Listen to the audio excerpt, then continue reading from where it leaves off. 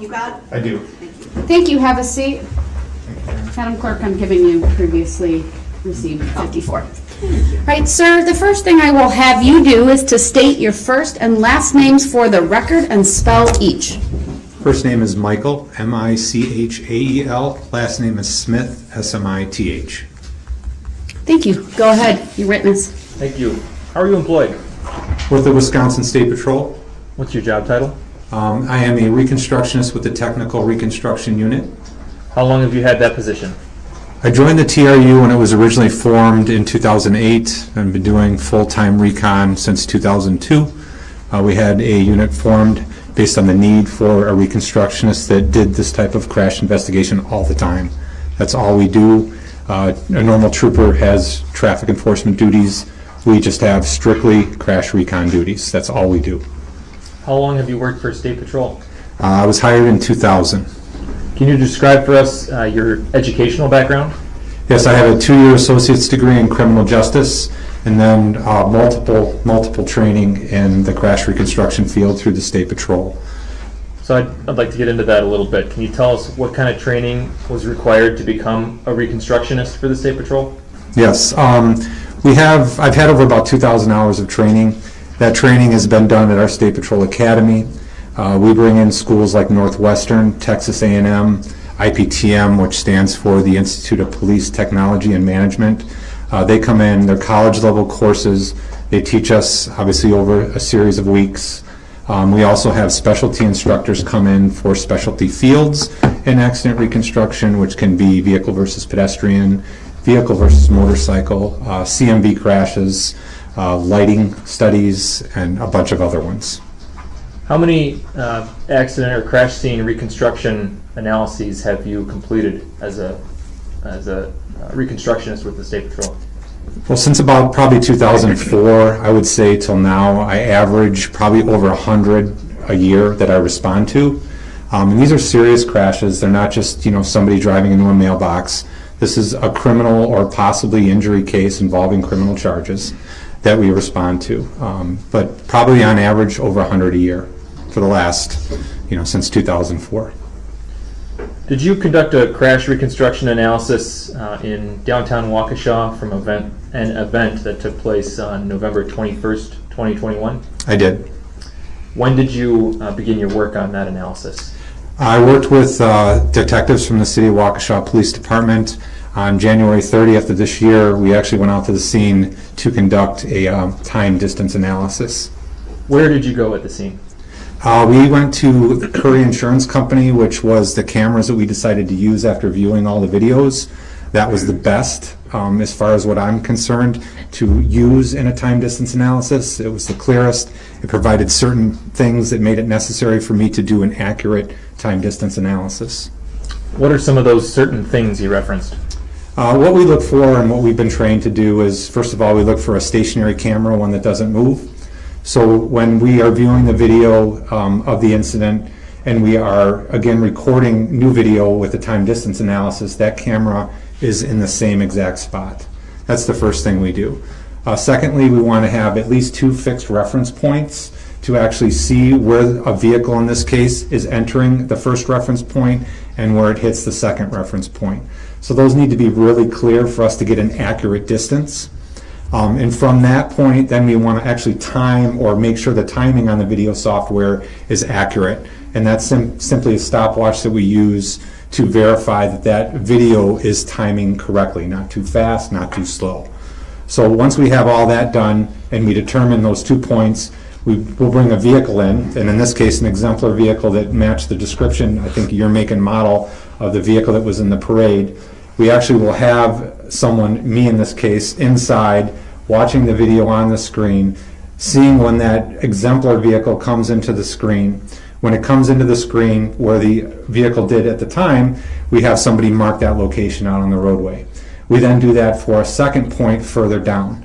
In this case, we had 2 points. Once we have those 2 points established, then we're bringing our survey equipment out, which is a Trimble unit that you've all seen them out on the roadways and then people's homes where they're surveying. That's what we use. Very accurate instrument. Just to give you an idea of accuracy, at about 300 feet, it's plus or minus 1/8 of an inch off. So very, very accurate unit, which we use all the time for crash reconstruction. So once we have that distance, we verified the timing. It's a pretty simple calculation that we do to determine a vehicle's average speed through that particular distance that we have. And just keep in mind it's an average speed, so it could be moving faster or slower during certain portions of the distance, but it's just basically taking that average speed through that distance that we measured. When you use that Trimble machine to conduct your measurements, did you use those measurements to later produce a 2-scale scene diagram? I did. Okay, I'd like to project for the witness-only exhibit number 56, please. 56? Yes, please. Thank you. Go ahead, show the witness. Do you recognize the diagram on the screen in front of you? I do. What is it? That is the scale diagram that I created as a result of the Trimble measurements that I took out at the scene. I move exhibit 56 into evidence and request permission to publish. I can't see it on my screen. He's right. Oh, I don't know why. We'll need to check the cabling.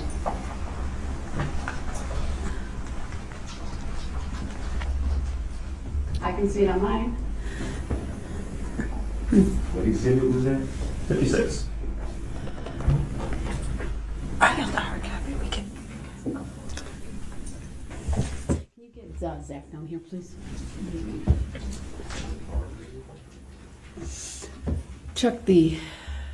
Power wasn't on. Oh. I'm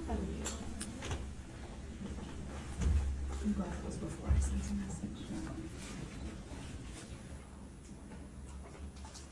Let me know when it's on the screen in front of you, sir. I see it. All right. Continue then. Oh, and Exhibit 56. Well, first of all, let him review it. It's been offered by the state. You've now had an opportunity to review it, sir.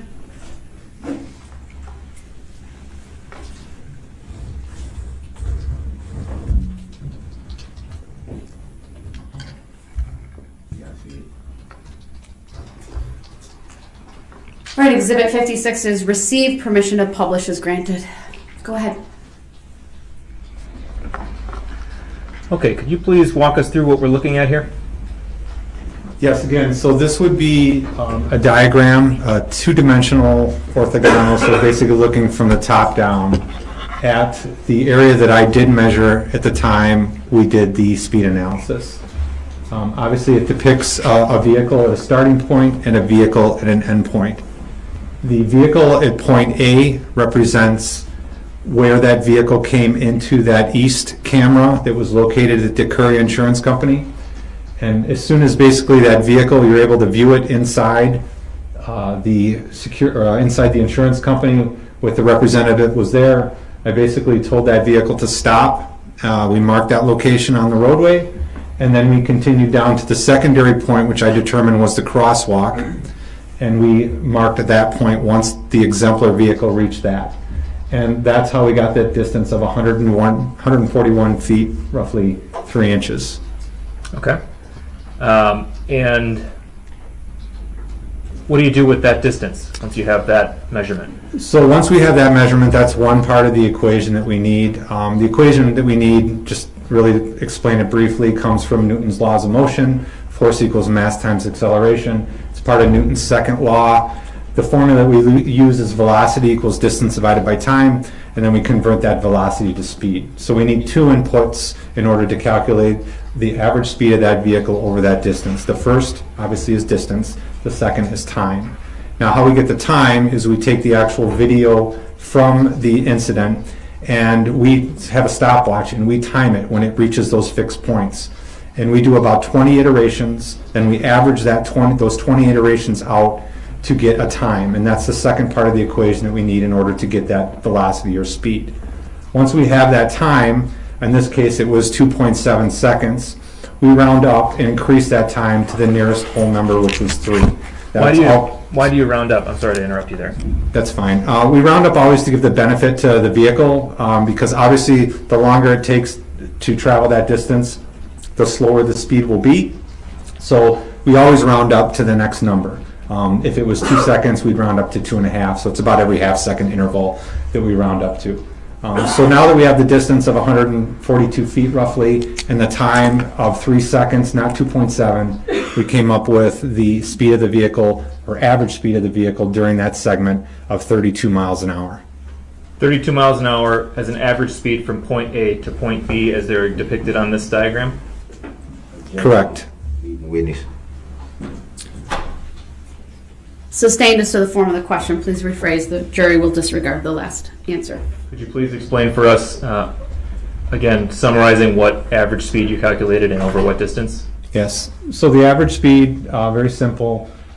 We marked point A, we marked point B, we had that distance, we had that time. The vehicle speed between point A, or the average vehicle speed, let me reiterate, was 32 miles an hour between point A and point B. You mentioned an exemplar vehicle earlier. Can you maybe explain for us again the purpose of using an exemplar vehicle in your analysis? Well, when I worked with the detectives from the City of Waukesha PD, we wanted to find an exemplar vehicle just due to the type of case this was. They were able to easily locate one that was very convenient to use, matching the description, I believe the year, make, and model of the car that was in the actual parade. So we decided to use that. Realistically, you can use any type of vehicle because you're just basically looking for that object coming into that frame of reference. But just for court purposes, I think it's a little bit easier to, show the jury that, hey, we used a vehicle that was similar or the same. And in terms of this case, you used a 2010 red Ford Escape? Correct. Okay. Do you happen to know the curb weight of that vehicle? Yeah. Overruled, you may answer. So explaining what curb weight is really quick, that's the weight of the vehicle as it comes off the assembly line. So it doesn't include fuel, it doesn't include any personal items, it's just right off the assembly line. This particular 4x2 vehicle was 3,368 pounds, curb weight. Okay. And to clarify, does curb weight have anything to do with your speed, average speed analysis? It does not. Okay.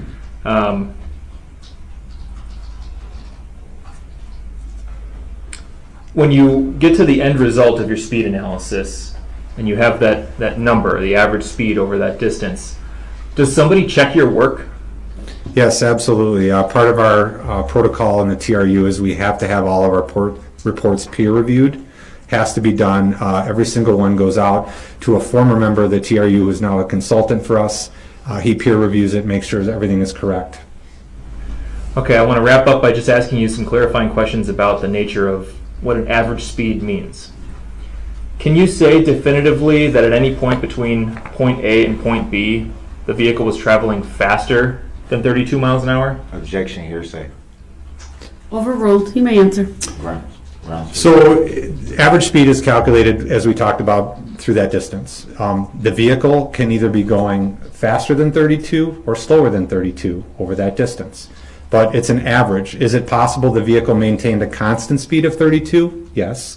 But it's more plausible that you have higher and lower speeds during that segment. Okay. That's all I have for this witness. Thank you. Thank you. Cross. Yes. This is kind of distraction still being on there.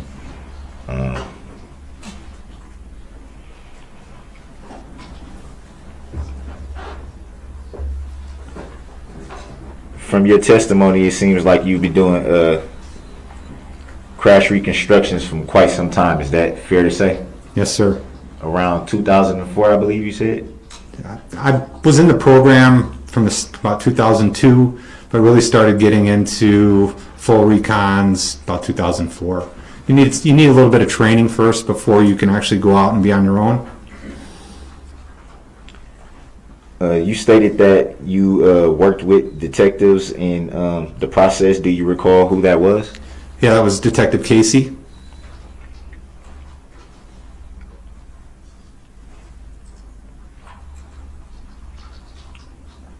On getting the calculation of the speed, did you work with anyone on that side of your investigation? No. So it's pretty much just you and the detectives.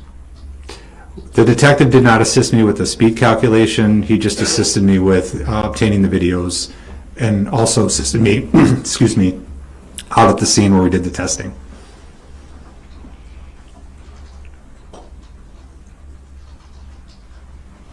I think the exhibit showed the building that had the camera. Do you recall which streets that were along the parade route? Yeah, that was in front of Curie Insurance on Main Street. And the point A and point B, did those start from a cross street, or was it just the main? The insurance company has cameras outside by the sidewalk. There's two of them. There's one towards the east and one towards the west, right at the front of the building.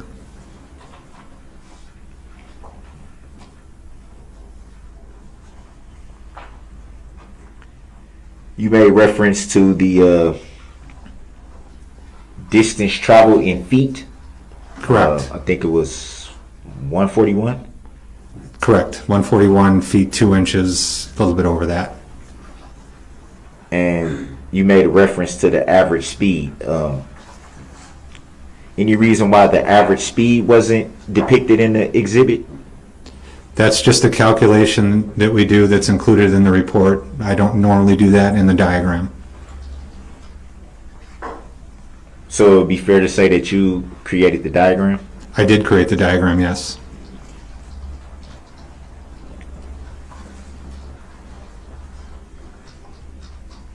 You said normally you don't put the speed calculation in the diagram. Would it be any reason for that?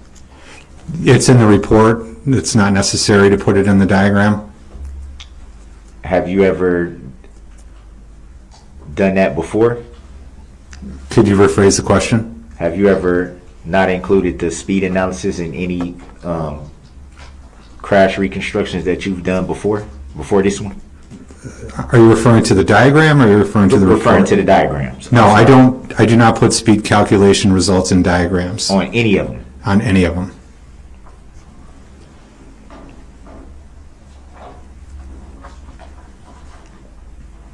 Did you create any diagram with the speed calculations present on it? No, I don't. The diagram that I created is the one that was up on the screen. And then from there you put the speed calculations just in the report? Yeah, I normally just put them in the report, yes. I don't have any recollection of putting one in the diagram.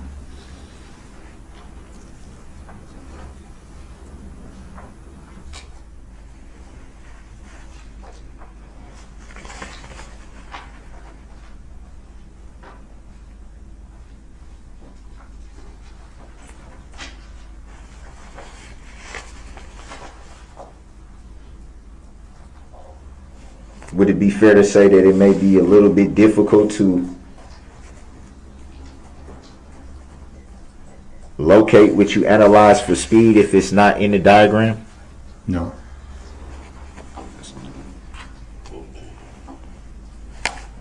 So if you wanted to know the calculation of the speed, you would have to read the report. Correct.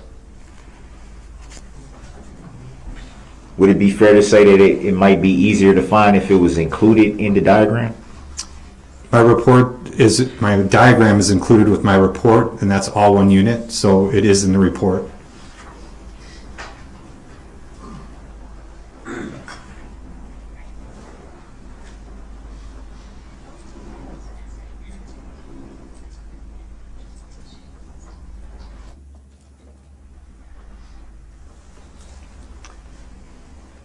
Can you explain what the S6 is?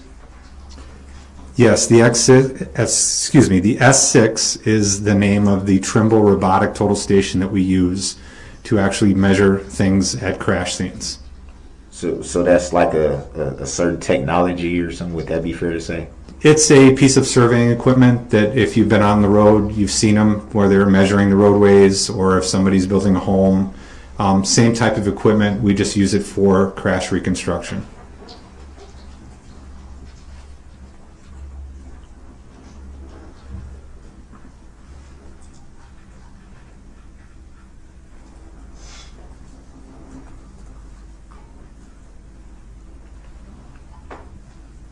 And what is a prism? Is that in direct relation to the electronic distance measuring system?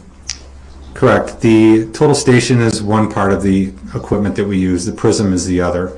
The total station communicates with the prism through an electronic digital measuring system, which is a laser. The two pieces are needed, in this case, to collect the measurements that I collected. Not a necessary component to using the equipment, but we normally do use the prism when taking measurements.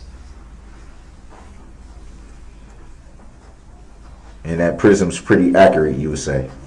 Well, the unit is accurate. What about the prism? Yeah, it's all accurate. The unit itself is very accurate. At 300 feet, it's about 1/8 of an inch either way, plus or minus.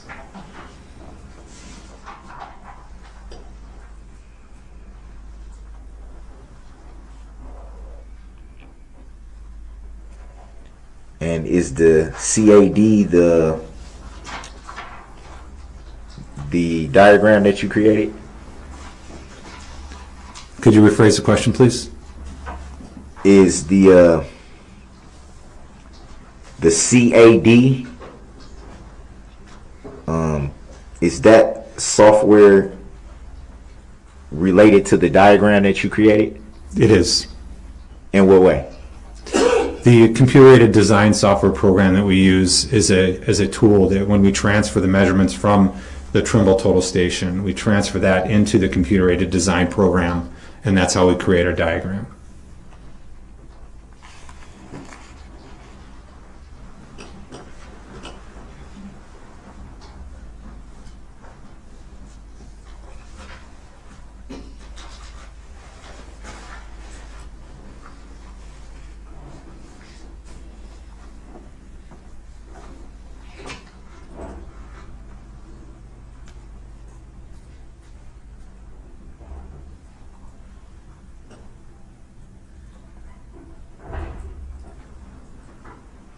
Can you explain what the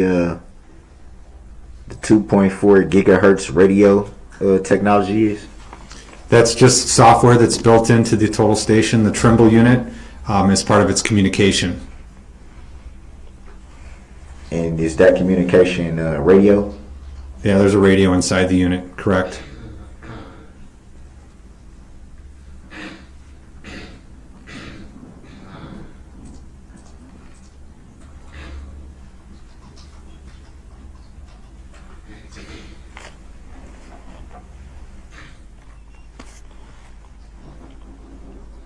You made reference to something called Newton's law. Can you explain a little bit further what that is? Newton's laws of motion are what we use as a big step in our reconstruction field. A lot of formulas are derived from Newton's laws, including the formula that we use to calculate the vehicle's average speed. Sir Isaac Newton obviously invented the laws of motion. We all learned that in high school, and that's part of the process that came to the formula that I use to calculate the average speed.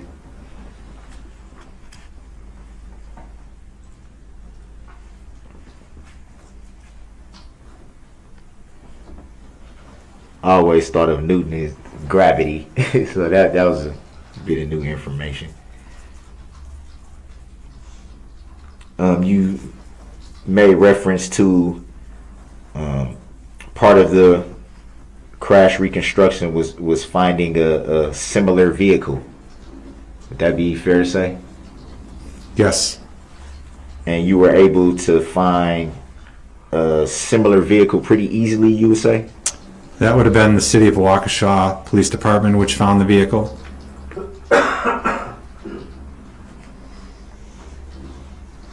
And you made reference to it being in the parade as well? Or part of the parade as well? The exemplar vehicle? Yes, the vehicle that was similar.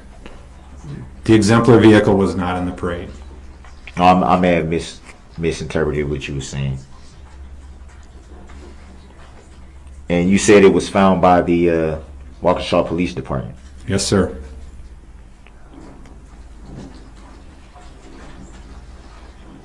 Do you recall if that part of your investigation and the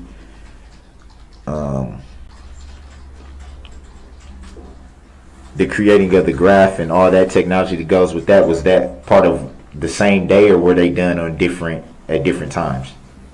I'm sorry, are you referencing the diagram, the creation of the diagram? Right. No, that was Because it not. seems like a lot of technology went into getting the diagram created and, you know, different variations of that.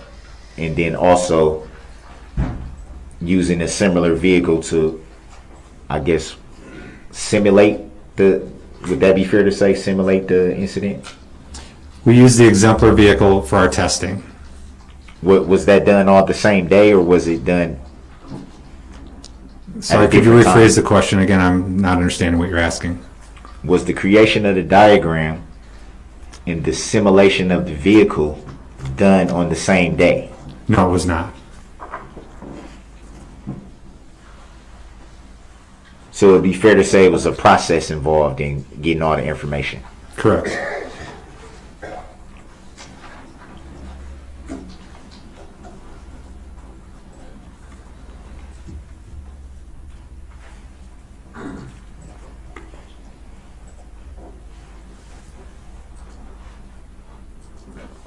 And you stated that that was done around January 30th, around that time? The testing was done on January 30th.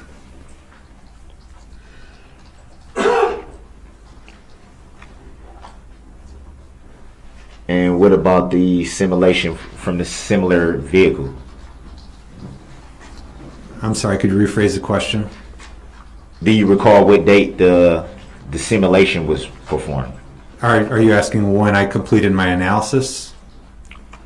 Specifically the part of the similar vehicle being used.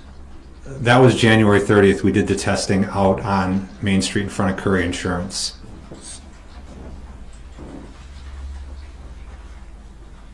So what part of the process was done at a later date? The diagram, the calculations, the time distance analysis.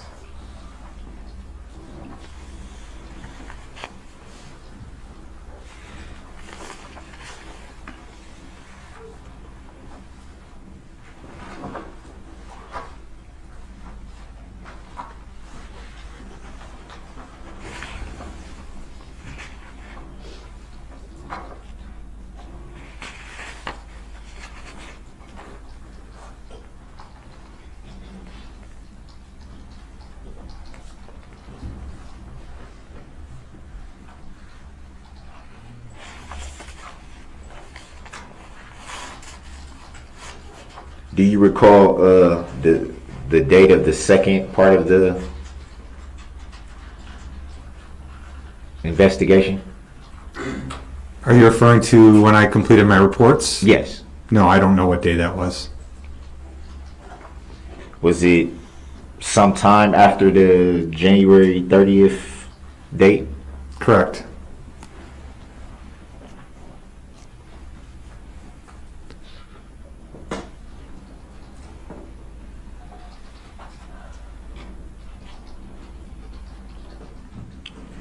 Would you say there was a delay in finishing it, or did something cause you to kind of let me rephrase that. Was there anything that may have delayed you finishing the investigation quickly? Can you rephrase? What do you mean by quickly? It seems like there was two parts of it: getting the simulation done and then the actual diagram and things of that. Any reason why that couldn't be done closer together? Well, first of all, it's not a simulation because a simulation is different than what we did. This was just some testing we did out at the scene. Secondly, as I mentioned earlier, I respond to hundreds of crashes. It depends on what I'm working on at the time. Once our reports are completed, they need to be peer reviewed. All that process takes time. So there's nothing that delayed my report. If you want to use me going to another crash, that possibly could have delayed it, but no delays that would affect the outcome of the report or the accuracy of the report. No, I wasn't going to that part of it. I was just kind of curious to what may have spaced out the dates. That's what I was really getting at. We do a lot of reports every year, and obviously we're not just doing one report a year. So every report is different. Every report requires different types of analysis. So there's really no set time on when we can finish a report compared to when we started. It just depends on what else is going on outside of our time in the office.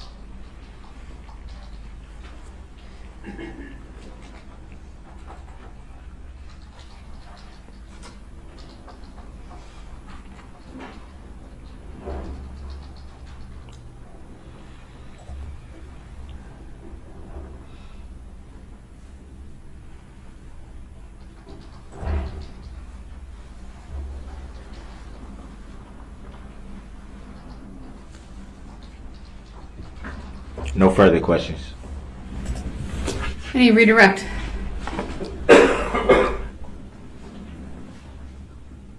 No, thank you, Your Honor. All right, thank you, sir. You may step down.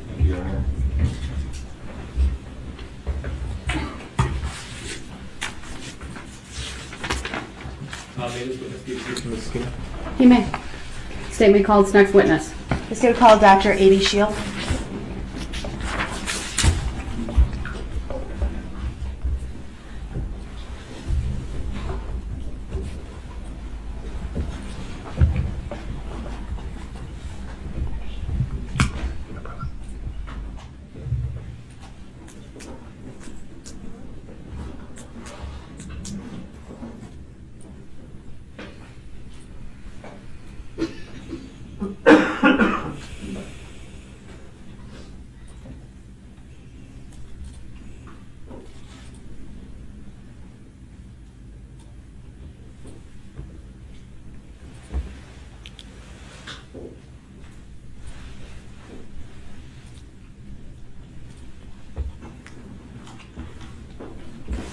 All right, good afternoon, Dr. Shield. If you would please make your way to the witness stand, which is to my right, up one riser.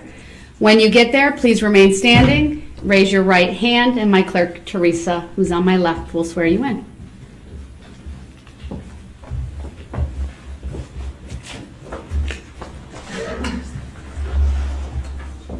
Do you solemnly swear that the testimony you're about to give shall be the truth, the whole truth, and nothing but the truth, so help you God? I do. Thank you. Please be seated. First thing I will ask you to do is to state your first and last names for the record and spell each, please. Amy Shield, AMYSHEIL. Thank you. Go ahead, your witness. Thank you. Good afternoon, Dr. Shield. How are you currently employed? I'm an associate medical examiner at the Waukesha County Medical Examiner's Office. How long have you been with the medical examiner's office? About 7.5 years. What are your duties at the medical examiner's office?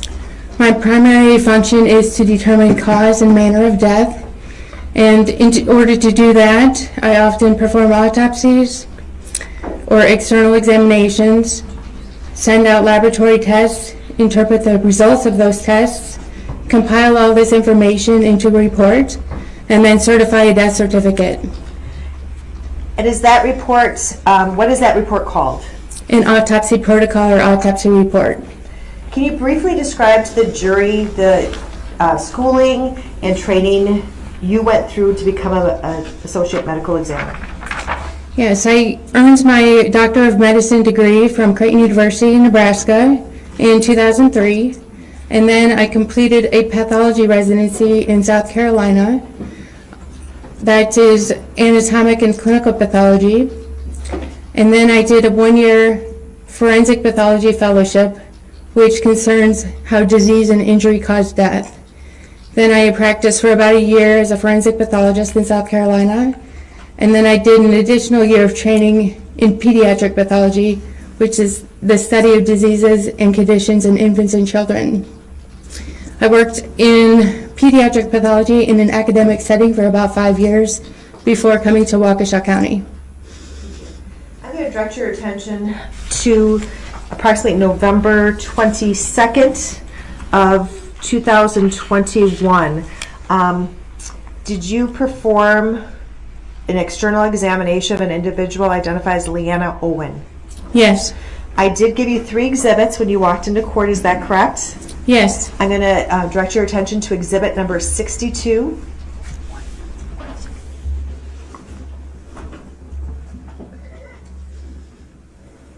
Do you see that in front of you? Yes. Is that the autopsy protocol for Leanna Owen? Yes. And can you just state for the record how many pages that autopsy protocol consists of?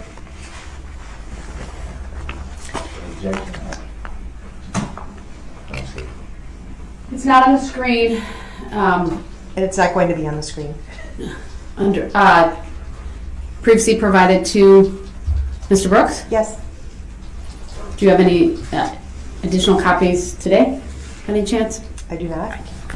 We can make some.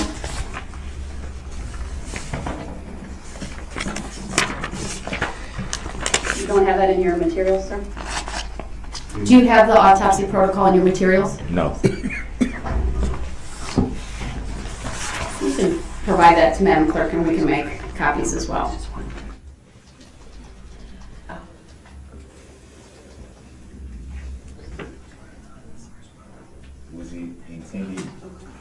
Was it intended for me to have or not to have? Just so I'm clear. I can't answer that. These autopsy protocols were previously provided to the defense. All right, we'll still make copies.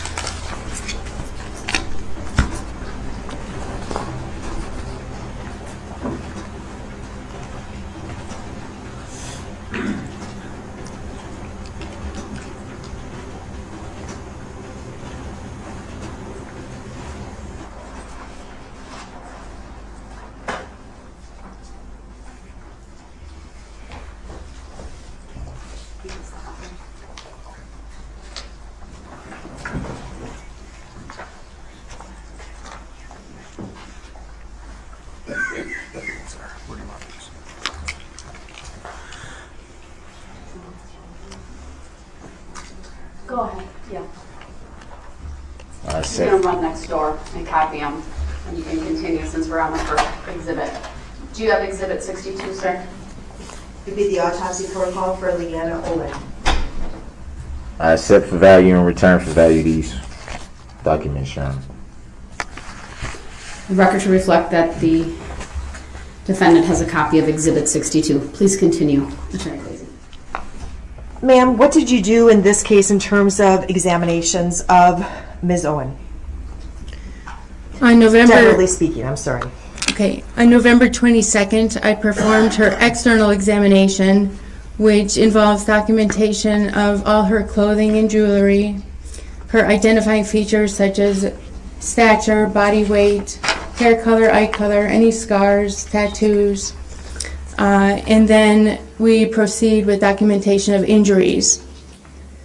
And did you also create a summary of the injuries that you located on Ms. Owen? Yes. Okay. I'm going to show for you on the screen in front of you what's been marked as State's Exhibit 163. If you can tell me when you can see that on the screen in front of you. And I did provide Mr. Brooks a copy of both the autopsy protocol as well as the diagram that's going to show on the screen. Consent to being called that name, Your Honor, for the record.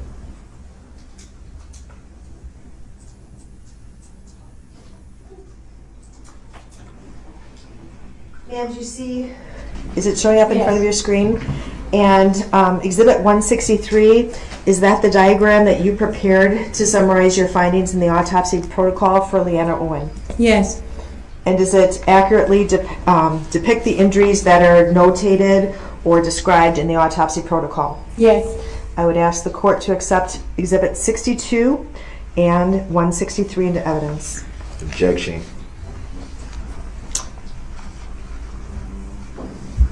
The objection to both, each objection is noted. They're overruled. Exhibits 62 and 163 are both received permission to publish. I believe only 163 is what you asked me for, is granted. Yeah, there was only one asked for. Permission to publish 163. That's what I said. Thank you. Ma'am, can you briefly describe what this document, Exhibit 163, portrays. This diagram depicts Leanna Owen's injuries. The red represents open wounds, lacerations or abrasions, which are scrapes to the skin. Blue is for bruising or contusions. Black is internal injuries or skeletal fractures. And in performing the autopsy procedure on Miss Owen, what was the cause of her death? Multiple blunt force traumatic injuries. Specifically for the injuries that she sustained, can you describe the fatal injuries for the jury? Objection, leading the witness. Overruled. She may answer.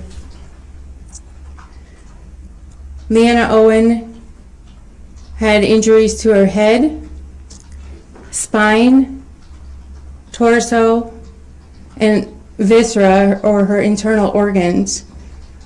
The combination of all these injuries led to her death, but she did sustain isolated injuries to her upper cervical spine, or her neck spine, and aortic lacerations. The aorta is the largest artery in the body. That would have been fatal within seconds to a couple of minutes. And would all those injuries be consistent with being struck by a moving SUV weighing approximately 3,300 pounds? Objection, hearsay. Overruled. You may answer. Yes.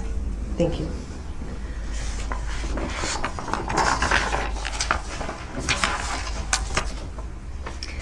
I'm next going to direct your attention to, did you perform an autopsy on an individual identified as Virginia Sorenson? Yes. And do you have her autopsy protocol in front of you, Exhibit 63? Yes. And do you have a diagram detailing Miss Sorenson's injuries on in Exhibit 164? Oh, I don't have the diagram. you do not have a diagram.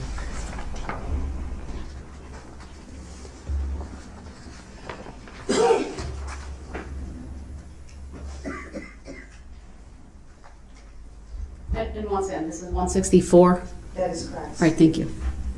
Do you see it in front of you? Yes. Does the documentation in Exhibit 164, is that a summary of your findings from the autopsy protocol for Ms. Sorenson?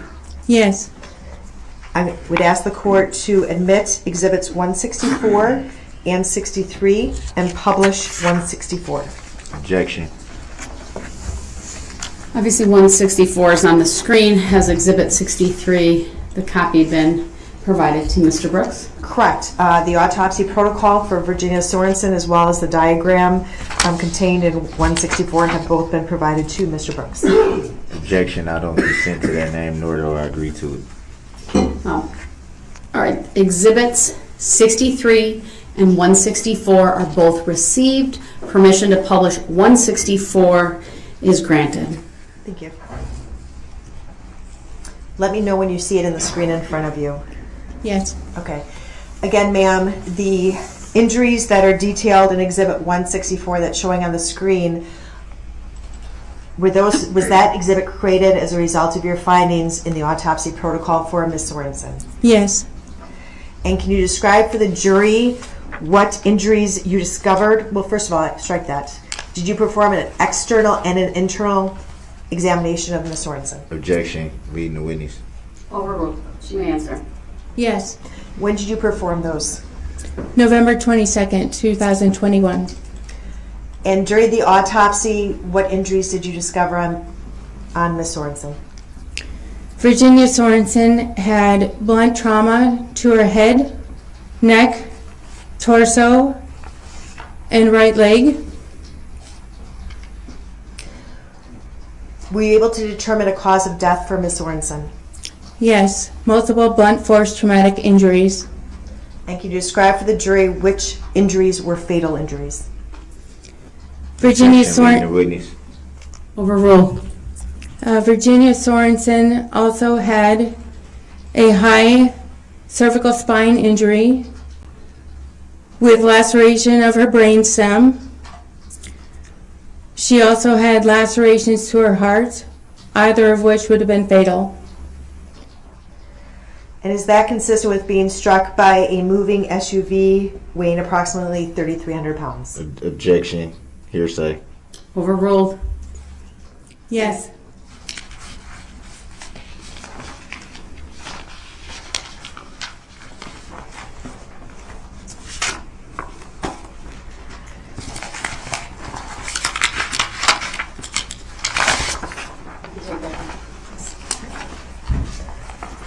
Finally, Dr. Shield, did you perform an autopsy on Jackson Sparks? Yes. And did you create an autopsy protocol after your examinations of Jackson Sparks? Yes. And did you perform, or did you create a diagram which displayed the injuries on Jackson Sparks? Yes. Do you have in front of you Exhibit 64, which is an autopsy protocol for Jackson Sparks? Yes. And I'm going to display what's been marked as State's Exhibit 165 on the screen in front of you. Objection. I'm confused. The 64 or They reference both. oh, okay. 64 is the protocol, 165 is the diagram. Okay, I was a little confused. And for the record, the state did provide Mr. Brooks with a autopsy protocol for Jackson Sparks, as well as a copy of Exhibit 165, which is the diagram. Ma'am? Objection. I do not consent to that name, nor do I know that individual. For the record. Please continue. Thank you. Ma'am, does Exhibit 165, the diagram in front of you, accurately show the findings that you made during the autopsy of Jackson Sparks? Yes. Okay. I would ask the court to admit State's Exhibit 64 as well as State's Exhibit 165 into Objection. evidence and publish Exhibit 165. Objection. Overruled. Exhibit 64 is received. Exhibit 165 is received. Permission to publish is granted.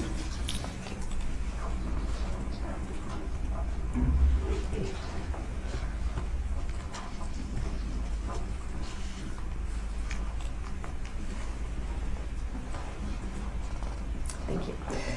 And Exhibit 165 is the diagram that you took, which displays the findings that you made in your autopsy protocol. Yes. Can you describe for the jury the injuries that you observed? Strike that. When did you do your external and internal examination of Jackson? November 27, 2021. Why was that later than the others? Jackson went to the hospital. He was pronounced brain dead on November 23rd. And again, is there any reason why it would take till the 27th to perform the autopsy? Objection. He was Hold on. oh, sorry. Overruled. You may answer. Jackson was in the hospital. He became an organ donor, which often requires a couple of extra days. Can you describe for the jury his injuries?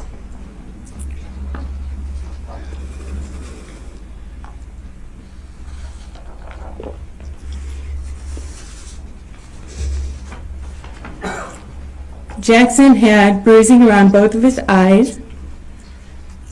He had a large bruise to the left side of his forehead. He had undergone a craniectomy where the neurosurgeon removes a portion of the skull to relieve pressure on the brain from brain swelling. That's the large oval depicted on the left side of the skull in the diagram. He had trauma to his brain. He had bleeding around his brain inside his skull. He had multiple bruises to his brain. He also had a separation of his skull from his cervical spine. And he had 2 rib fractures on the right side. What was his cause of death? Complications of craniocerebral injuries due to blunt force trauma to head. And what injuries of those were fatal? His head injuries. And would that be consistent with it being struck by a moving SUV weighing approximately 3,300 pounds? Yes. Objection. Hearsay. Overruled. Her answer was given. Nothing further, Your Honor. Thank you. Cross-exam. 1 second.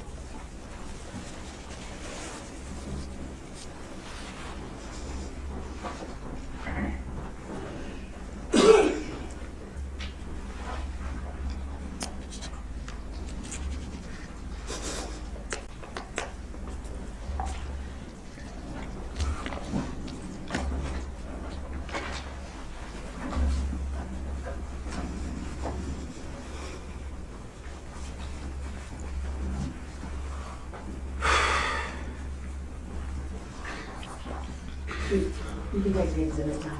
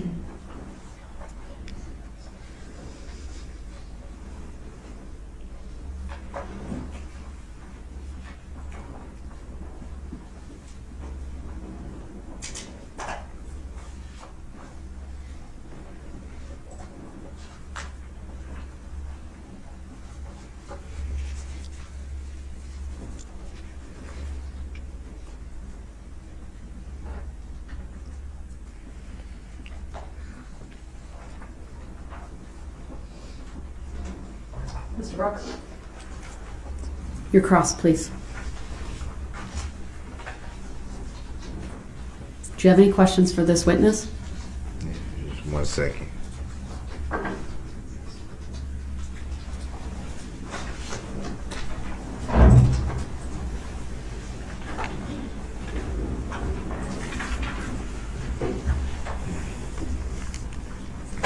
I apologize to the court for taking so long.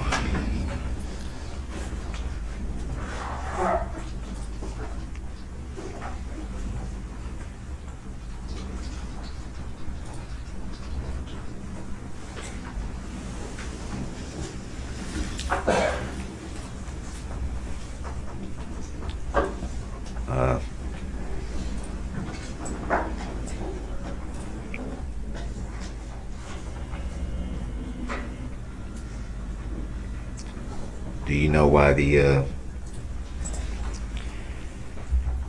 decision was made to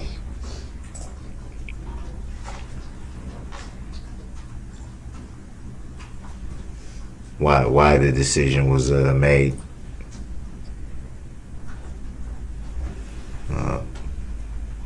for Jackson to become an organ donor? Objection is irrelevant. Sustained.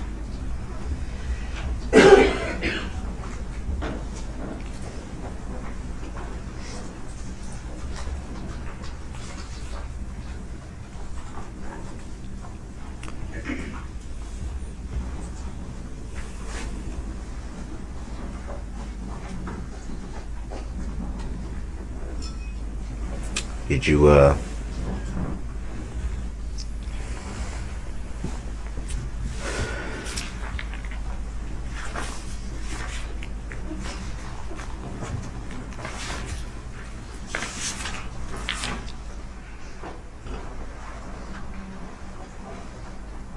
you end up doing any more autopsies beside those 3? As it relates to this case or some other case, sir? This case. To this case. Did you hear the question? Could he please repeat it? Please repeat your question.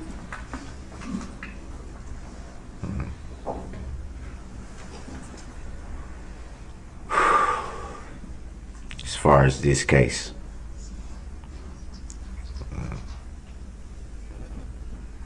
those the only 3 autopsies that you did? Yes, Jackson Sparks, Virginia Sorenson, and Leanna Owen.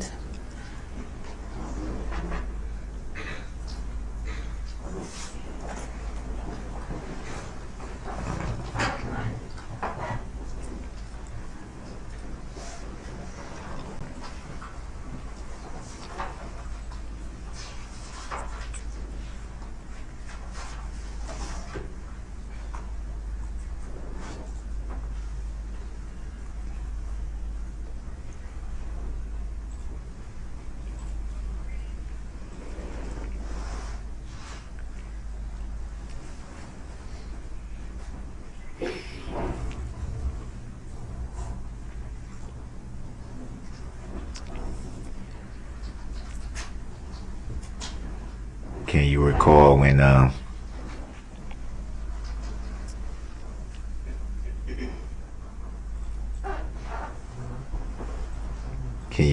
when when they were brought to the hospital?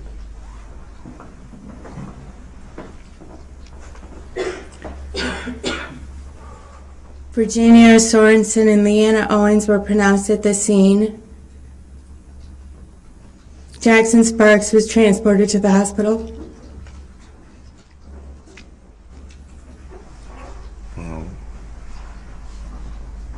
I'm assuming that's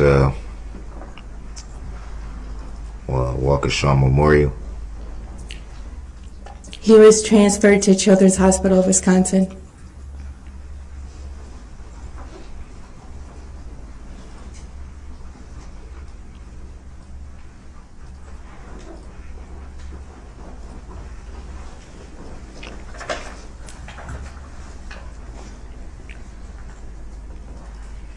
Upon first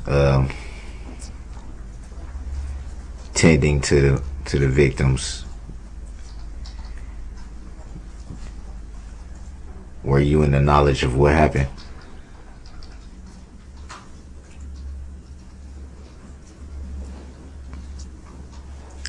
Yes.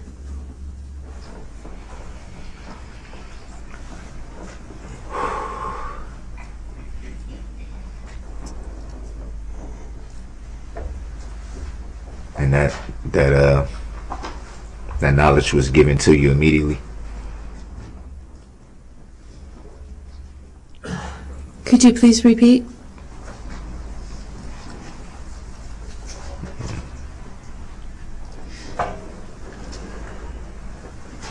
That knowledge was given to you immediately when you were called to tend to him? Yes.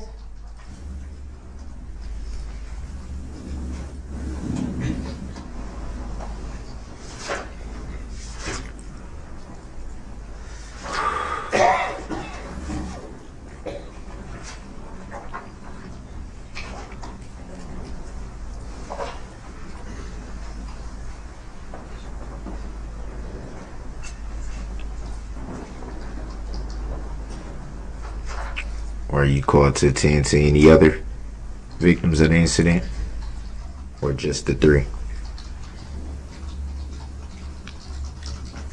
Jackson Sparks, Virginia Sorenson, and Leanna Owens.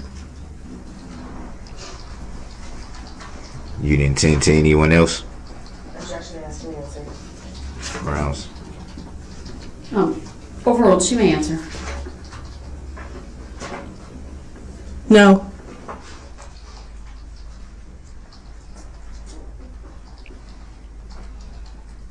No further questions.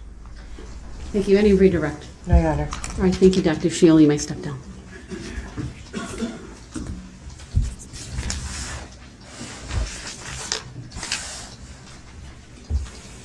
May I have the exhibits, please? Thank you. Thank you.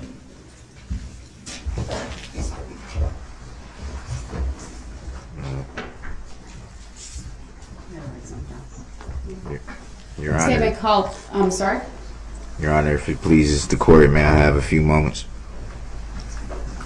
We can take a short break. I'll excuse the jury. We all can take about a 10-minute break. All rise for the jury, please.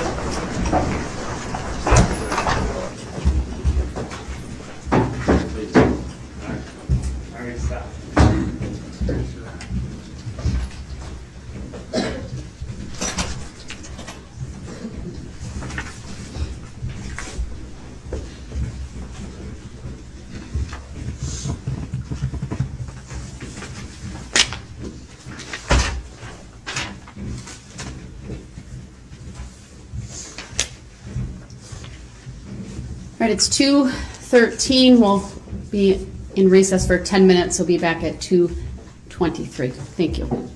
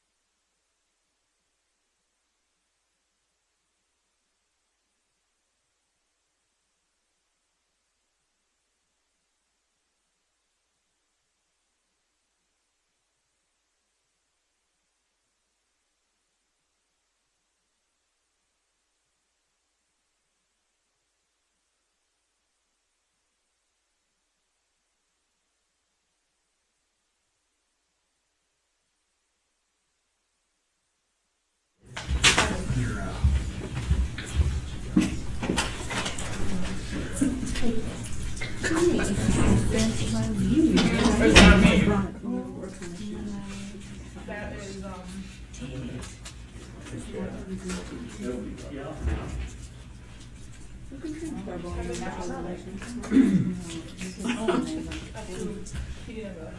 gonna be over at Katie's tonight. Oh, you are? Dinner.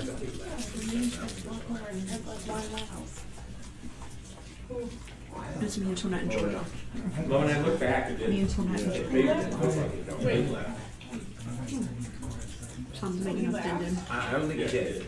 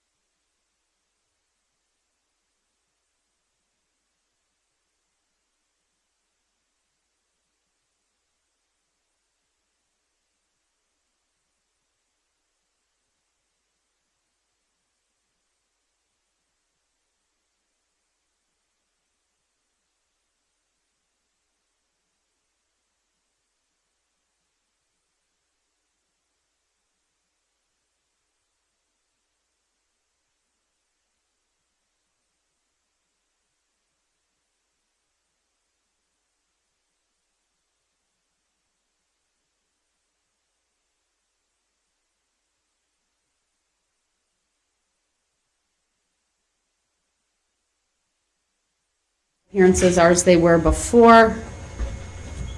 Just to confirm, Attorney Opper, the next witness will be the other medical examiner, and the exhibits related to that are hard copies have already been provided to the defendant. That is correct, Your Honor, and also the state has put on the witness stand exhibits 59, 60, and 61, which are the autopsy protocols for Tamara Durand, Jane Kulik, and Wilhelm Hospital. All right, thank you. Then, with that, we'll have the jury. Oh, one other thing. I just had a question as to timing, as to how late you wanted to go today so we can have enough witnesses here. Sure. So I was not told of any conflict, so I would like to go between 5 and 6, depending on where we end with witnesses and where we end with direct and cross exam, and when we can begin someone, and how many individuals that you have. Would that work out with the individuals you have scheduled for this afternoon? Yes, I believe so. And then tomorrow morning, I wanted to address timing for tomorrow morning as well, but we could do it later if you're anxious to get the jury in here, Your Honor. I'd probably be inclined to have our normal time tomorrow unless there's a request to do something different. Yes, I'm going to request a 9 a.m. start time, Your Honor. I have a court appearance in Branch 10 that was put on in a kind of an emergency because there's a speedy trial demand that was made with an in-custody defendant. So we had been starting at 8:30. I agreed with Branch 10. I could be there at 8:15 to address that. I'm scheduled to present the district attorney's budget to the county board tomorrow morning at 8:30. So if the court would be willing to start court at 9 a.m. tomorrow, then we'd be ready to go. I don't have an issue with that. We can either cut into the lunch hour if we need be, go a little bit later. We have ample time, from my perspective, set aside for this entire case, even if the state believes they're a little bit behind. And to that extent, Your Honor, we feel like we're making catching up a little bit here today. So, Mr. Brooks, any statement or comment based on the requests that have just been made? No comment. Just briefly touch on the subject matter jurisdiction again. For the The record. court will not be addressing that. Please bring out the jury.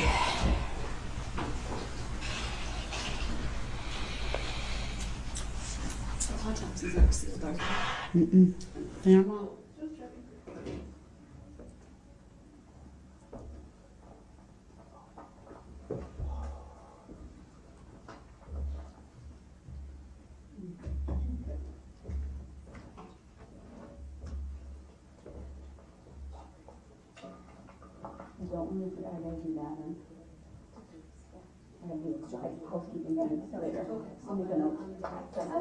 Myself.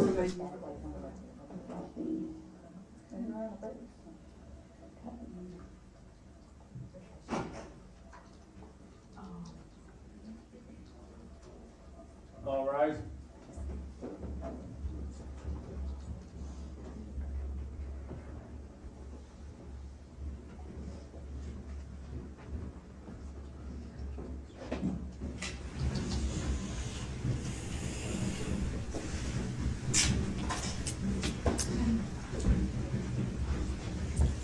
Can you grab Pete for me if he's right there?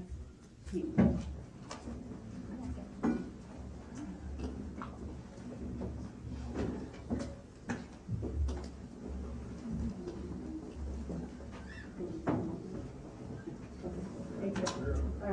Thank you, everyone. Please be seated. All right, then the state may call its next witness. Call Dr. Linda Bitzerke. All right, good afternoon, Dr. Bitzerke. If you would please make your way to the witness stand, which is to my right, up one riser. When you get there, please remain standing, raise your right hand, and my clerk, Teresa, who's on my left, will swear you in. Do you solemnly swear that the testimony you're about to give shall be the truth, the whole truth, and nothing but the truth, so help you God? I do. Thank you. Please be seated. First thing I will ask you to do is to state your first and last names for the record and spell each. Linda, Lynda, Biedrzycki, Biedrzycki. Thank you. Go ahead, your witness. Thank you. Dr. Biedrzycki, how are you employed? I'm the medical examiner for Waukesha County, How long have you been the medical examiner for Waukesha County? about 25 years. And can you briefly describe for the jury your education and training that you obtained prior to becoming the medical examiner? Yes, I went to medical school at the Medical College of Wisconsin. I did an internship in internal medicine. Then I did general pathology training, which is anatomic study of tissues, and clinical, which is laboratory medicine. 4 years of that at several different places, including the Medical College of Wisconsin, University of California, and William Beaumont Hospital.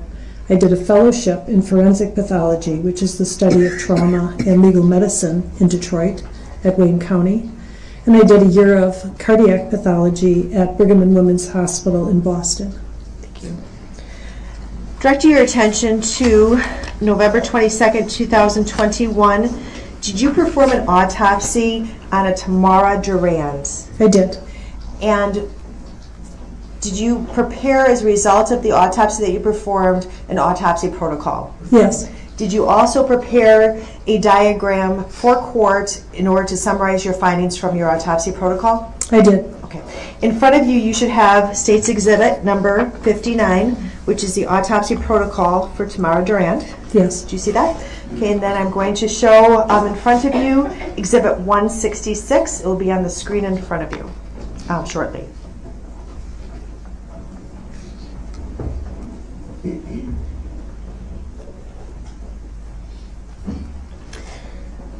Ma'am, in looking at the screen in front of you, is that your diagram that you prepared for testimony today, which shows your summary of the autopsy protocol, the injuries to Ms. Durand? It is. Okay.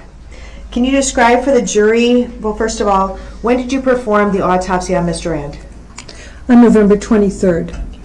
And were you aware that this was as a result of an incident that occurred in downtown Waukesha on November 21st, 2021? Absolutely. Overruled. Her answer may stand. Did you go to the scene on November 21st, 2021? I was there. Okay. What were your findings with regard to Ms. Durand?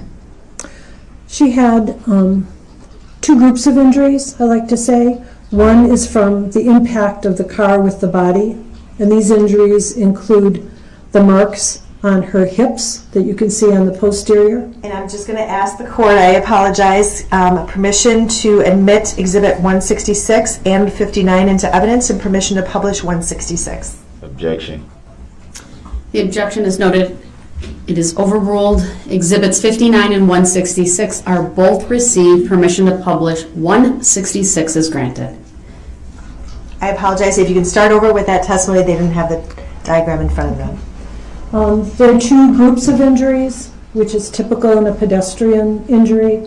One is from the impact of the car with the body, and the external evidence of that are the marks on the back of her hips, which I indicated their heights between 34 and 38 inches. Their abrasions and bruises, the red and blue marks.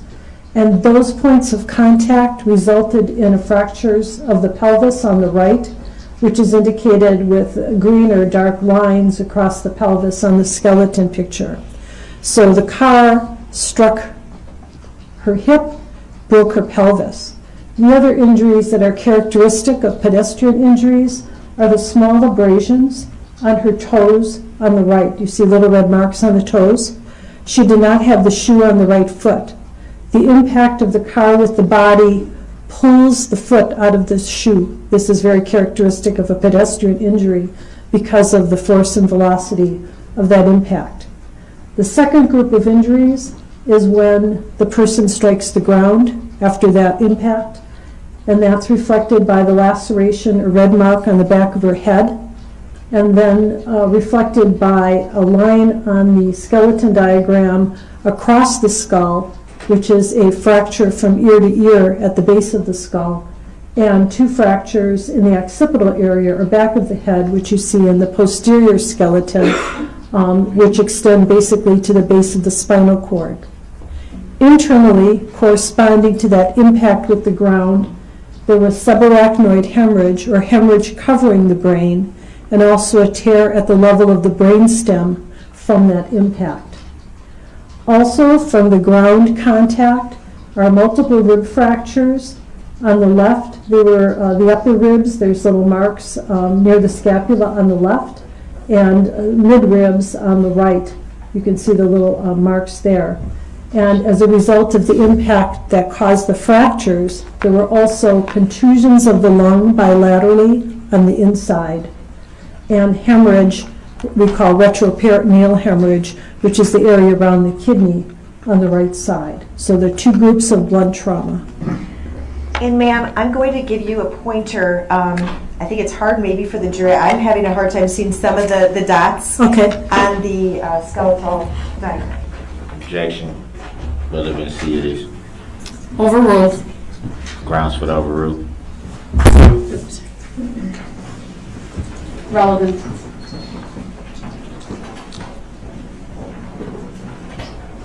Again, if you can just briefly describe what you just testified to, or briefly point to what you testified to. Objection. Action answer. Overruled. The witness may answer. Okay. So the first type of injury from the car are the skeletal, the fractures of the pelvis here, and the external marks here at the heights that I've indicated from the hood of the vehicle. The toes are seen at this time. If you could bring them up. Right here. On the top of the toes, when they're lifted out of the shoe, there's often scraping, and that's what you'll see. Then the second group of injuries from the contact with the ground, if you can go down now, is a laceration to the back of the head from contact with the ground, a fracture across the base of the skull, ear to ear, fractures to the back of the head on the right and the left, and internally subarachnoid hemorrhage and the brainstem tear. In the chest, fractures here, ribs 3 and 4, and 5 and 6 on this side, with also contusions to the lungs, pulmonary contusions bilaterally, and retroperitoneal hemorrhage, or hemorrhage in the soft tissue around the kidney area. And just because it's flipped, this kidney area, the right kidney, is in this area of the skeleton, right above the areas of the fractures of the pelvis.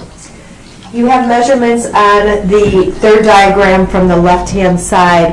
What is the significance of those measurements? You had talked about the height of the car. Did you see the suspect vehicle, or did you go to look at the suspect vehicle in this case? Yes, I did. Overruled. She may answer. Go ahead. I did. On November 23rd, I went to Fleet in the county complex where the car was being held, and I examined the car looking for points of contact between the car and the pedestrians, and I also looked at the configuration of the vehicle, like the height of the hood, what the wheels look like, what the tires look like, where the bumper was, where the damage was, and took multiple pictures. And with the observations that you made on the third diagram from the left, and those measurements, that would be consistent with the measurements taken of the hood height of the suspect vehicle? Yes, it's typical of the more SUV type of configuration of a car. I mean, a very low sports car would have the hood would be low, and the bumper, and if a bumper protrudes, then the bumper might be the leading edge. But SUVs have kind of a flat front and a higher hood. The hood that I measured and the vehicle was damaged was 42 centimeters, but that's only at one point because the configuration of the hood had different shapes as the metal was curved over the wheel well and so forth. So these measurements, 38 and a half, 37, 32 and a half, are pretty good for the height of a SUV type vehicle at the point of contact at the pelvis. Thank you. We have a seat. Ma'am, can you describe to the jury the fatal injuries that were suffered by Ms. Durand?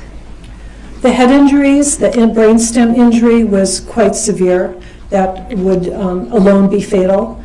The pulmonary injuries and the rib fractures could also alone be fatal, causing respiratory compromise. And the pelvic injuries could alone be fatal, causing hemorrhage. So she died of multiple blunt trauma, but each area of injury was quite severe in and of itself. Would that be consistent with her being struck by a moving SUV weighing in excess of 3,300 pounds? Absolutely. It's overruled. She may answer. It's typical of a pedestrian injury. It's typical of an injury with a SUV configuration, and the speed would be at least considerable because of the momentum which resulted in these severe injuries. When you say the speed would need to be considerable, what does that mean? I will explain. Injuries are proportional to the energy delivered, kinetic energy. Kinetic energy, the formula, is 1/2 times mass. Mass would be the 3,300 pounds times velocity squared. So velocity is like really critical. So if you look at severity of injuries and speed of the vehicle on a graph, the graph doesn't go like this. It's not when speed increases, injuries increase that way. Injuries increase like this because velocity is such an important part of the equation. Thank you. Moving next to the autopsy that you performed on Jane Kulik, I would direct your attention to State's Exhibit number 61. Yes. And also I'm going to project in front of you State's Exhibit 167, which is the diagram, I believe, that you created for to assist in the testimony today. Yes.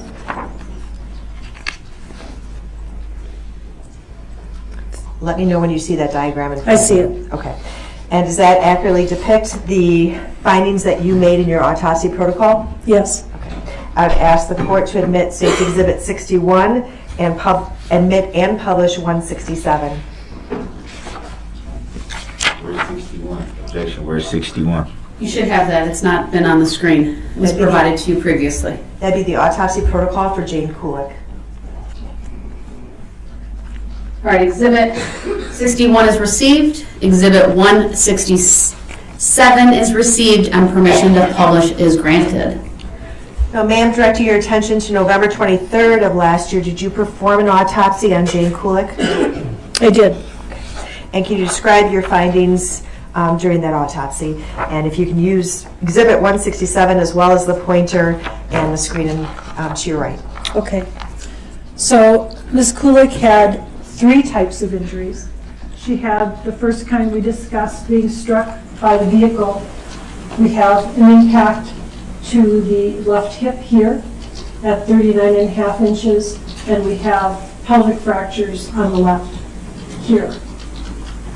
We have injuries to the tops of the toes. Now, she had no shoes when I saw her, but the sock on the left foot was torn right in the area of the toes. Also, there's an abrasion to the top of the foot. That would be considered with being taken out of her shoe. So that's from the car impact. Then second, we have injuries from hitting the ground. We have a laceration to the back of the head. And we have some abrasions on the left side of the face and the nose area. The third type of injury she has is being run over by a tire. So we have a squared off abrasion across the upper abdomen, lower rib area that was sharply demarcated as I drew there. So it's not as if the abrasion blended into the skin, like if you do a sliding motion, but it was quite sharply demarcated. And associated with this injury, her liver was like lacerated, multiple tears in the liver. Bleeding from that liver injury. She had multiple fractures on the right side of her chest. Anteriorly, she also had lower rib fractures posteriorly here. So the pressure of the tire compressed the liver, and it also compressed the part of the chest. The diaphragm on the right was also torn. There's also looked like a tire mark on the lower part of her left leg. There were no fractures under that site. So she had impact from the vehicle, impact to the ground, and then crushing from the tire. What did you determine the cause of death to be for Ms. Kulik? Multiple blunt trauma. And the fatal injuries, can you describe those for the jury? Her injuries from being run over were probably the most severe, with the multiple rib fractures and the crushing of the liver. Also severe, however, was the pelvic fractures. Pelvic fractures, I didn't maybe explain, cause a lot of bleeding because your aorta divides in the pelvis into your iliac arteries, so it's a very big blood vessel, and also your inferior vena cava is there. So if you damage any blood vessels in the area of the pelvis, you're damaging pretty large caliber vessels, and you can lose a lot of blood. So, and also there's bone marrow in the pelvis. So pelvic injuries, especially when they're fragmented, as it was in her case, can be very, very serious. So I would say those were the two, and then the rib fractures, and I didn't mention, she also has pulmonary contusions on the right and hemorrhage in the retroperitoneum on the right. So those injuries, the chest injuries, the pelvic injuries, and the abdominal injuries, each were very serious and could have been fatal individually. And is that consistent with Ms. Kulik being struck by a moving SUV weighing in excess of 3,300 pounds? Yes. Hearsay. Overruled. Her answer, Ms. Gann. Yes. Thank you. Finally, ma'am, I'm going to direct you to the autopsy protocol for Wilhelm Hospital, which is Exhibit 60. That should be in front of you. Yes. I'm also, did you prepare a diagram documenting your findings through the autopsy protocol? Yes. And I'm going to show you what's been marked as State's Exhibit 168. Yes. Okay. I'd ask the court to admit Exhibit 60, which is the autopsy protocol, as well as the diagram contained in Exhibit 162. Or 168, I'm sorry. And permission to publish 168. Objection. Noted, it's overruled. Exhibits 60 and 168 are both received. Permission to publish Exhibit 168 is granted. What was the first one? 60. And ma'am, did you perform an autopsy on Wilhelm Hospital on November 22nd, 2021? I did. And can you explain for the jury your findings that are contained on Exhibit 168? Yes. Mr. Hospital had similar types of injuries from the impact of the car. He had a very rectangular shaped bruise, 42 inches above the heel to the back of the left hip. And he also had a bruise above, right around the back of the knee, slightly above and slightly below, but extending between 16.5 and 24 inches above the knee. This hip bruise corresponds to the fractures of the left side of the pelvis, right here. He also had foot injuries. Instead of the toes, he had marks to the back of both heels, and that could be because of the type of footwear. Again, he did not, I saw Mr. Hospital without clothing, so I did not see the shoes. They were taken off at the hospital because he had surgery, but he did have injuries that we often see in pedestrians as well, whether the shoes were taken off or just the friction from being struck. Then he had the injuries from hitting the ground, which were lacerations and abrasions to the head on the right side and on the back. And the result of that was a fracture on the right side of the head. But this is kind of also interesting and shows how this injury occurred. The fracture's on the right side of the head, but the bruise to the brain and small subdural is on the left side of the head. That's called contre-coup. And that type of injury occurs in a moving head injury. So his head was moving, hit the ground on the right, caused the bruise on the left because of the rebound of the brain striking the skull. So he had injuries from being struck by the car and injuries from hitting the ground. Now, you testified, first of all, about the injuries to the back, the second diagram from the left, and the height of those injuries. Are there any relevance of the height of those injuries as well as the measurements that you took of the suspect vehicle, which was a red Ford SUV? Yes. Escape? When I measured the side of the hood, I got 42 inches. There's a picture with a tape measure showing that. So that corresponds well to the height of this particular pattern injury. And the height of the top of the bumper, because now the bumper is not a shiny chrome protruding bumper, that's kind of a flat bumper that's painted the same color as the vehicle, so it's rather broad, is about 26 inches, which would correspond to a strike to the back of the left leg there. Thank you. And you had testified that unlike the other two people that you had performed autopsies on, were those people brought to the medical examiner's office from the crime scene being Main Street? Objection. Lead the witness. Mr. Hold Rand, on, overruled. She may answer. I'm sorry. Mr. Rand was brought from the scene, and I saw her at the scene before I did the autopsy.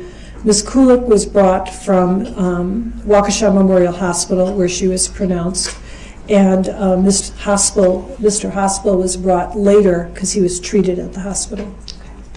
And can you describe, or did you determine the cause of death to be for Mr. Hospital? Multiple blunt force trauma. And the fatal injuries for Mr. Hospital, can you describe those for the jury? Objection. Answer. Overruled. She may answer. Okay. Mr. Hospital's most severe injuries were related to his pelvic injuries, which he lost a lot of blood. They required to put a coil to try to obstruct the bleeding vessel to stop it from bleeding. It was not accessible surgically. They had to put like a coil through the vasculature. But also the impact here caused an injury to the thoracic duct, which carries your lymph fluid. And as a result of that injury, he also had an accumulation of fluid in both chest cavities of the lymph fluid that occurred during the hospital course, which impaired his respiratory status. So it's an indirect cause of the injury, the accumulation of the fluid, but they both were related to the impact of the vehicle. His head injuries, it's harder to assess because he died. He did present with a change in consciousness, so it's possible those head injuries would have been independently fatal. And would those fatal injuries and the injuries that you've described, would those be consistent with being struck by a moving SUV weighing in excess of 3,300 pounds? Objection.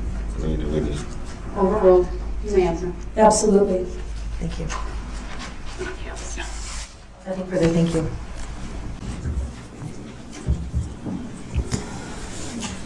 Any questions for this witness? I do. Your primary field is in the medical field. Would that be fair to say?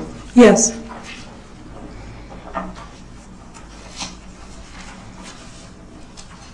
Any reason why you would be inspecting a car if that's not a medical professional thing?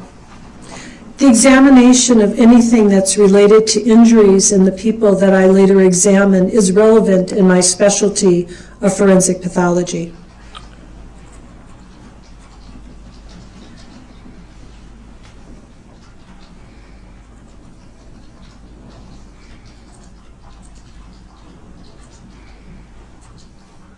So examining the vehicle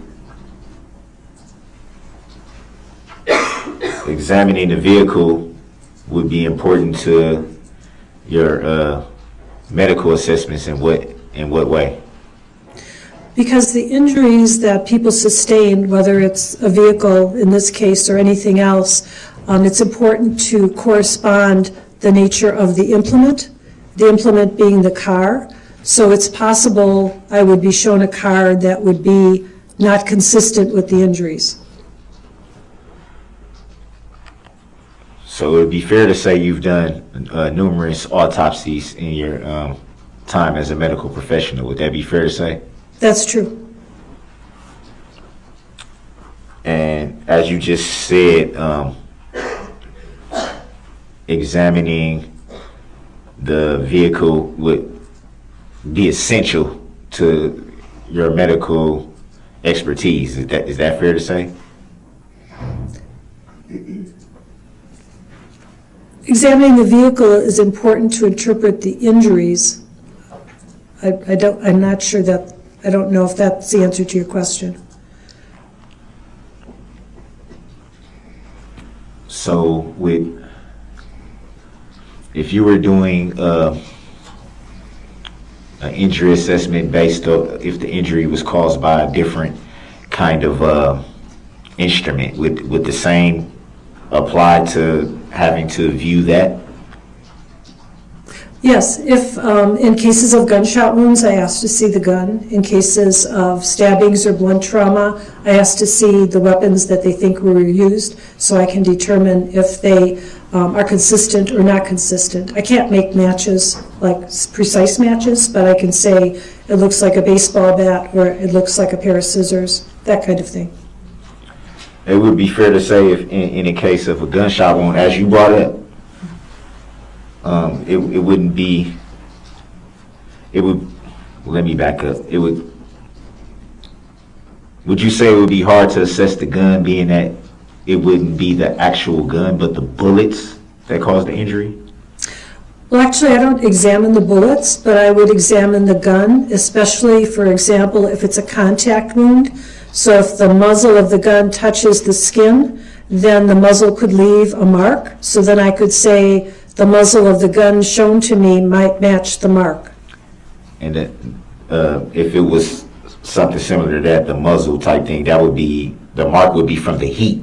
Would that be fair to say? No, not actually. It's actually from the contact of the metal. So it's more of an abrasion than a burn.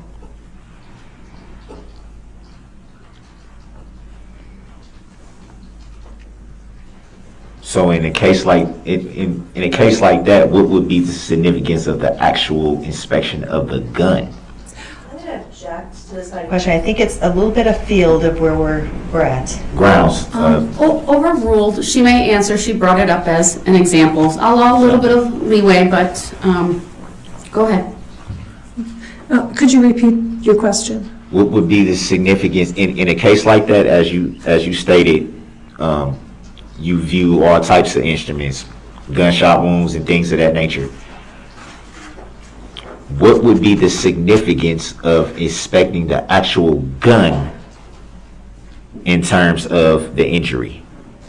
Well, I may be able to say that the mark on the skin, for example, is consistent with the outline of the muzzle of that particular weapon, looking at the dimensions and shape. So what if it was used from a distance?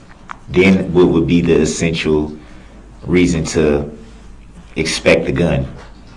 Depending on the distance, sometimes the pattern of stippling, like for example, if there's a flash suppression or something used, that can play a role. If it's very far away, then the actual characteristics of the weapon are more general. In other words, the size of the hole, for example, or might reflect both the size of the caliber of the gun or the velocity. So it depends on, distance does play a role on what I would be evaluating.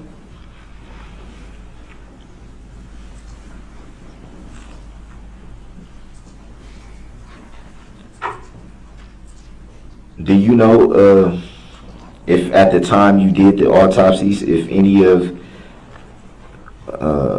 the victims you performed the autopsy on had any underlying illnesses at that time, any cancers or anything like that may have been going on at the time that you did the autopsy?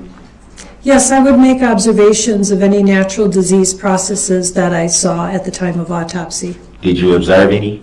Yes. Do you recall from who that was? Well, Mr. Hospital, he was an older gentleman. He had some heart disease, as I recall, a pacemaker, some coronary artery disease. Ms. Kulik, as I recall, had a large fibroid.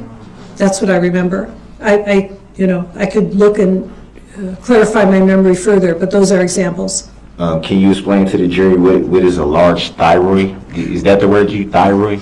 Fibroid. I'm sorry. Yes. It's Fibroid. a benign uterine tumor. Is that a form of cancer? No.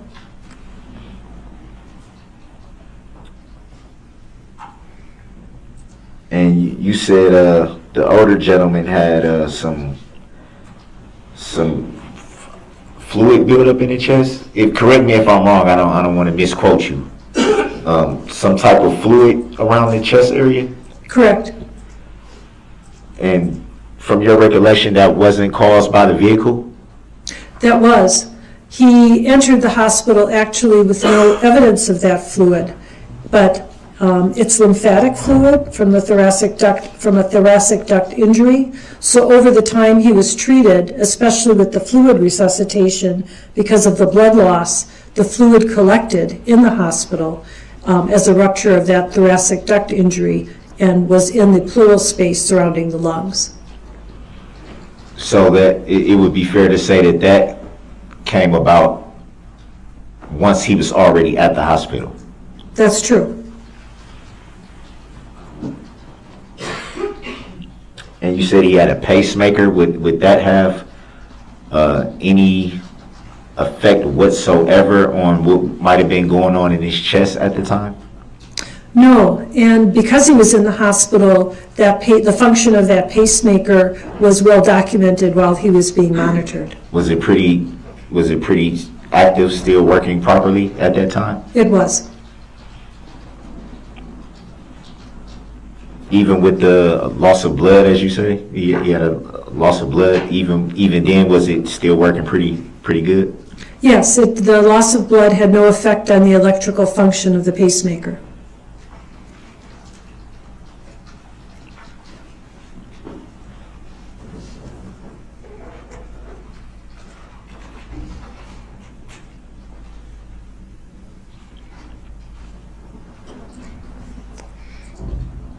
And were you at the parade at the time of the incident? No, I was called after.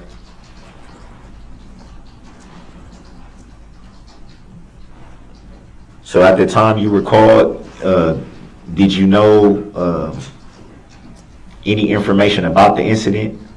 Yes, because I was called in my function as a medical examiner, I was informed about the death of numerous people, injuries of more, and that this was a result of a car going through the parade. Do you recall if it was referred to as a car or a SUV? I'm sure I was told it was an SUV because the vehicle in question was in custody at the time. And you were already privy to that information before you arrived at the scene? Either before or at the scene. Do you recall whom informed you of that? It could either have been my staff, who were the first people notified, so they would have reported to me what they were told, or it could have been detectives at the scene who I also interacted with. So it would be fair to say you don't really recall? Not specifically.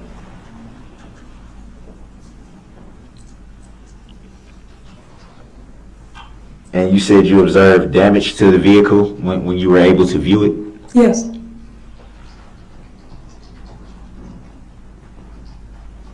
Would you say it was extensive damage, or did you really look at one specific area? Or let me rephrase that: were you really focused on one certain area of the vehicle when you viewed it? Well, when I was examining the car, actually the crime lab was there. So we looked at the entire circumference of the vehicle, and the vehicle was also on a lift, and we looked under the vehicle because we were questioning whether there was clothing perhaps or other physical evidence that would be important to document. So I would say that I looked at the car quite comprehensively, although it was not my job to document damage to the vehicle per se, other than what related to my autopsy interest. And that would be specifically looking at the hood of the vehicle? to determine how it fit with your medical expertise? Well, I paid attention to the front end of the vehicle, which is the part that typically is involved in pedestrian strikes, and those are the parts that I paid more attention to in terms of measurement than, say, I don't know, but it would be wherever the damage is, because now I'm thinking in some pedestrian strikes, there are cracks to the windshield, or injuries to the side mirrors, and so forth. So I paid attention wherever I thought the damage would be that would be relevant to my cases. But I did take measurements of the front end. With your expertise, would you determine that all of the damage that you observed would be caused strictly from hitting one thing or numerous?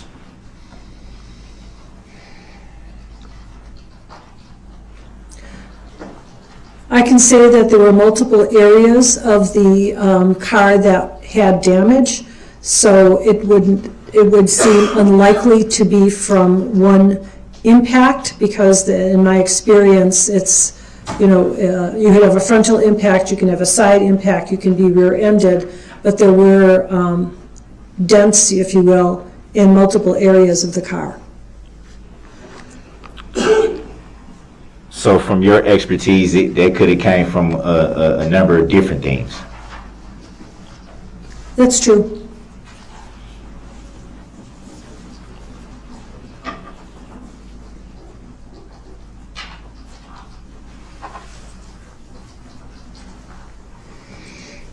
You made a brief observation about speed and velocity. Do you have any expertise in that area? Only to the extent that I understand how injuries occur, and in terms of the transfer of kinetic energy, because all injuries I see in the body have to do with that kind of transfer.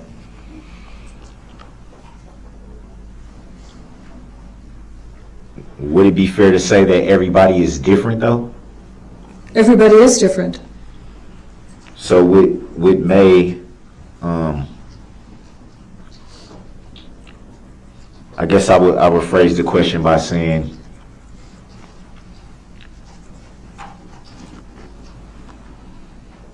something that may seriously injure someone else probably wouldn't seriously injure another person, based on your expertise. Generally, things of a serious nature don't become not serious. I would say that different people might have this, there are differences in people and how injuries how different events might injure them. But I wouldn't say that something that's serious in one individual would be minimal in another. Even though there might be a range, it's not going to be okay for one person, but maybe deadly for another. That is not typically how it is.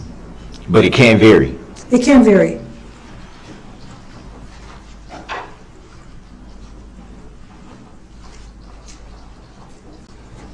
Do you recall how many people you were called to attend to the night of the incident? How many people I was called to attend to? Yes. There were 3 victims on the road. Those are the ones that I saw that night. Did you see anyone else besides those 3? I later saw Ms. Kulik, who came from the hospital. Those were the people I examined that evening. So it was just the 3? The 4. Oh, I'm sorry, 4. Yes, And no one besides those 4? correct.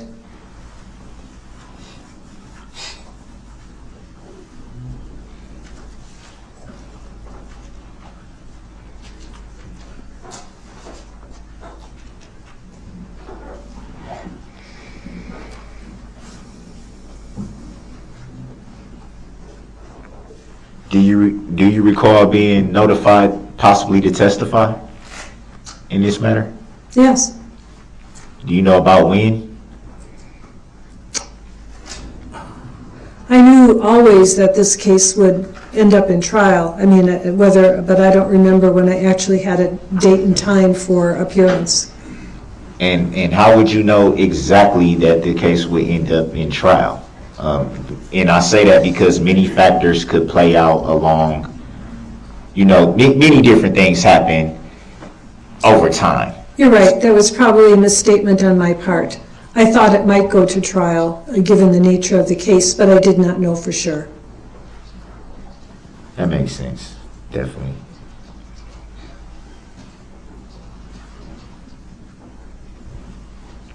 So you had an idea that you might be testifying. That's true. And when did you know for sure that you would be testifying? But you really only know for sure when you're called to court. You get a subpoena and things can still change. So I guess that's the best answer I can give you. Do you recall when you were subpoenaed? No, Was it fairly recent to now, or was it some time ago, a few months? probably not months, but I don't remember.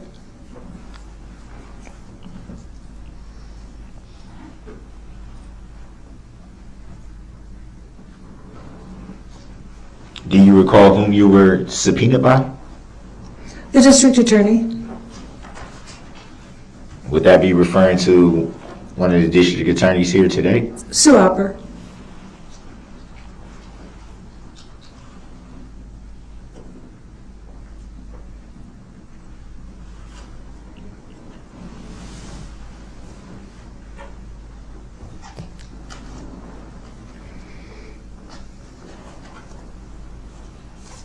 Do you recall what time you arrived on the scene after the incident that night? It was about 10 to 8.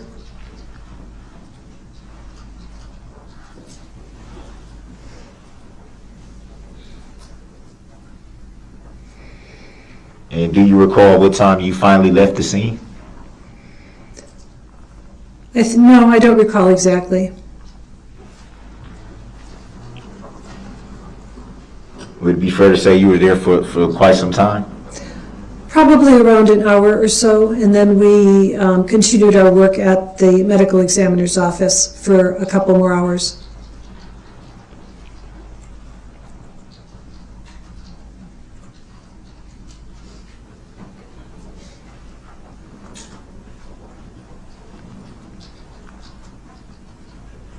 And after you were subpoenaed, did you, were you in contact with Attorney Opper after that? Yes.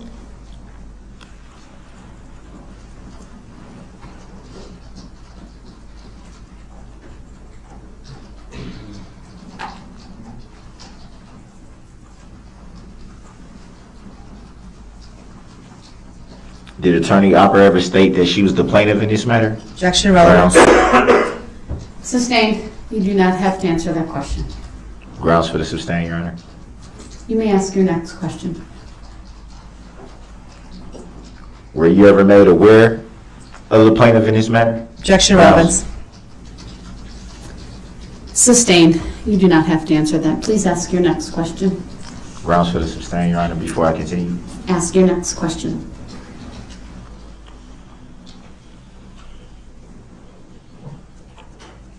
Do you even know if there's a plaintiff in this matter? Objection, relevance. Grounds. Sustained. Reason for the sustain, Your Honor. Ask your next question. No reason for the sustain, Your Honor. Ask your next question. Do you know of any claims filed in this matter by you or anyone else? What are claims? Any reports filed, any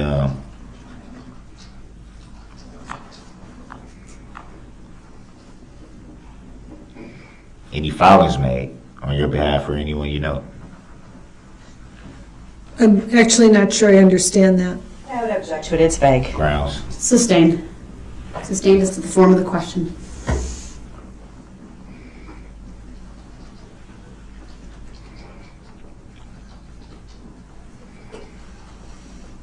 Did you make any claim of being an injured party in this matter? No. Do you know of anybody that that has Objection relevance. grounds. Sustained. Reason for the sustain, Your Honor?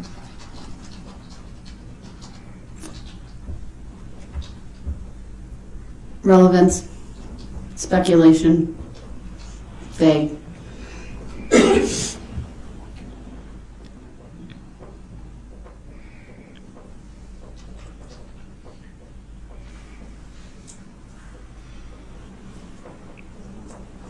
Have you had any opportunity to view a complaint in this matter? Objection vague. Grounds. Sustained as to the form. Have you ever seen a complaint in this matter? Objection vague. Grounds. Sustained as to the form.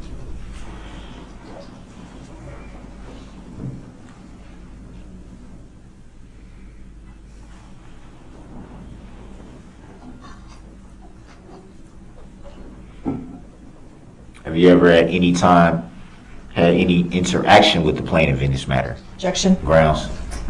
Sustained. Reason for the sustain, Your Honor? Vague. Relevance.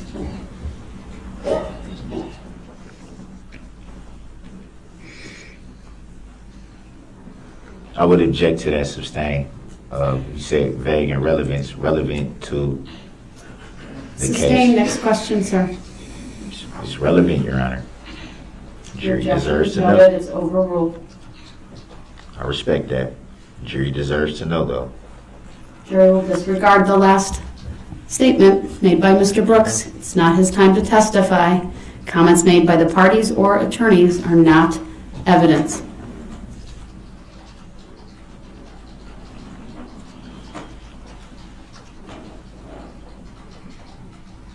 Have you ever seen the plaintiff in this matter? Objection relevance. Grounds. Sustained.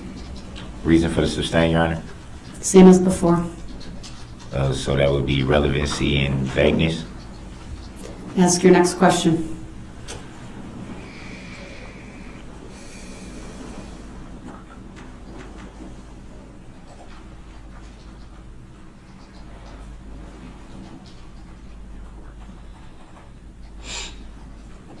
Was today your first time ever seeing those exhibits that were shown?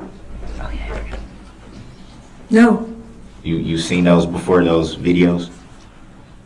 Videos? Yeah, the exhibits that were shown, Diagrams? yes. I'm sorry, I didn't know that's how you identified them. Oh, well, I drew them. Oh, those exact ones? Yes. Oh, so, okay. I wasn't aware of that. I apologize for that question.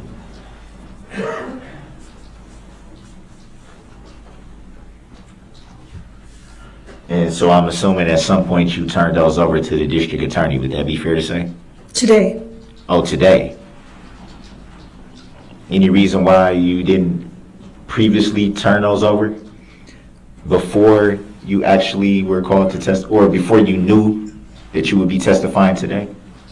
I decided to prepare them for the purpose of testimony. They didn't exist before today. That's interesting. So this was really like a 11th hour, bottom of the night thing for you to get them prepared and be ready to go today then. Would that be fair to say? No, I wouldn't say that. I mean, it's true, I did finish preparing them today, but I was, what shall I say? I was detailing them and wanted them to be as good as possible. So how long did it take for you to detail them? I guess I have to explain that there are no pre-existing diagrams of front and back skeleton and body diagrams in my office's collection of diagrams. So I spent time finding the proper diagrams, scaling them, composing them, and putting them in a format that I thought would be the best to illustrate the points I wanted to make. So I created the basic diagram, and then I decided on how to describe the injuries, and I, did one version, then I did another version. I wanted it to be very good, And so that's why I can say it didn't exist in the form you saw today until today, because that's what I was doing. So would it be fair to say that you have been working at this for some time then, to get it the way you? A few days. Did you anticipate that you would be using those diagrams? Yes.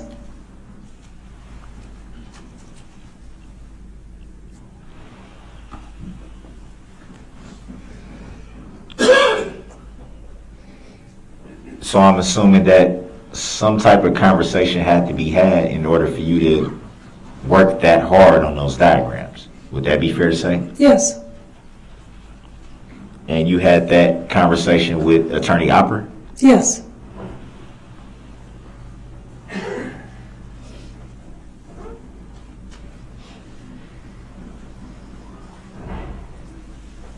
To your knowledge, why would you, well, not why, take that back. To your knowledge, what would be the reason why you weren't already asked to develop those diagrams? Meaning, why weren't you asked this months ago in advance? I don't think that anybody thinks about what exhibits might be used in a trial until the trial approaches, would be my answer. But it would be fair to say that you just testified that you didn't know for sure if there would be a trial. Correct. That it was an assumption. Correct.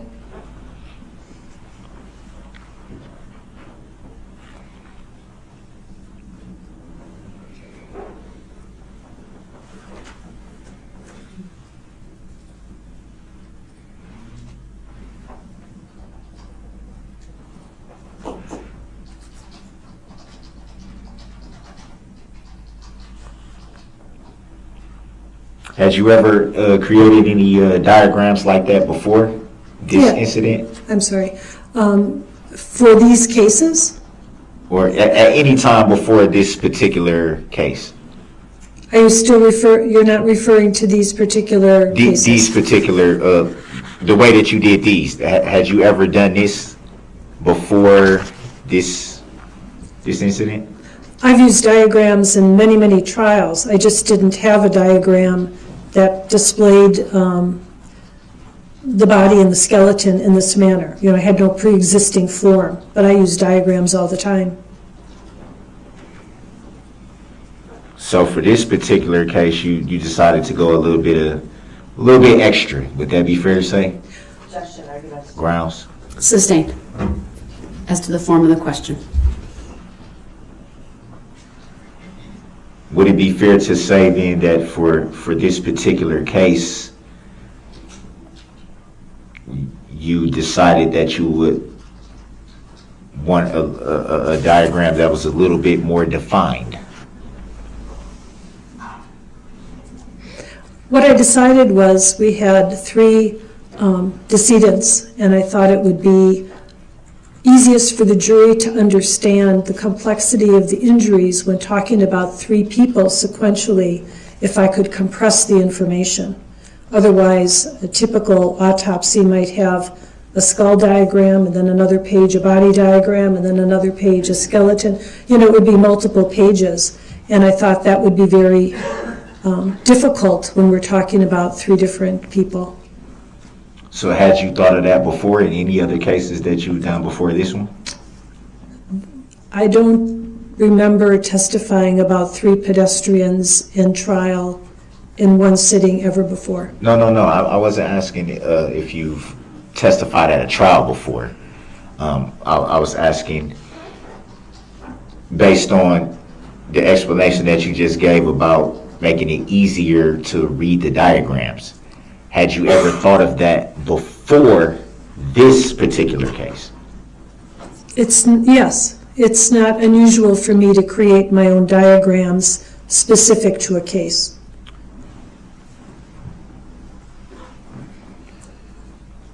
What I meant by that question was the way that you designed these particular diagrams. Had you thought of doing it this way before this particular incident? Objection is irrelevant. Grounds. Sustained. Grounds for the sustain, Your Honor. Next question, please.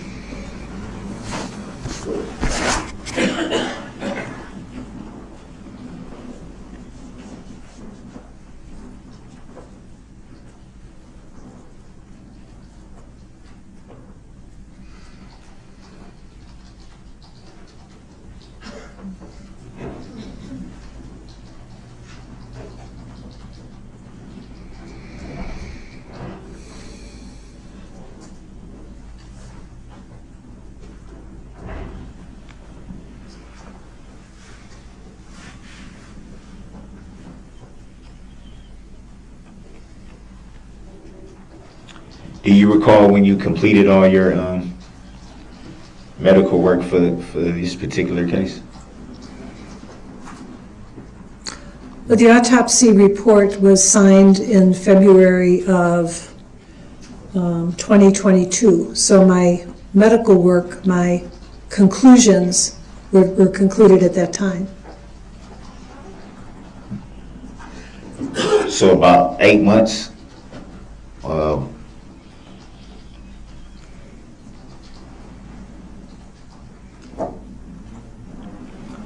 At the time that you concluded your reports, were you already thinking about forming the diagrams for the injuries?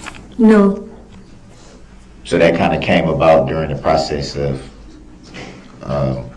possibly knowing that you might testify. the diagrams were created as court exhibits. Today. Completed today.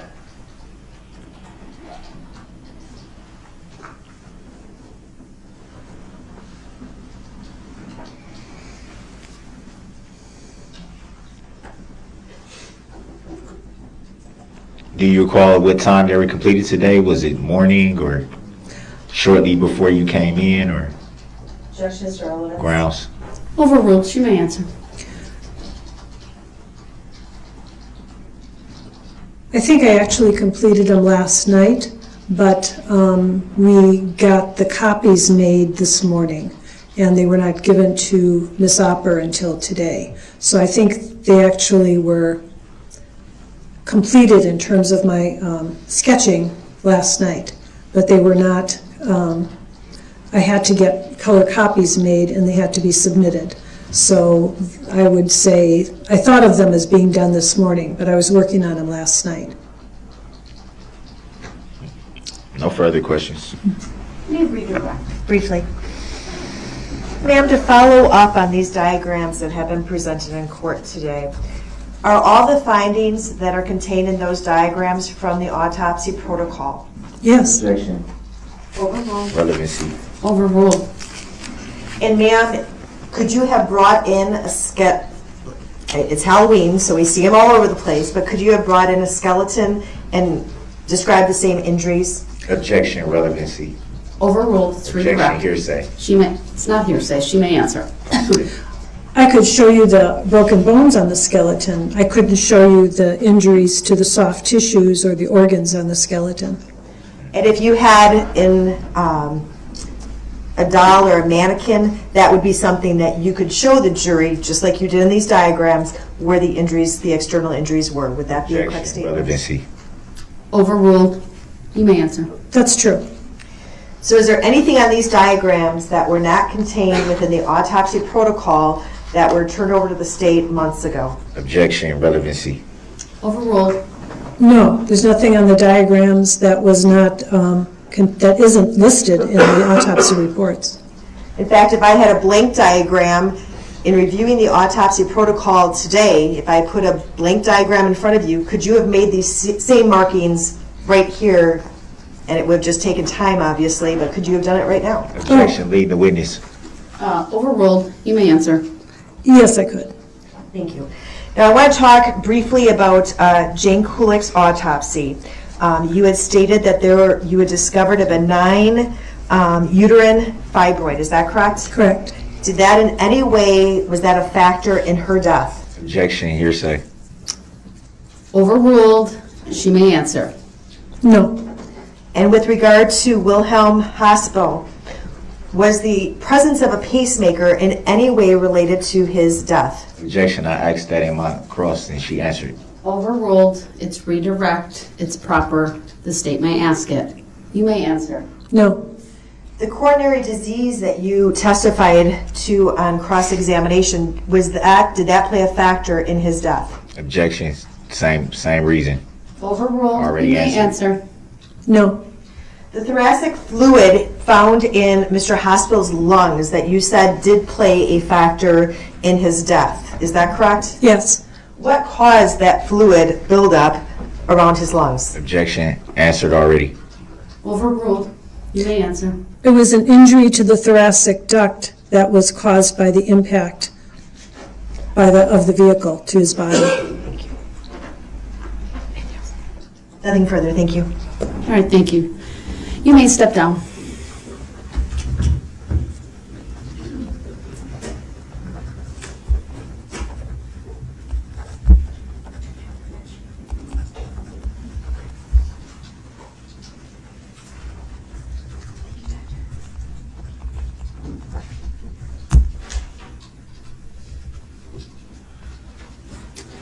My jurors are okay. Just thought we'd stand for a bit, but then keep going with testimony. So everyone may stand. Do a little stretch break. We haven't done one of those in a while.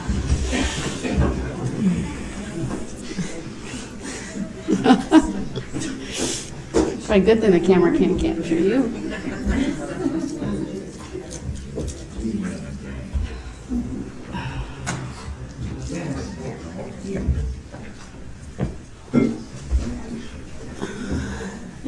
Stand for a bit. This chair hurts after a while. The non-chair.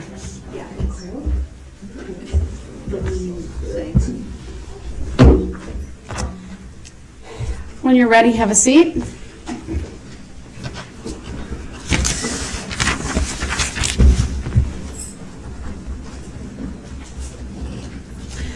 All right, the state may call its next witness. The state call Father Matthew Witter.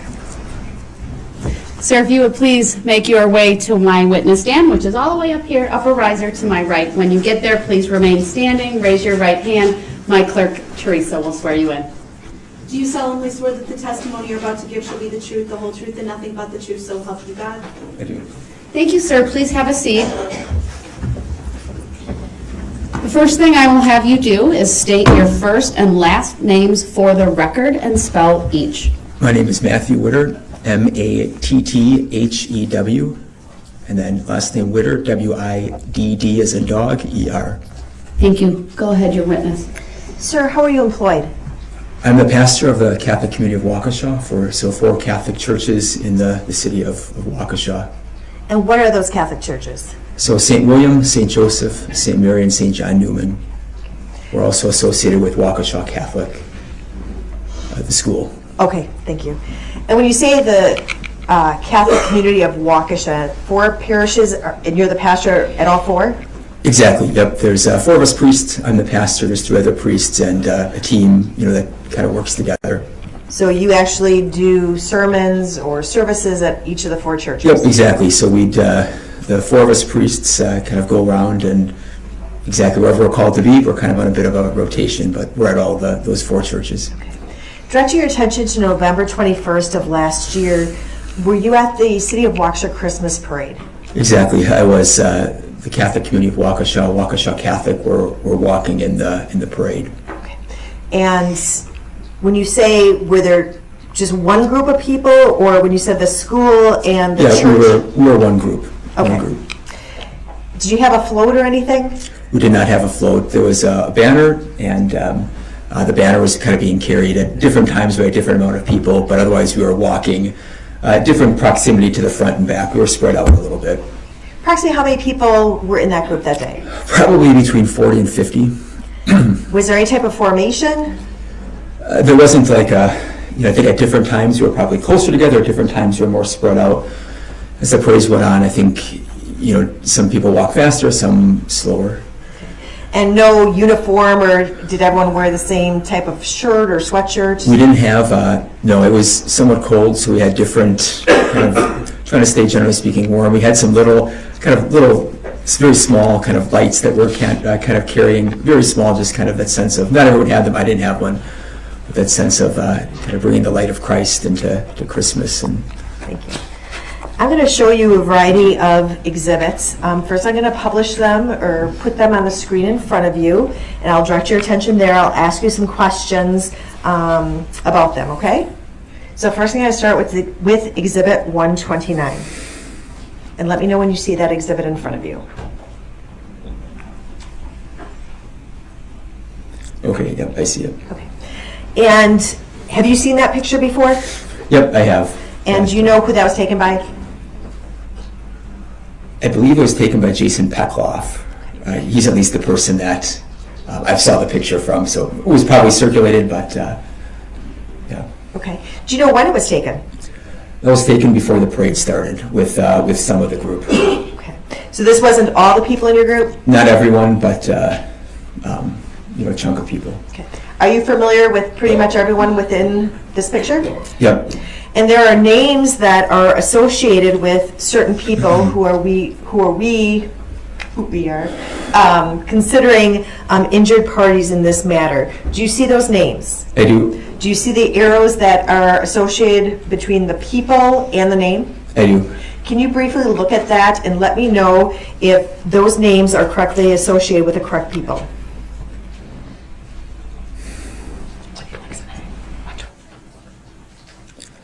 Yeah, to the best of my ability. Juan Marquez is kind of in the back. That's a difficult one to say. It's probably him. On that angle, I couldn't say like 100%, but very, very probable. I would ask the court to admit Exhibit 129 into evidence and publish it for the jury. Would ask the court to publish. The objection is overruled. Exhibit 129 is received and permission to publish is granted.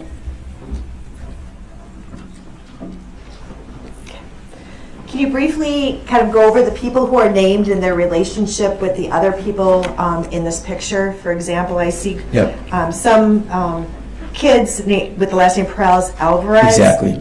Can you kind of describe what their relationship is to one another? Exactly. Yep. So Yamilet and Ashley, and then next to them unnamed is Yashleen.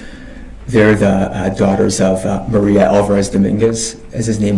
We just say Alvarez Perales, actually. Okay. And then Jose Perales Alvarez. Okay. So those are connected there. Okay.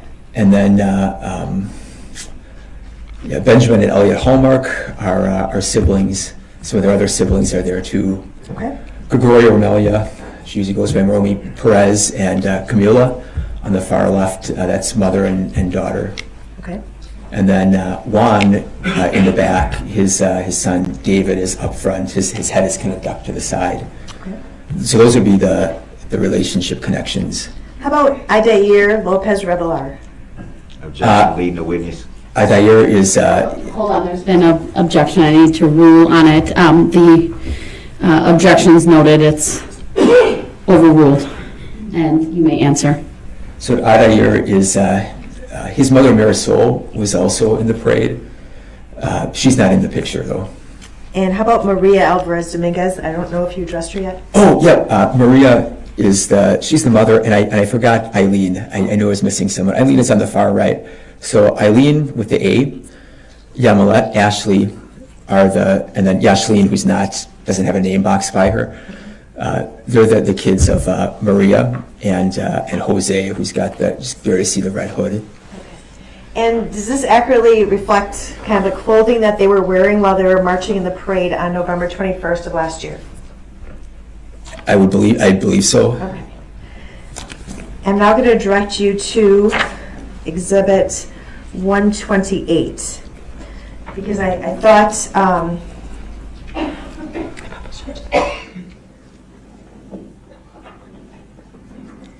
so can you identify the person depicted in that photograph, 128? Yeah, so as it says, that'd be David. Okay, He'd be so one that of the is correct. younger kids. He was kind of hidden a little bit in Exhibit 129, so I wanted to get a better picture of him. I'd ask that this be admitted into evidence. I'm sorry, was this taken on the day of the parade? Does it appear? It would definitely appear. I'm not familiar with the picture, but it would definitely appear. That appears to be the street that you guys Exactly. walked on Yep, and the clothing definitely. that he was Objection, wearing. leave the witness. Overrule. Father, do me a favor and just wait until the question is fully asked before you answer it. I know it can be very easy to anticipate, but the very nice lady in front of you is taking down a record of everything that's said, and it just makes her job a little bit more difficult if that happens. It's okay. So hopefully his answer was clear. If not, you can re-ask. And I'm sorry, that accurately reflects what you believed you would have seen on November 21st of last year. Yes. I would ask that Exhibit 128 be admitted into evidence and published to the jury. Objection. Exhibit 128 is received and permission to publish is granted. The objection is overruled. Now, I'm also going to then show you on the screen in front of you Exhibit 121.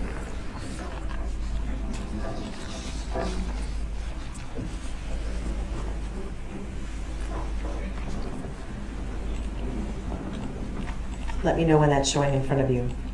It is. Okay.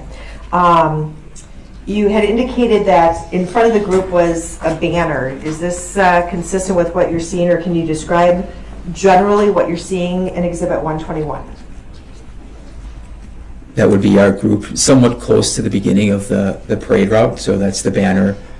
That's Bob carrying it on one side, and Jason Pekloff, as is noted, on the other side, where there's St. Matthias in the background. St. Joseph is kind of right in front of that, towards the beginning of the route. Okay. And there are other names that are associated with people. There's a box with their name with a red arrow going from the person to the name. Are all of those correctly diagrammed?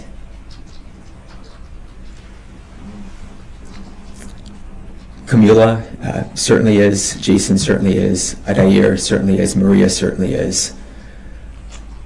Juan, I couldn't say definitively that that's him. And Jose Perales, I believe that's him, but I couldn't say definitively on that particular angle. Okay. And with regard to Jason Pekloff, specifically, since we've identified the other people in this photograph through Exhibit 129, that is Jason Pekloff, and he's correctly named in this diagram? Yeah, definitely. Objection. Everybody was not positively identified.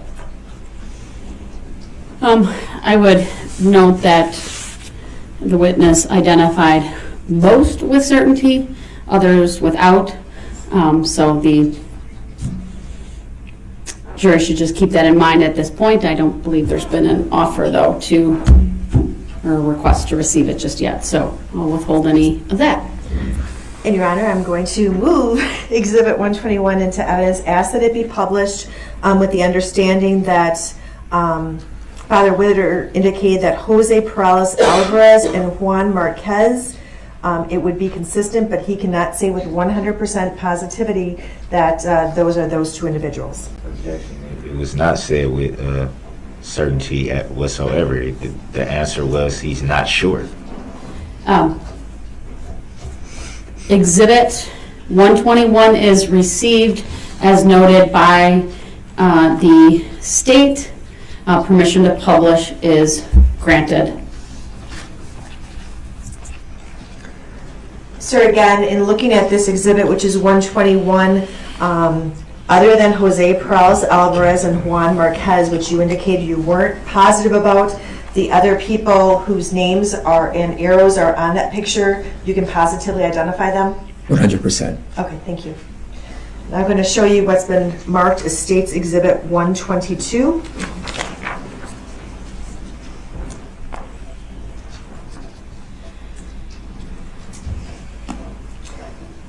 And again, is this consistent with a picture that was taken at the very beginning of the parade where the other picture was taken from?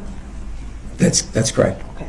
And there are two names associated with two individuals on this picture. Can you positively identify that those individuals are the people in this picture? Objection, leading the witness. Overruled. Yeah, William Mitchell and Yamilet Perales, that would be 100% certain. Thank you. I would ask the court to admit Exhibit 122 into evidence and publish it for the jury.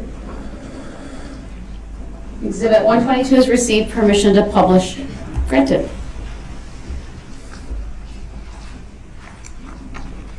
And again, this accurately reflects the identity of William Mitchell. If you can just circle William Mitchell in the photograph, it is a touch screen in front of you. I should. And Yamilet Perales Alvarez. Thank you. Moving on to Exhibit 123.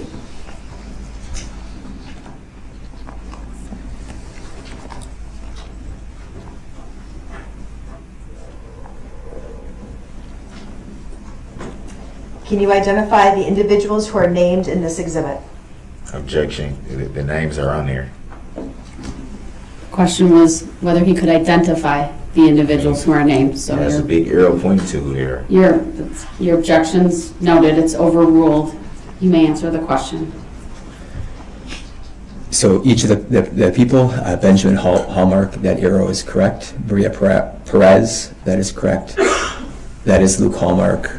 Marisol, that would be Marisol. And then Gregoria, I would say 100% I would attest to that picture. And again, does this look to be taken in the same vicinity as the other pictures I've shown to you? Definitely, it's towards the beginning of the route. Exactly, that's probably St. Matthias right there, and St. Joseph will be right in front of us. I'd ask the court to admit Exhibit 123 into evidence and to publish it for the jury. Objection, relevancy.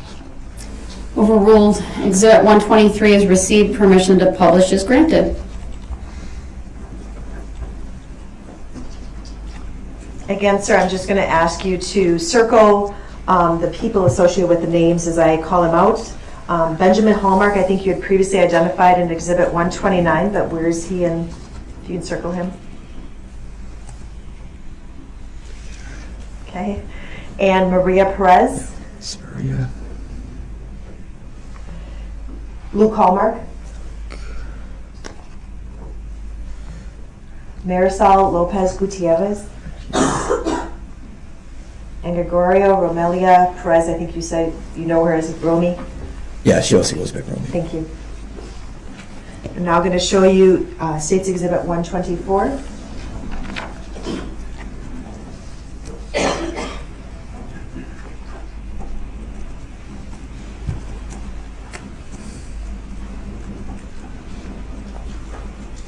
And let me know when you see it, I'm sorry. And does this, again, looks like it's taken from the same angle as the prior exhibits.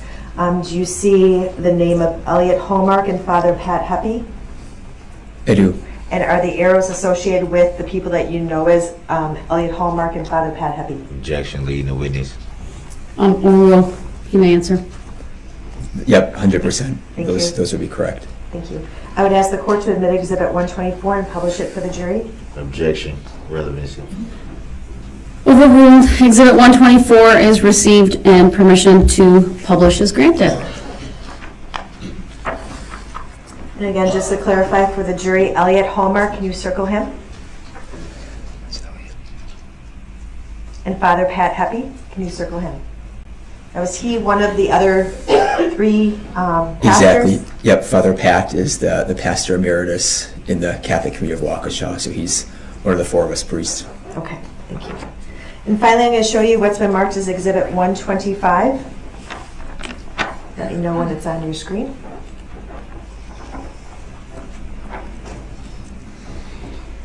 Yep. And the final two of the people that we did not identify in that first picture, Exhibit 129, Lori Loken and Margaret Pekulis, I think she goes by Peggy. Do you see them in this picture? I do. Are they correctly identified? They are. I'd ask and again, this photograph is taken at the same location as the others? Yep. Okay.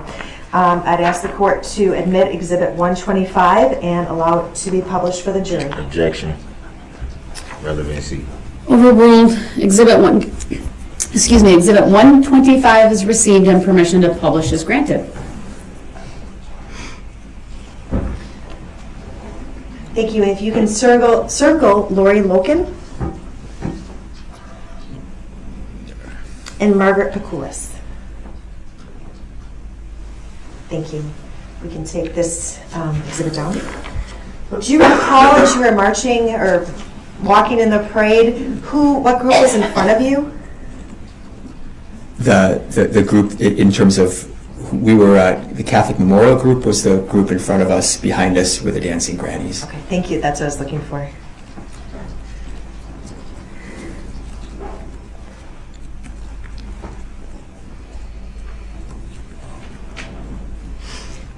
What, at some point, was your attention drawn to something during the parade? Something unusual? Yeah, so we were, all of a sudden kind of heard a scream, and, my experience was I turned to my left, and there was a red SUV just flying down the road. My next experience would be kind of hearing it, kind of striking people. And I'm gonna just, because we have to put that on the record, that you put your fist to your Yeah, palm of your just, hand, making a striking noise? Yep, just kind of like a Objection. pounding sound, I guess you'd call it. Overruled. The description may stand. Keep going. Thank you. Next question. How many times did you hear that? So for Objection, me, leading the witness. Overruled.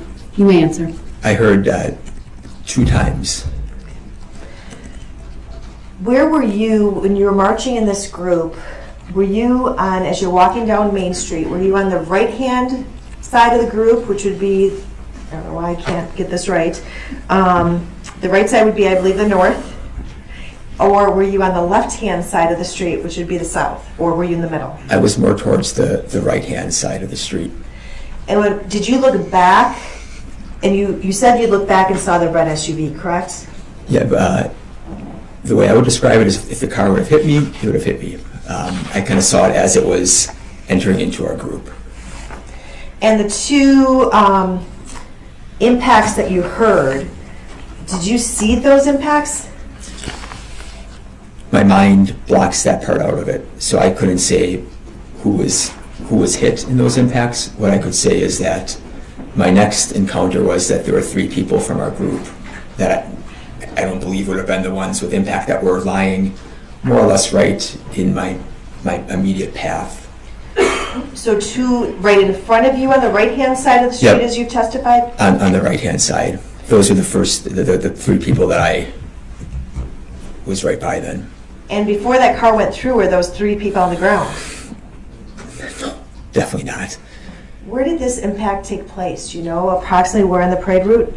Yeah, so it would have been past Curry Insurance. There would have been, I believe it's Main Street Bar and Grill, and then there's kind of an unnamed bar, and then there's Planned Parenthood. So those would be it's kind of the Main Street, between Main Street and that kind of unnamed bars where it happened. Okay. I'm going to show you what's been marked and admitted into evidence as State's Exhibit 15. It'll not only be, I'd ask that it be published as well. Go ahead. Exhibit received. Objection. How many times do you need to publish the same picture?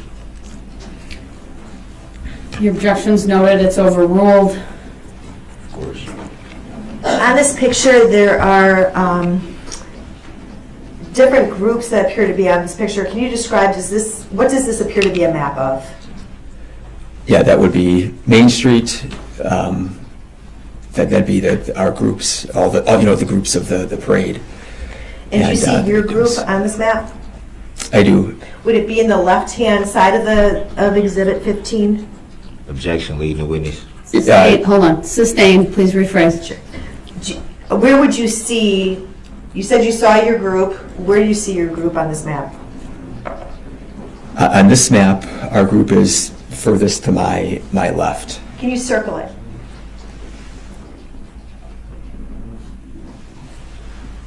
And that would be in that arrow, or I'm sorry, that star that you circled, then is attached to a list of names. Is that correct? Objection. Leading the witness. Sustained. Please rephrase. Yes. Do you see a list of names and an arrow on that map? Objection. Leading the witness. Overruled. You may answer. I do. And where does that, do you recognize the names that are on that map? Objection. Leading the witness. Overruled. You may answer.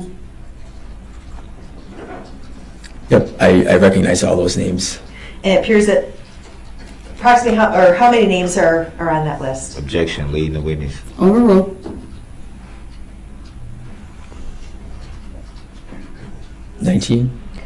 Didn't mean to test you. And were all those people, to your knowledge, injured as a result of being struck by or indirectly struck by the vehicle in the parade? Objection, hearsay. Overruled. You may answer. Yes, that's correct. Thank you. We can take Exhibit 15 down.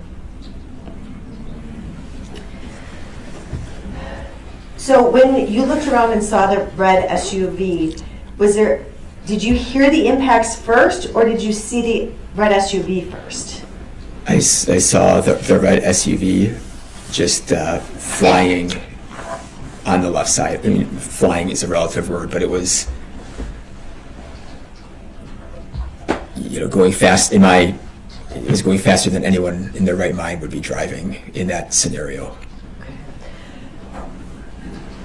Could you estimate the speed? Objection, hearsay. Overruled. You may answer. From being on that street in other occasions and kind of walking over there, the speed limit was 25. The car, in my estimation, was going faster than I would see a car driving in normal times down that street. So in excess of 25 miles per hour? Objection, hearsay, leading the witness. Not hearsay. It's a clarification question. Your objection noted. It's overruled. You may answer. I would say yes. Now, when you said that you saw the red SUV coming to your left, I know you described your path of travel being on the right side Exactly. of the road. So it's to the left of you. Would it be more towards the middle of your group or to the left of your group? Or on the left-hand side of your group? I would say it was on my left. Okay. So you're not sure how far away it was when it passed you? No, it was on my left. I was not struck. It was on my left. It wasn't. Did you see who was driving the vehicle? I did not. After the vehicle, did the vehicle go past your group? Did it drive past your group? I believe it did. I saw it just fly by, and my attention immediately was drawn towards the three people that were on the ground in my vicinity. After the car went by, did you ever see the car stop? I simply I saw the car fly by, and then the next thing I knew, there were three people in front of me on the ground. So my attention went right there. Did you see anyone else on the ground after the car passed, other than the three people you initially saw? There were other, so all around then there were different kind of, as time played out, kind of pockets of people. Can you describe who you saw after the car went through who appeared to be injured? So the three people that were in my path were Father Patrick Heppy, and then Maria Perez, and Bill Mitchell. Did they all appear to be injured? Yes. And did you meet with those people after the parade? Did you talk to them or meet with them? Yeah, so my attention was really drawn towards those three that were kind of right there. Father Pat was, he was kind of completely knocked out, and then he kind of came to, and he was kind of put on the side of the road. And then I more or less stayed by Maria Perez on the side. She was in agonizing pain. There were some other people that came, and William Mitchell was also there, also with severe injuries and major pain. So I more or less stayed there. And then Father Pat and I, being priests, we live in the same, we call it the rectory, or the house. So when he went into the hospital, I joined him to go. And then so my next immediate experience was going to the hospital and then encountering more of the people that were in our group who were already at the hospital. So the three people you had direct contact with would have been Maria Perez, William Mitchell or Bill Mitchell, and Father Heppy. That's correct. Objection, leading the witness. I believe that's what his testimony just was. Correct. It's overruled. And you went to which hospital? So Father Pat was taken by a squad to Waukesha Memorial, so I joined them in going to that hospital. Did you see any of the people that you had observed on that list on Exhibit 15 at Waukesha Memorial Hospital? Yes, I did. What observations did you make there of the people you saw? Yep, so immediately I saw Eileen Perales, who was sitting off to the side with some facial issues and some other injuries. So Father Pat was he was placed in a room, and I kind of was helping Eileen a little bit. And then there was also Peggy Pachulis, was also in the waiting room already when I got there. Did she have any observable injuries? She had, her ankle was splinted already. She was waiting. And then shortly after that, then Benjamin and Elliot Hallmark were also in the general waiting room, and I ended up also seeing them. And then my next experience would be with the different situations in families, it became apparent that unfortunately some families were split apart in different injuries. And so I was with there was CAT scans that needed to be done on some of the children. So there were 4 beds. And I was, especially with Benjamin and Elliot Hallmark, their parents were out, and then it also turned out that Eileen and Ashley Perales also then were waiting CAT scans, so that would have been my next encounter. What injuries did you observe on those individuals? So at the time, Ashley had some, you call it facial lacerations and major injuries there. And I think you already testified about Eileen. How about Elliot and Benjamin Hallmark? Yeah, so they were both in, at the time they were getting checked out for brain situations. It was clear Benjamin had a major fracture in his leg, and also a major golf ball coming out of by his eyes. And Elliot also then had some injuries. And I'm just going to go through the remainder, and if you saw them or either that night or in the following days, let me know, and if you if you know that they were injured. Maria Alvarez Dominguez. Objection. It's hearsay. It's not hearsay. It's asking about his knowledge, not what he heard. So you may answer the question. Maria was injured. I don't know the full scope of her injuries. Okay. And how about Gregorio Romelia Perez? She was very, very, very severely injured. Major issues. Could you observe what those injuries were? Objection. Hearsay. Overruled. You may answer. Pelvis fractures, and she was in rehab for about 4 months with still walking with a cane. She still is walking with a cane? That's correct. Lori Loken? Lori sustained some major heart issues, so she had a major procedure on her heart. Marisol Lopez Gutierrez? I don't know the full extent. Marisol was impacted. She suffered I believe a fracture, wrist fracture. Some other major soreness. She's healing. Adair Lopez Gutierrez? Adair was the car ran over him. He didn't suffer any major physical injuries, but was impacted. Juan Marquez? Juan suffered a major leg fracture, has had a couple surgeries. David Marquez?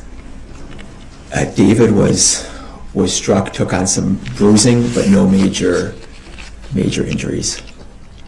Jason Peckloff? Objection. Hearsay. Overruled. You may answer. Jason suffered a severe concussion and some ankle injuries, an ankle injury. Yamilet Perales Alvarez? Objection. Hearsay. Overruled. Go ahead, you may answer. Yamilet was, came very close to losing her. Major head trauma. Was severely hurt. Jose Perales Alvarez? Objection. Hearsay. Overruled. Jose also was very severely hurt with leg injuries. He's had about 10 surgeries at this point. Still And- walking with a crutch. And Camila Perez Gonzalez. Objection, hearsay. Overruled. Camilla had an orthopedic injury. She's had a couple surgeries.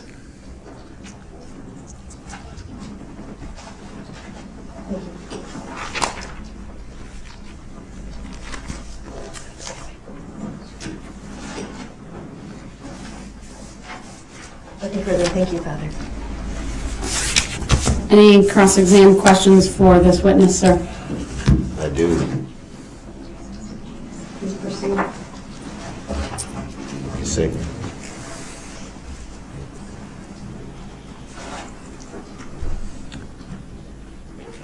I don't have too many questions for you, Father.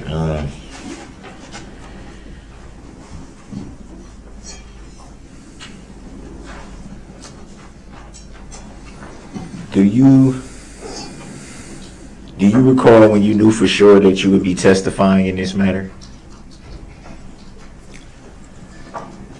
I got an official word on October 1st to plan to be here, I believe, on last Wednesday.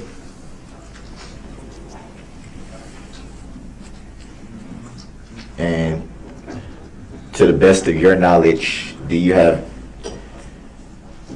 any reason why you would be testifying on behalf of an injured party if you are not an injured party? Mr. Bellows. Grounds. Overruled. You may answer. If he knows. My thought would be that as the pastor, I would have a more wide-ranging kind of knowledge of different people's situations as a pastor, whereas some people might, that's what I would assume. But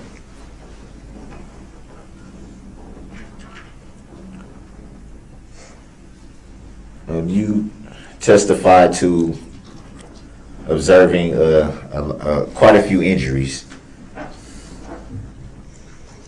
How can you assess the injuries just by looking at the people?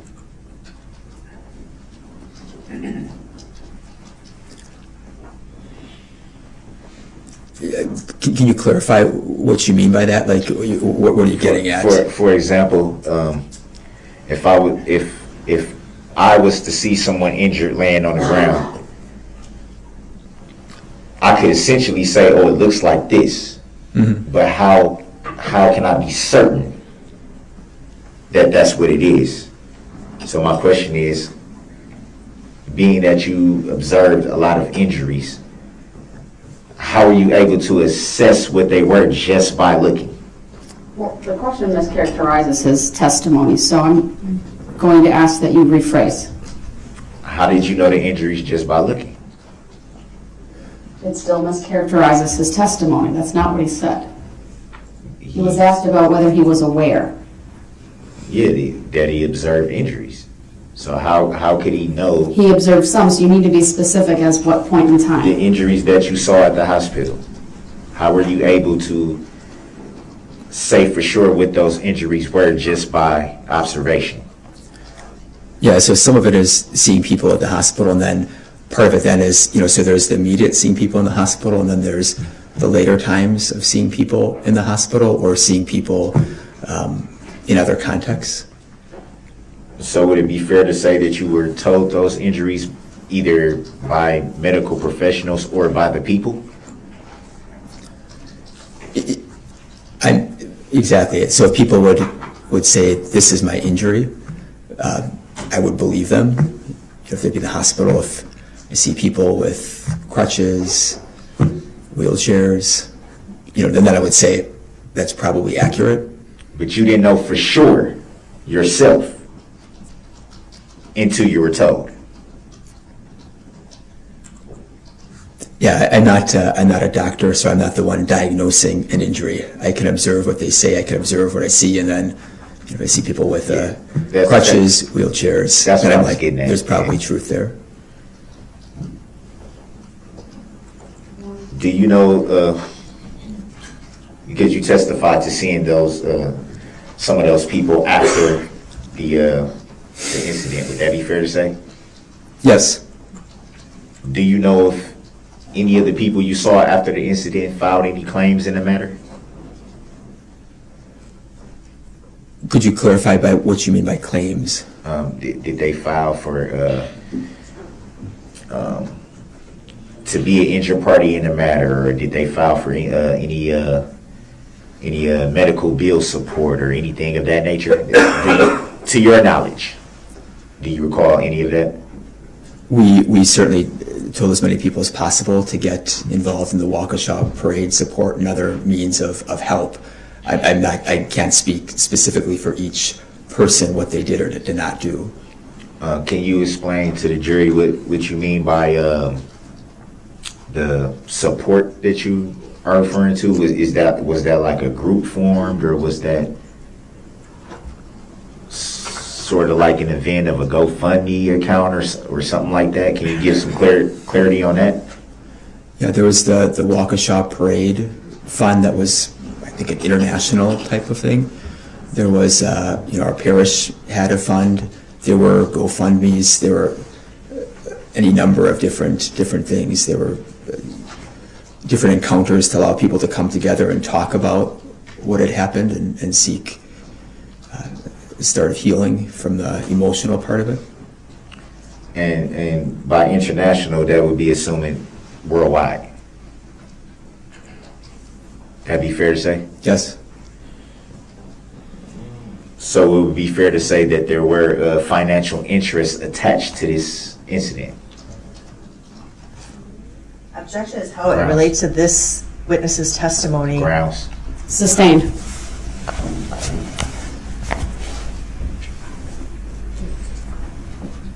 I should try to answer the question. No, I sustained it. You don't have to answer Okay. that. All right. You can rephrase, but as it relates to how it was asked in this witness, I'm sustaining it. Well, it was actually because he referred to some GoFundMes being set up and anything. So my question was, being that it was a wide-ranging scope by him saying international. What's your question? I sustained the objection. Was there any financial interests attached to this incident? And I'm going to object for the same reasons before. Grounds. It's vague, unclear, overly broad. Sustained as to the form of the question.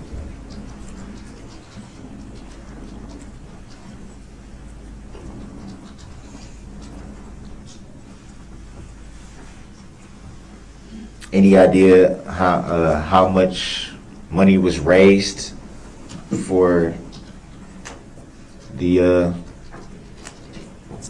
I guess I would say GoFundMe's, groups, support?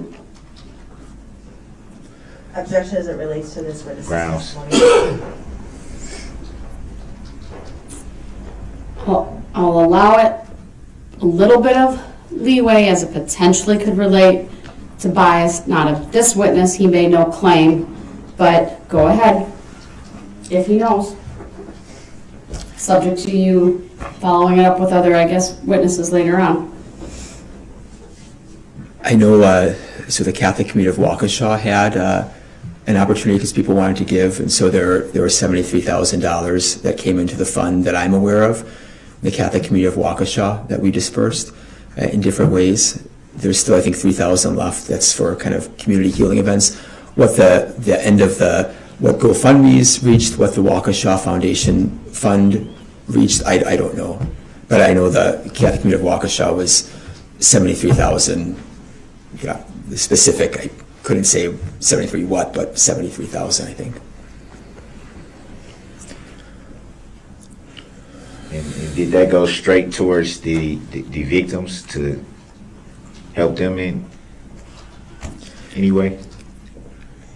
So an example would be, there are many people that they could not work because of being hurt, or they had situations where a loved one was severely hurt and they had to be at home or going to the hospitals, nursing homes, and taking care of them. So there was, and I have no idea the ins and outs of payment of hospital bills and things like that, but I know people were, they could not go to work because of of some of these scenarios.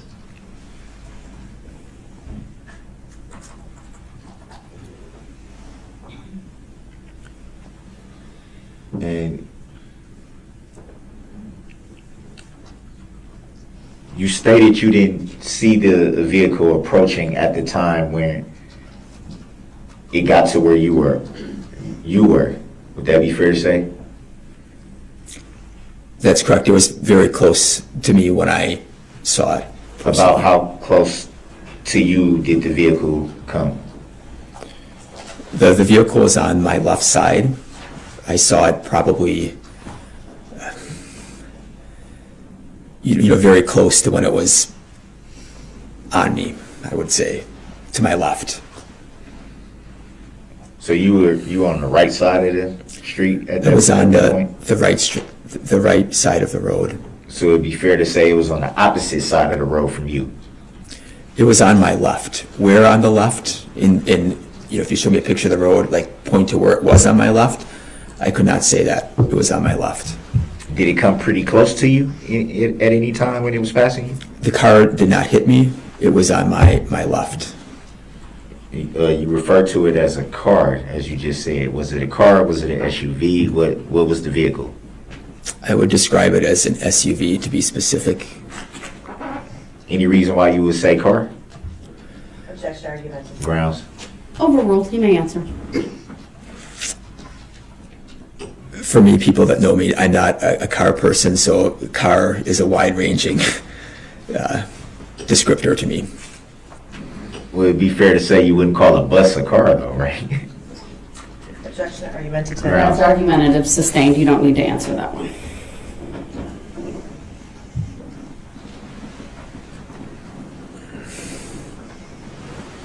When asked earlier, when you were asked about if you saw anyone else on the ground or something to that effect, you said as time went on, you had observed someone else laying on the ground. Can you explain what you mean by as time went on? Was that a significant time that passed, or a very short time that passed at that point? Do you recall? My testimony is there were 3 people that were right in front of me, and I really spent time. Father Pat then was taken to the side as he waited for a squad to come. I really stayed with Maria because there weren't a lot of people around there first, so I really kind of focused on staying with her.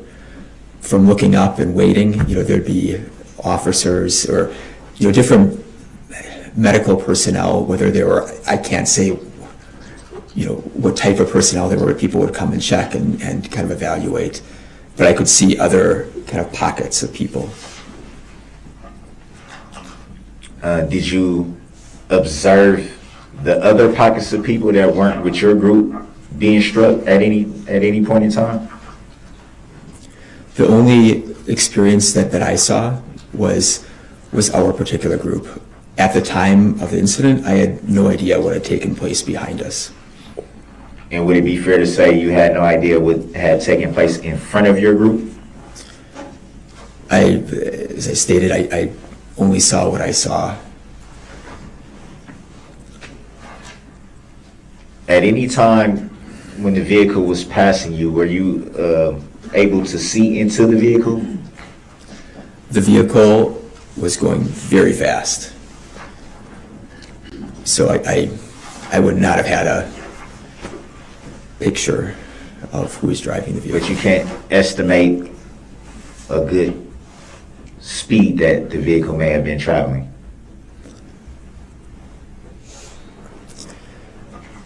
My estimation was the vehicle was traveling faster than I would usually see a car traveling down Main Street. So over 25 miles an hour. So would that be that you said traveling faster than you would see a car traveling down Main Street? Would that be in terms of if there was a parade actively going on, or even without any traffic on Main Street? If I was at Main Street right now watching cars go past, if I was just on the sidewalk, I would say that the car and the parade was traveling faster than those cars would be traveling. I'm saying in terms of even if there was no parade, if it was just a normal day. That's what I'm saying. On a normal day, the car was traveling, in my estimation, faster than you would see a car traveling on a normal day.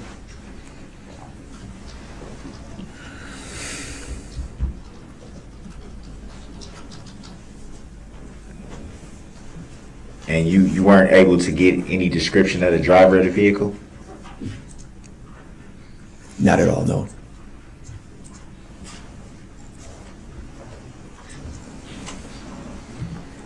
Could you at any point tell if there was more than one person in the vehicle? I would not have been able to, no.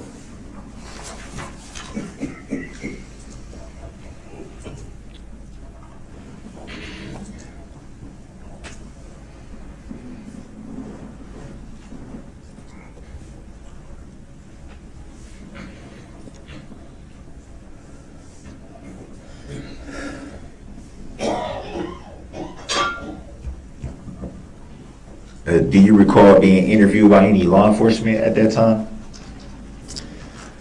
I was at the hospital, as I indicated before, that night, and there was a law enforcement person that kind of ducked into one of the rooms and asked, a couple questions, what I would have seen, or... So very brief, not extensive, long, extensive type interview, but very brief, just a few questions?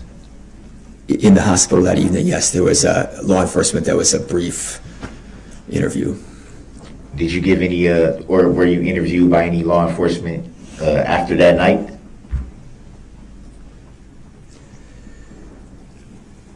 I was not interviewed until getting a subpoena about this particular case. Do you recall when you received that subpoena?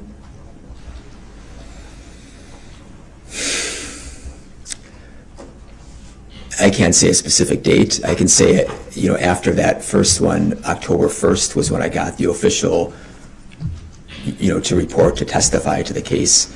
I can't remember what date it was before that. Were you in contact with any law enforcement about this incident leading up to the October 1st subpoena that you received? Not before I talked to the DA that first time. And do you recall what DA that was? It was Susan and... Excuse me. Susan. Made a record reflect that there was a right hand gesture towards the prosecution table? I believe the witness identified our District Attorney Susan Opper as the Susan. The record can reflect that. And was that October 1st time the only conversation you had with Attorney Opper? October 1st was when I received a notification that I was to report to court. I spoke with Susan, sometime in the month before. We spoke once. But in the month before the October 1st subpoena?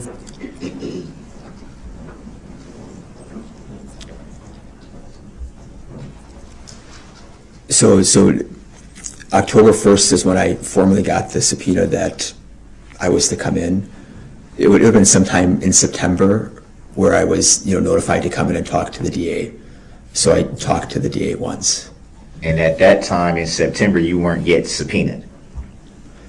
I was, how do I say this?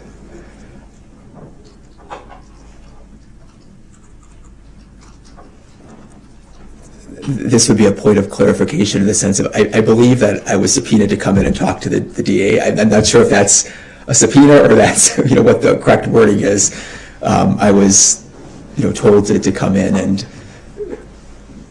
talk to the district. I'm not sure if that's a subpoena, but I believe it would be more than come in if you want to. I believe it was kind of like, you need to come in, not if you want, you can, if not, don't.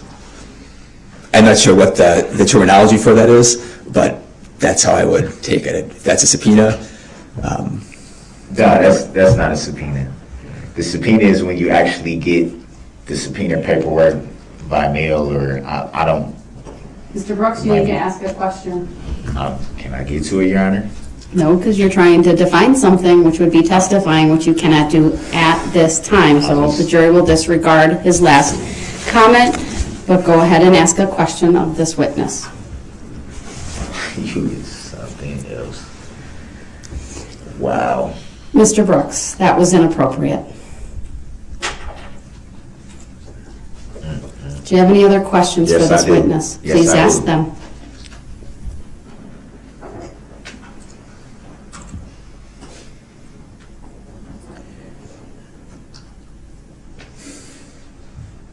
During your conversations with Attorney Opper in September and October 1st, when you received the subpoena, at that time, were you provided the complaint in this issue?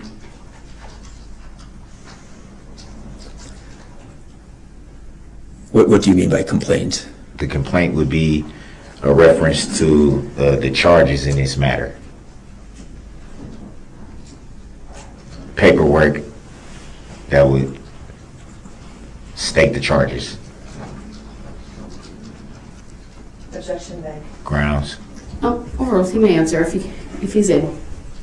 I mean, to me, seeing what happened and seeing everyone that was hurt, No. to me it was very obvious what this was about. Did you see at any time any paperwork related to the charges in this incident? So there'd been the subpoena sheet that would have had your name and a number of different. What do you mean my name? What are you referring to? I believe it would have said Darrell Brooks on it. Are you aware that I don't identify by that name? Objection, argument. Sustained. Sorry.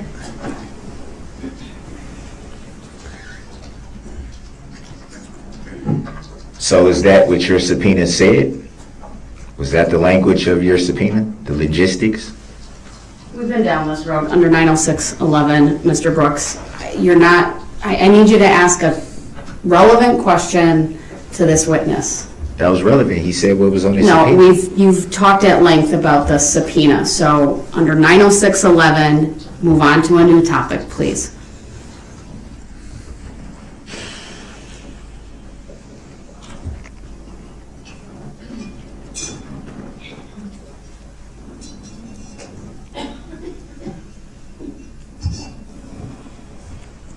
Are you aware of who the plaintiff is in this matter? Objection, relevance. Grounds.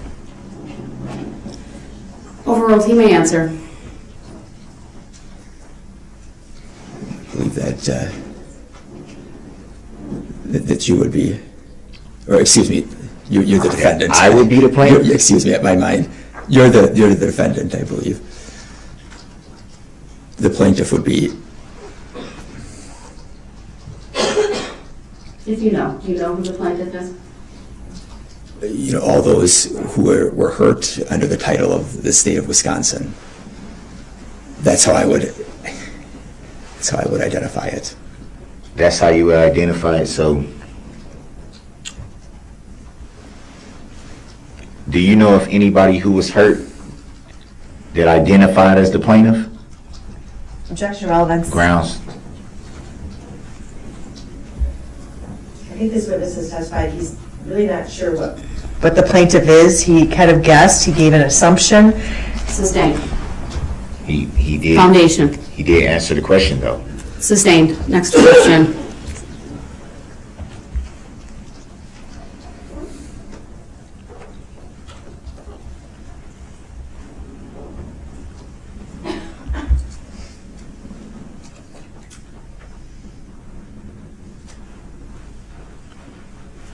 So to the best of your knowledge, the plaintiff would be the representative of the people. Objection is relevance. Sustained. You're now asking him to make a legal conclusion, which I will not have him do. It's also not relevant.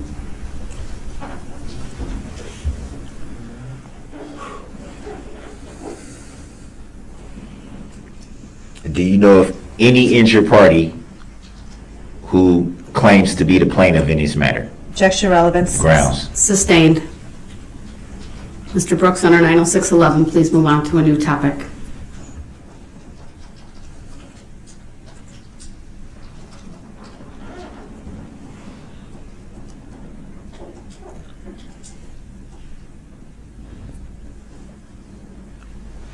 Are you aware that only an injured party could be the plaintiff in this incident? Objection, Grounds. relevance. Sustained also misstates the law. You don't have to answer that. Mr. Brooks, new topic, or under 90611, I will close the cross-examination. How does that mischaracterize the law? An injured party has to make the Under plaintiff. 90611, you haven't asked a question. I will give you one more opportunity. Don't question me. Please ask a question of this witness. The jury will disregard his statement as it mischaracterizes the law, and he is not testifying, he's asking questions at this time.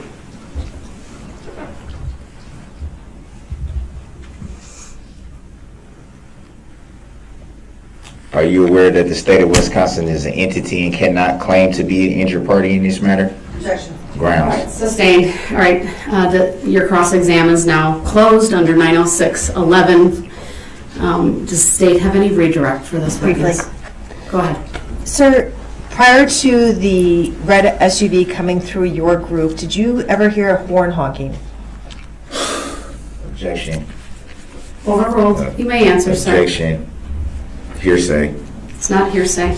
I personally didn't, but That's fine. Now I'm going to show you State's Exhibit 15 again and ask that that be published to the jury. This has already been admitted into evidence. Go ahead. Objection. What was the answer to the last question? The record speaks for itself. Next, the witness can consider the annotations. And again, you previously identified the individuals in the Catholic Communities of Waukesha box. In looking at that box again, were all those people on the road as part of the Catholic Communities of Waukesha when the red SUV went through? Objection. Leading the witness. Overruled. You may answer, sir. definitely, 100%. And we can take that exhibit off the screen. One final question. When you spoke with District Attorney Susan Opper in your meeting that you testified to, did she ever tell you what to say today? Objection. Hearsay. Overruled. You questioned his credibility. You questioned his talking to the state. He may answer the question. The only reason why I'm objecting, Your Honor, is because your objections noted. Attorney Opper is not asking the question, so how would Attorney Basie know what Mr. Opper Brooks, said? I'm not going to explain the legal procedures. Go ahead, ask the question. You may answer when she does. Do you recall the question? Yeah, I do. She did not. Okay. No. Did she tell you to tell the truth today? Objection. Relevancy. Sustained as to the form of the question. Everything that you testified today, is it truthful? Objection. Hearsay. Overruled. You may answer. Yes. Nothing further, thank you. All right, thank you. You may step down.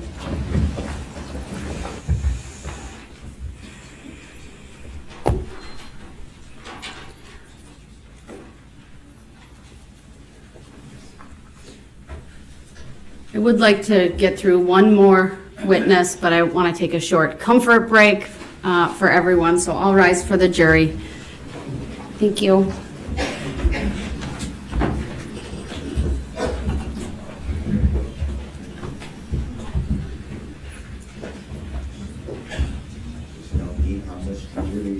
Mr. Brooks, not now. Not allowed to. Not now. The jury is in this courtroom, and you will show respect for them and for this court. Respect for them would be Mr. Brooks. telling them the truth. Stop. I'm putting you on notice that you are on the verge of this court creating a curative instruction about your frivolous arguments. I will not have you claim legitimacy for what are debunked, frivolous, sovereign arguments. Then That is why prove it. your questions Prove it. are being Prove that it's objected frivolous. to, Prove and that it's why frivolous. Prove it. all the cases that we've already referenced, sir. We are in recess. We'll be back And in prove 5 it. minutes. Thank you, everyone. I don't agree to a estoppel. Can you prove?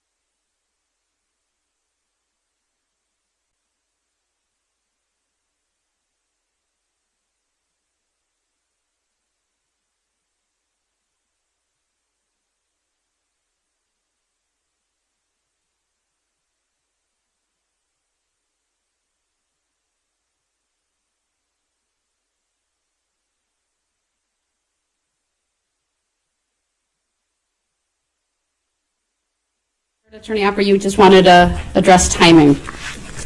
Well, and I understand. Let me say this, Judge. The ebb and flow of this trial has been very difficult to predict, not through any fault of the court, but by events. We do have 2 witnesses here ready to go. If the next witness goes relatively smoothly, would you consider letting us call the second one and maybe wrapping up by about 6 o'clock? Yes. Okay, thank you. If not, he can come back tomorrow, but he's been here twice already. No, we'll keep going. I prepped the jury for that yesterday, so we're good. I'm going to have the jury brought out. All right. Bring the jury in, Madam Clerk. And I object to that. To the timing? Yes. Your objection's noted. We're going to make up for lost time from yesterday. So can we adjust the subject matter jurisdiction? No, we cannot. Talk about that? We're not gonna address that either. That's still not gonna be proven, right? It is frivolous though. That's gonna get pressed every time, so. I've yet to prove subject matter jurisdiction. Any jurisdiction at all, rather. The jury will disregard the comments being made by Mr. Brooks at this time. They are a mischaracterization of the law. Absolutely not. They are absolutely not. They are. All right, thank you, everyone. Please be seated. The state may call its next witness. The state would call Lucas Hallmark. All right, Mr. Hallmark, if you would please make your way to the witness stand, which is on my right, up one riser. When you get there, please remain standing. Raise your right hand. My clerk, Teresa, who's on my left, will swear you in. Do you solemnly swear that the testimony you're about to give shall be the truth, the whole truth, and nothing but the truth, so help you God? I do. Thank you, sir. Please have a seat. First thing I will have you do is to state your first and last names for the record, and then spell each. Lucas Hallmark, L-U-K-A-S-H-A-L-L-M-A-R-K. Hold on a second. It would really help if our audio's on. I'm just going to have you do that again. If you would please state your first and last names for the record. And then spell, sorry. Lucas Hallmark, L-U-K-A-S-H-A-L-L-M-A-R-K. Thank you. Go ahead, your witness. Thank you. Sir, how are you employed? City of Waukesha Police Department. What's your position? I'm a detective How long have you been with the City of Waukesha Police Department? for approximately 15 years. Has that been the entire time you've been in law enforcement? Yes, ma'am. Direct your attention to November 21st of 2021. Were you at the City of Waukesha Christmas Parade? I was. Were you there as a law enforcement officer, a spectator, or participant? I was there as a participant. And what group were you with? I was with the Catholic Communities of Waukesha. Who were you there with? I mean, other than the Catholic communities, were you with your family? I was. And generally, I don't need names, but was your wife present? My wife and my 4 kids at the time, yes. And what are the ages of your kids? At that time, they were 3, 5, 7, and 9. And approximately how many people were walking with the Catholic communities of Waukesha? I believe there was about 45 or 46 individuals that were walking with us. Okay. I'm going to show you a photograph and just ask you if you recognize it. It's Exhibit 121.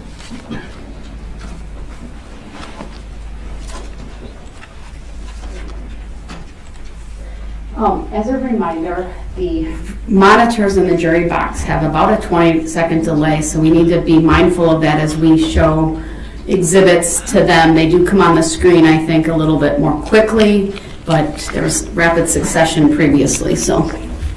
And I'd ask that also be published to the jury at this time. This exhibit has previously been admitted into evidence. Permission granted. And when isn't the jury, let me know when that exhibit comes up on the monitors in front of you.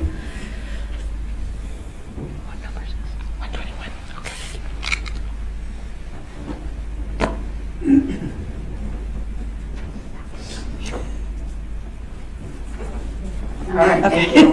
Go ahead. Sir, do you know where this picture was taken? Yes, that was taken at Main Street and I believe East Avenue. What day was it taken? That was taken on November 21st, 2021. And there are boxes with names that are associated with people through a red arrow. Do you see that? Yes. Overruled, he may answer. Was that a yes? Yes. Okay. And as you review those names and the people that those names are associated with, is that exhibit accurate? Objection, leading the witness. Sustain as to the form of the question. Sir, do you know the people whose names appear on exhibit 121? Objection, leading the witness. Overruled, you may answer. Yes. And the arrows, do you see arrows on that exhibit? Yes. And they're going from a person to a name. Do you see that? Objection, leading the witness. Overruled, the exhibit's previously been received. He may answer. Yes. To clarify, Jason Peckloff, do you see him in this picture? I do. Can you? There's a touch screen in front of you. If you can just circle where he's at in this picture. Okay. How about Camila Perez Gonzalez? If you can circle her. Maria Alvarez Dominguez. Adair Lopez Revelar. Jose Perales Alvarez. And if we can clear the screen, and then Juan Marquez.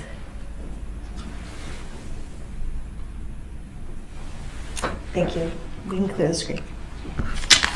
Are we done with this exhibit? I am. Okay, go ahead.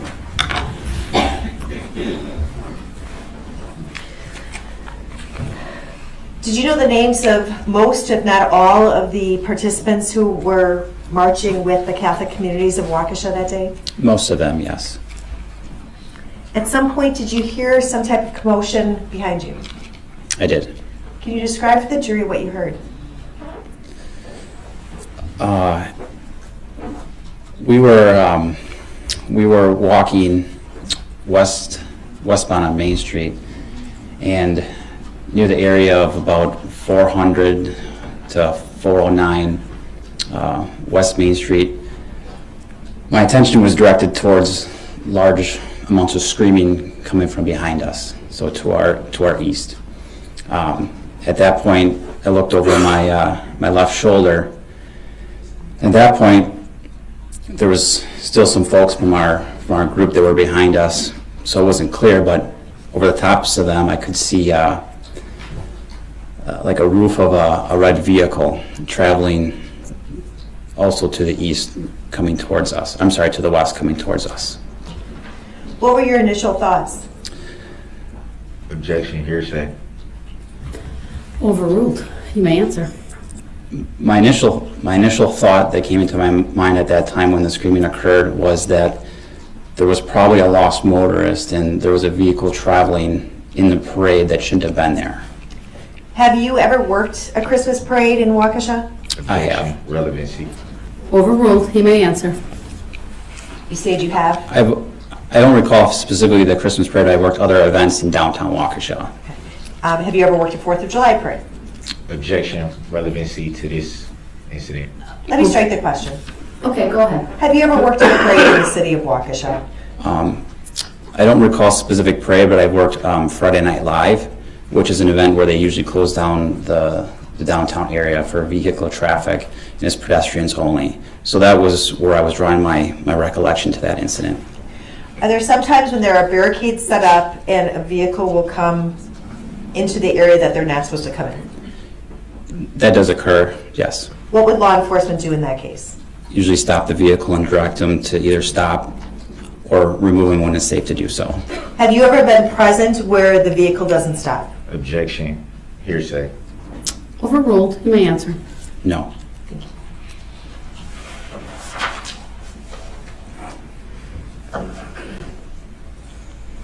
When you said that you heard screaming, can you describe for the jury what you mean? Because we're at a parade, so I'm assuming that there's some screaming. Objection, leading the witness.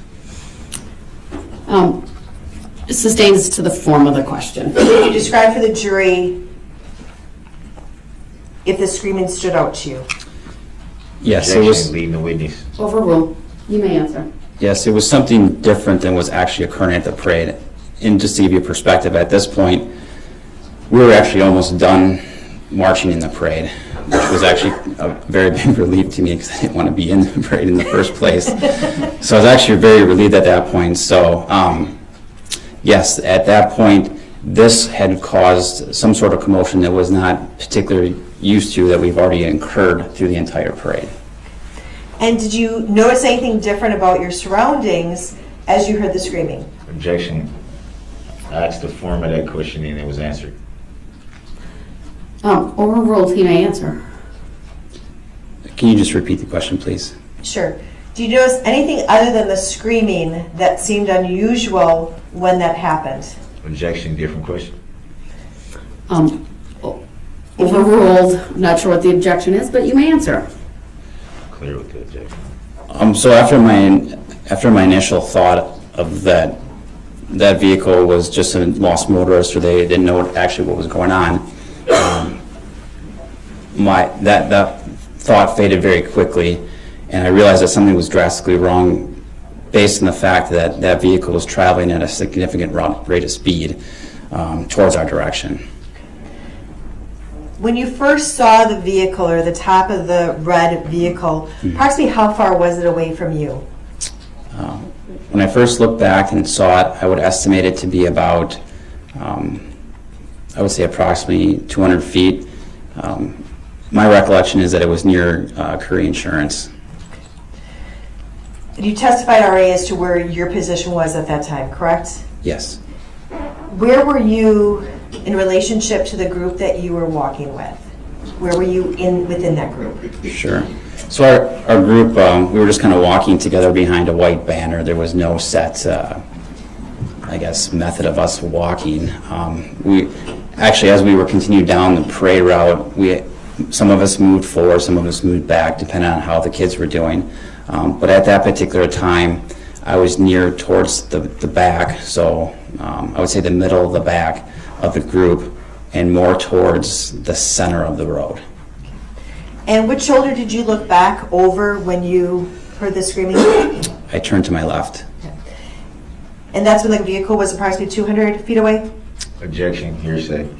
Overruled. Yes. What did you see next? The vehicle came, I recall the vehicle coming right at to where we were walking. It started hitting folks in our group, and the only thing that I could remember doing was I had my 3-year-old in my left hand, and I had my 9-year-old in my right hand. As we were walking down the parade route, my 7-year-old was kind of walking in front of us at the time, and I remember realizing that we were going to get hit, and it was going to come very quickly. And so I grabbed my 3-year-old as hard as I could, and I threw him towards the curb. At the same time, I tried to grab Benjamin at that point and throw him with my 3-year-old. No, Benjamin, is he the 7-year-old? Yes. And he was in front of you, you testified? Objection, Correct. leading the witness. This is Overruled. The answer may stand. To the best of my memory, yes. Yes, okay. And you stated that you had your 9-year-old in your on your right side. What's the name of your 9-year-old? Elliot. Objection, relevancy. Overruled. I'm sorry, what was the name? Elliot. Thank Elliot you. Hallmark. When you saw the vehicle and as it was coming towards you, could you estimate the speed that the vehicle was traveling? Objection, hearsay. Overruled. You may answer. I estimated the vehicle traveling about 30 to 40 miles an hour, What is the speed limit in that area of Main Street? 25 miles per hour. So you threw your 3-year-old to your left, you stated? Towards the curb, which would have been to the south. And how about Elliot? I don't remember at that point what happened with Elliot. as the vehicle passed us, I don't know if he got ripped out of my arms when the vehicle came through. I just remember that I kind of got, as I turned to my left, I pivoted on my left foot. I got clipped to my left foot, and the vehicle passed us, but I don't recall what happened with Elliot. How about Ben?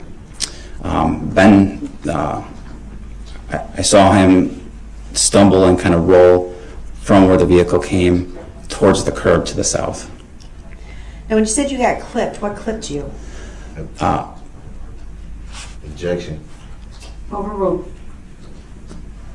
It had to have been the vehicle. I had an abrasion on my left heel, and then I had white sneakers on that night, and they had black marks along where I had my abrasion on that same part. What was that consistent with, those black marks? I would guess the vehicle tire. Where was your wife? She was standing a little bit behind and then to the left of us, so she would have been a little further at that point, a little bit further to the east and then to the south. Now, in terms of the path that the vehicle was traveling prior to it striking your group, can you describe that for the jury in terms of, was it on the north side of the road or the south side? Or, to explain it to someone like me, if you're traveling down the parade route, was it on your left or on your right? Objection, leading the witness. Overruled. As it was coming towards us, as I was walking initially, we were kind of in the center of the road. So when I saw the vehicle coming, I kind of moved to the left and threw my kids to the left. So we were kind of left of the center line, so to the left, as you described, and towards the south. But the vehicle had passed me on my right. And did you say that you observed anyone get hit that was behind you? Objection, leading the witness. Overruled. I don't recall seeing anyone specifically getting hit. I do remember hearing sounds of the vehicle striking objects, and then the only objects in the road were people at the time. What happened next, or what do you remember next? I remember turning to my wife and asking her if all the children were okay, and she looked back at me and said that she didn't know where our son Elliot was. And at that point, I couldn't see him either, so I began running up and down Main Street trying to locate where he was. Did you have eyes on your 3 other children? I did. And what did you do with those 3 kids? I had those children stay with my wife while I went and tried to find Elliot. Did you find Elliot? It was some time after. I would estimate it to be a minute to 2 minutes after the vehicle had passed, but I had located him on the road further to the south, almost immediately towards the curb was, being tended to by some individuals that had covered him up with a blanket. While you were looking for Elliot, did you see anyone else on the ground? I did. Can you describe for the jury what you observed?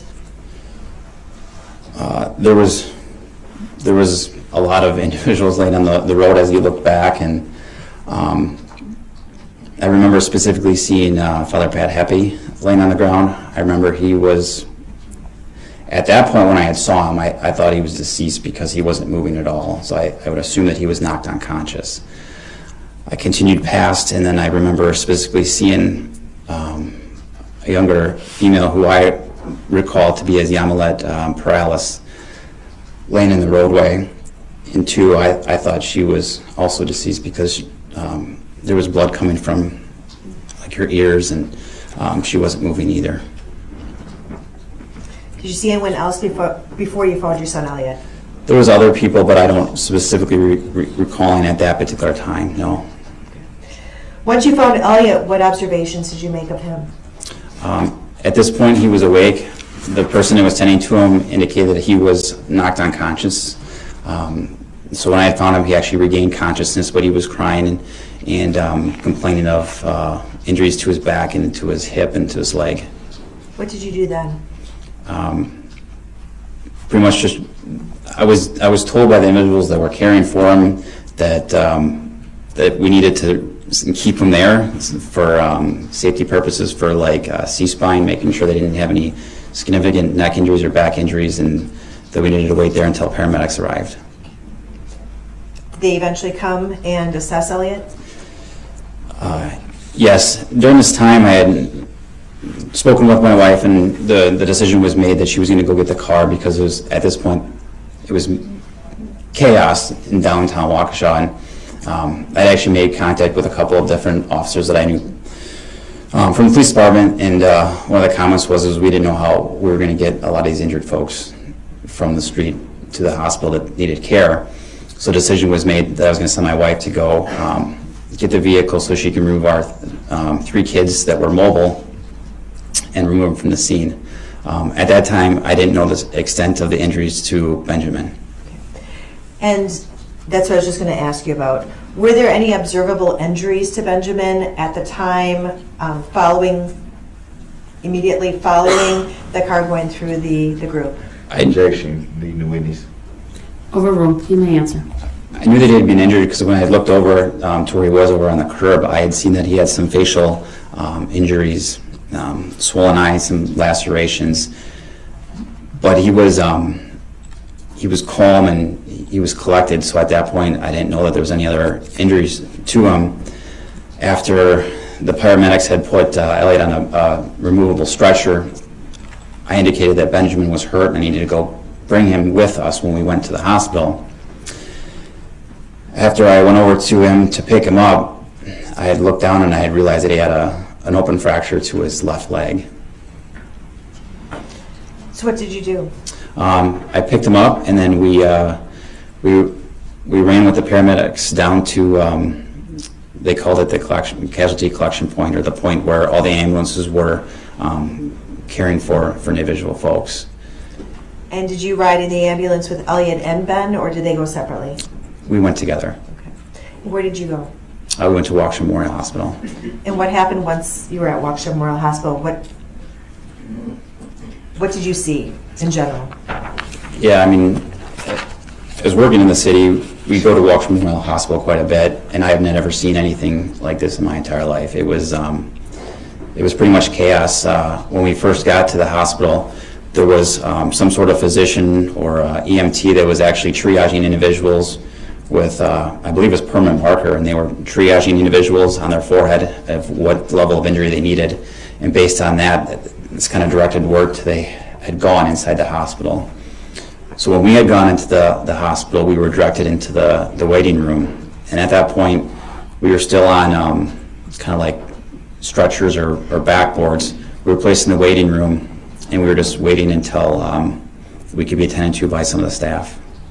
And did both Benjamin and Elliot receive treatment at Waukesha Memorial Hospital? Yes. What treatment did they receive, if you know? Elliot received treatment for a severe concussion. He had a severe ankle sprain. They did a CT scan. And then with Benjamin, he ended up spending the night because the same thing, concussion. They did a CT scan, but then he also had surgery on his broken leg that night.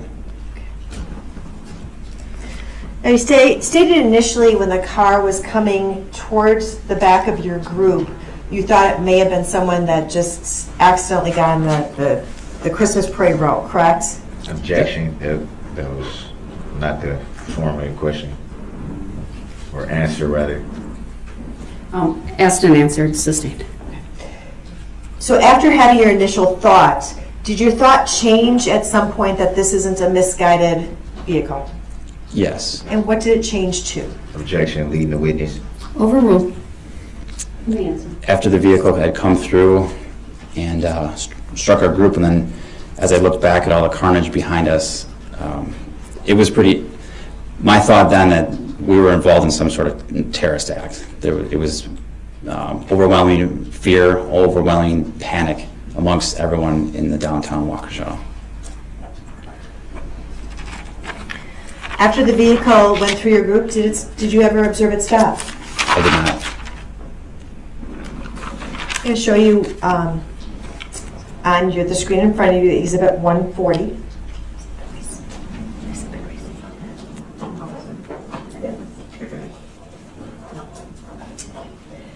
have it displayed in front of you, and let me know when it's on your screen. Yes. Okay. I'm going to play approximately 5 seconds. It's a 1 minute and 26-second clip.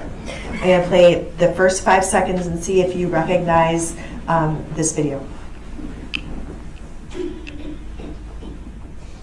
Yes. If we can stop it and go back to 00. Does it accurately reflect what you observed on November 21st, 2021? Yes. Objection to the relevancy. Who took the video? Overruled. Does this video contain footage of the Waukesha Catholic community in the parade on that date? Objection. Hearsay. Overruled. You may answer. Yes. I'm sorry. Oh, okay. I would move State's Exhibit 140 into evidence and ask that it be published to the jury with sound. Objection. Still hearsay. The objection's noted. It's overruled. Exhibit 140 is received. Permission to publish is granted.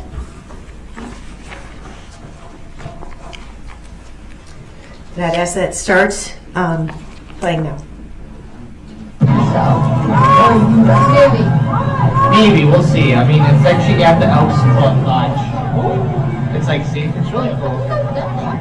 Or maybe. I went with like a friend. Sounds cool. Yeah, it's really... Is it on Thanksgiving? Saturday, November 20th, 2021. Honey, that passed. What? That passed. Oh, yeah, it's the 20th today. Oh, Right? Oh, no, it's the 21st. Ooh, so it already did. It happened yesterday. Yep, it happened already. Ah, whatever. Whatever, though.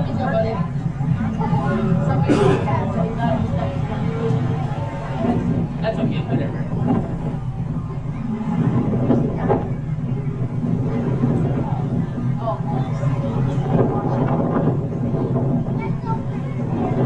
And we go to get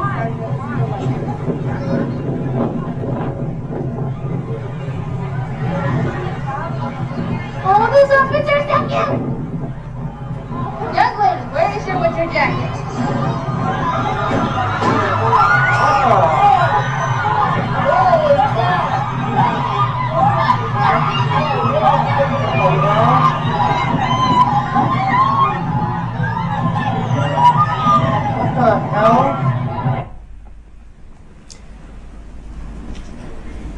Did you see a red SUV traveling westbound in that video? Yes. Would that be consistent with what you saw coming from behind you on November 21st prior to what you just described? Objection. How do we know the direction? How do we know it's westbound? Your objection's noted. It's overruled. The witness may answer. Yes. Thank you. So I'm going to show you some still shots from that video and just ask if they accurately reflect what you observed. Objection to the relevancy. I have to see them. Are you going to do that electronically or hand them to the bailiff? I'd like to do it electronically if I can. Go ahead. Show Exhibit 135 just to the witness. Sir, do you identify that as a still shot taken from the Exhibit 140? I recognize the photos you're seeing is from the video? Yes. Yes. And there are, do you see arrows? What does this photo reflect to you? Sorry. Objection. Leading the witness. Overruled. This photo represents individuals from our group in the parade walking in front of, I believe, Magellan's, I think. And are there names on this diagram? Yes. And do they appear to be associated with people within this group? Objection. Hearsay. Overruled. Yes. How is that depicted? Objection. Leading the witness. Overruled. The names are depicted by red arrows pointing to the individuals. And do they accurately reflect the names of the individuals that they're pointing, that the arrows are connected to? Objection. Leading the witness. Overruled. Yes. Okay, I'm going to ask that Exhibit 135 be admitted and published to the jury. Objection to the relevancy. Overruled, Exhibit 135 is received, permission to publish is granted. Keep in mind it takes a little bit for the jury to see it, at least on the monitors in the jury box.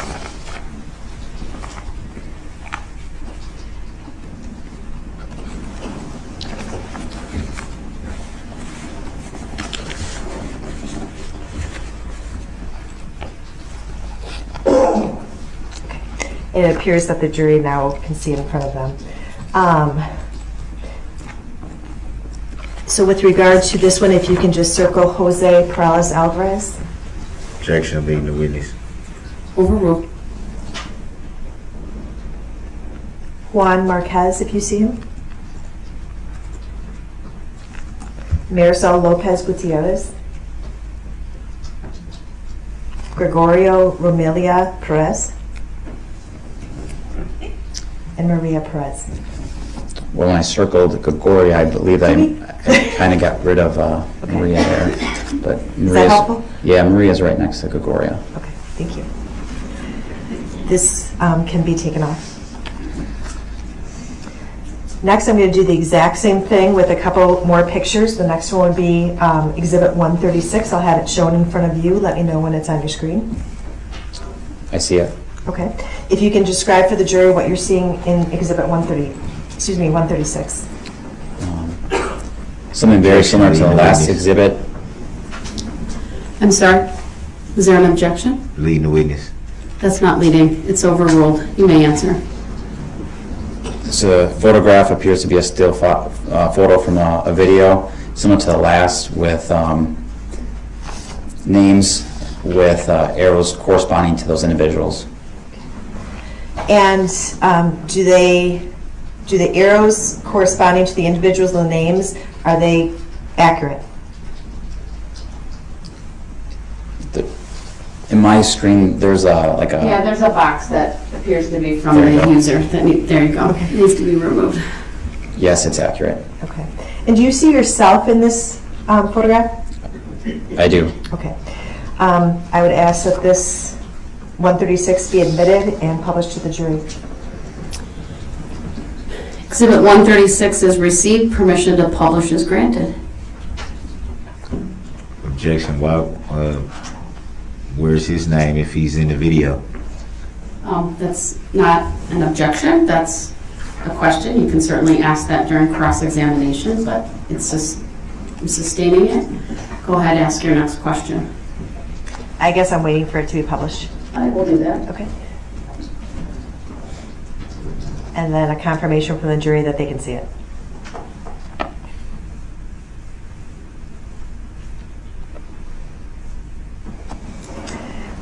Sir, first of all, do you see yourself in this photograph? Yes. Can you circle where you're at? Objection. Why there's no name on it? What's the Overruled. relevancy of it? Overruled. You may answer the question. That's right. Thank you. And again, the names you've testified are associated with the appropriate people, is that correct? Yes. Can you circle Lori Loken? Maria Alvarez Dominguez. Ashley Perales Alvarez. Margaret Pachulis. Eileen Perales Alvarez. Yamilet Perales Alvarez. And I think you can possibly see her legs. Yeah, she's wearing gray pants. I'm sorry, green kind of leggings, but you can't necessarily see her face in this photo. So, but her green pants are right there. Okay. Camila Perez Gonzalez. And Benjamin Hallmark. Thank you. We can clear the screen. Next, I'll go to 137. And again, when we're looking at these photos, these are all from the same video. Are they from the same video? It appears so. Okay. And approximately what location are these taken in relationship to where your group was physically impacted by the car? Objection, hearsay. Overruled. You may answer. This was probably about a block prior to us being struck. I think this is right around the 300 block of West Main Street, kind of by Donnie Boy's, Magellan's, Curry Insurance area. And would this be consistent with what you believe generally the formation would have been when your group was impacted? Objection, hearsay. Overruled. Yes, I'm going to show you 137 I see it. and ask you the same questions. Does this appear to be a still shot from the video that you saw in Exhibit 140? Yes. And what does it depict? Depicts Jason Petchloff, William Mitchell, and Father Pat Heppe walking in the parade route, holding a banner. And are there names on that? Yes. Are they associated with the people you've just identified Yes. correctly? Correct. I'd ask that Exhibit 137 be admitted into evidence and published. Objection. Where's the relevancy? Overruled. Exhibit 137 has received permission to publish as granted. Thank you. And again, if you can circle Jason Peckloff, William Mitchell, Father Heppe. Thank you. Is that to come up for the jurors? No. Oh, sorry. We'll wait. I apologize. Next time, don't close. He'll have to redo that. It was cleared before the jury got it, so go ahead and redraw your circles. Okay. Can you identify Jason Peckloff, William Mitchell, and Father Heppe? Thank you. You can clear the screen. And finally, 128. I believe 128 may have already been admitted into evidence. I'd ask that be published to the jury. It may. And do you see the name David Marquez on the screen? Objection, leading the witness. Overruled. Yes. And do you see David Marquez in the picture? Yes. Can you circle him? Thank you. You can clear that exhibit. I would not. Oh, Jury does not have it yet. Well, at least someone's on top of it. I'm trying. Okay. Thank you. Sorry. It now is in the view of the jury. I'd ask that it be cleared. All right, thank you. Finally, Exhibit 15, which has previously been admitted into evidence. I'd ask that be published to the jury. It may. And I would ask that they give me a signal when it's on the screen.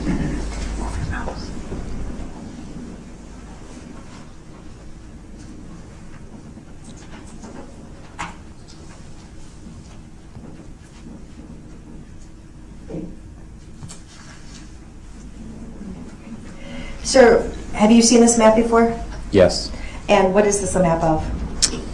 This is a map of the parade route, and it also appears to indicate where certain groups on the parade route that were impacted during this incident.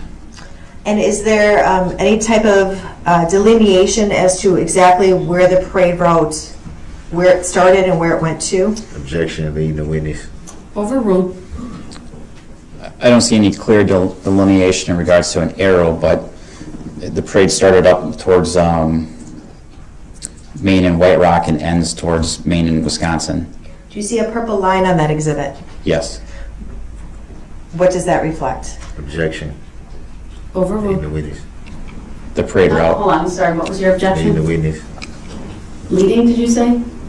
Overruled. You may answer. It indicates the parade route.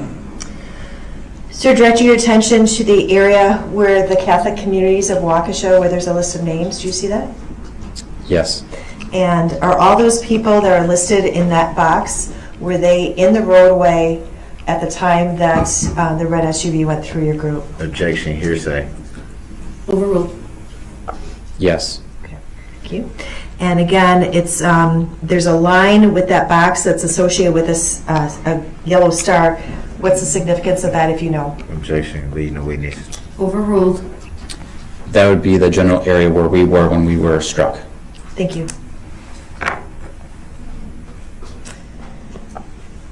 You can clear the screen, sorry. Now I'm going to go to Exhibit 160. And I'm just going to ask if this, the clip is 50 seconds long. I'm going to show you approximately 20 seconds of the clip and see if you recognize it.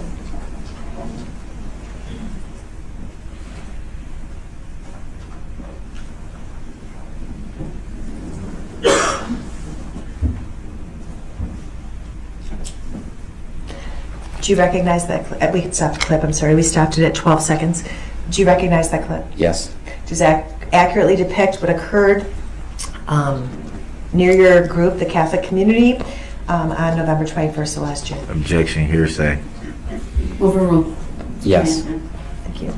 I'd ask that Exhibit 160 is admitted and published for the jury. Objection. Exhibit 160 is received. Permission to publish is granted.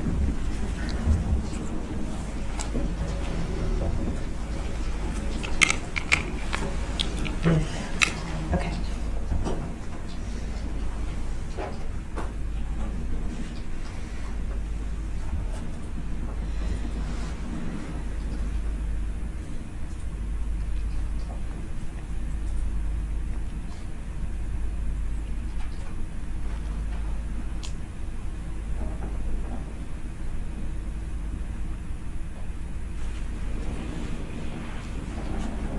No one's giving me a thumbs up. I just want to make sure I'm not missing something. Okay.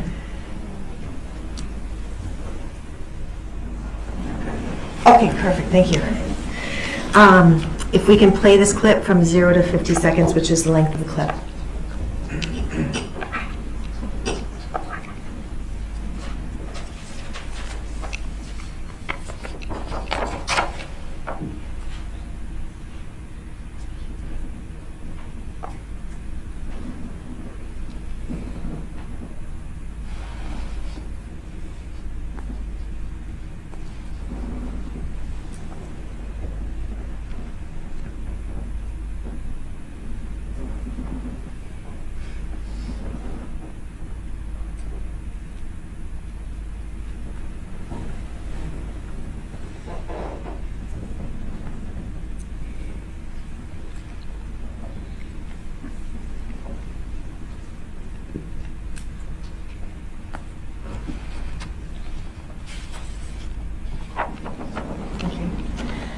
The 4 people that you saw sliding through the screen from left to right, did you recognize those people? Objection, hearsay. Overruled. I'm going to show you what's been marked as 126, which is a still shot from that video. If you can, it'll pop up on your screen. If you can tell me if it accurately represents that video, that still shot from a video. That video. Objection, leading the witness.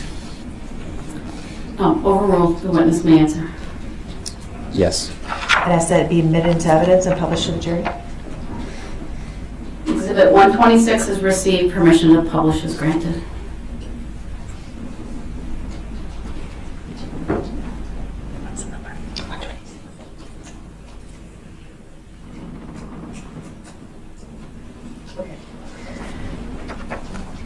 Sir, do you, can you identify each of the people that are shown in this still shot by saying their name and circling their position?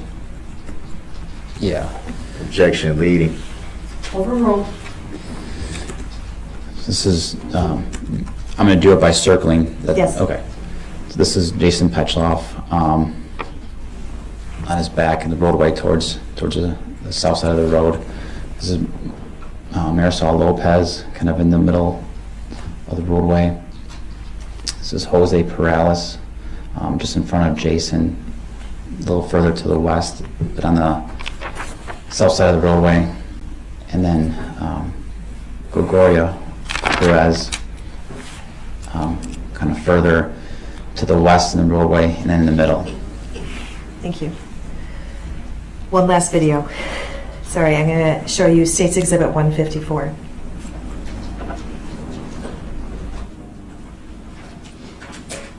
I'm going to play the first 5 seconds for you and ask you if it depicts what you observed on November 21st of last year. Objection. What's the relevancy? Overruled. Go ahead.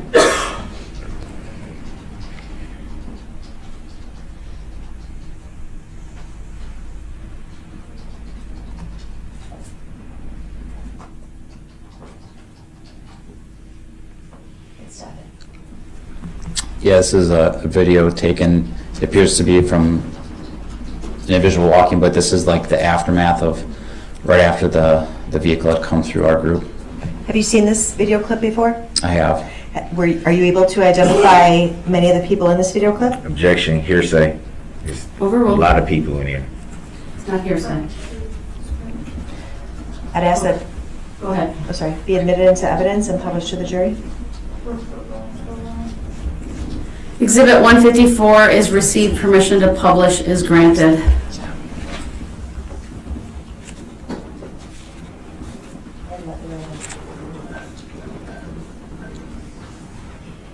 Sir, I'm going to take you through this video, and I'm going to pause it at certain places and ask you if you recognize anyone that's in the picture and describe their position. If we can start the video.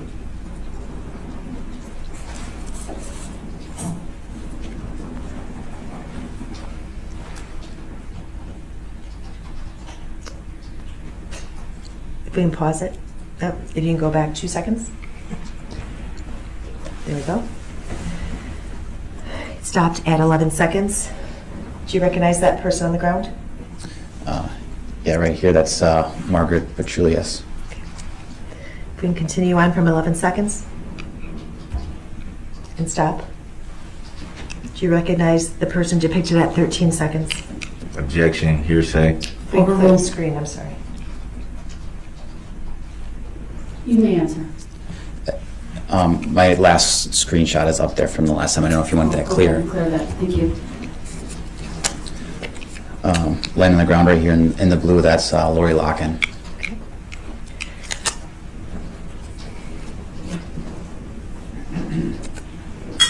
And if you can continue on from 13 seconds. If you can pause it. Did you see anyone else? I'm sorry. Just prior to that, I could see where my wife and the other kids were with Benjamin on the curb, kind of behind Lori. If we go back 2 seconds, do you think that would do it? Yeah. So, yep, right there. And if you can circle them. So this is my daughter right here, and then right behind her, in underneath that blanket, that's where Benjamin is. He's being attended to by some of the individuals there. Okay. If you can just say stop if you see Elliot as this goes on from 14 seconds.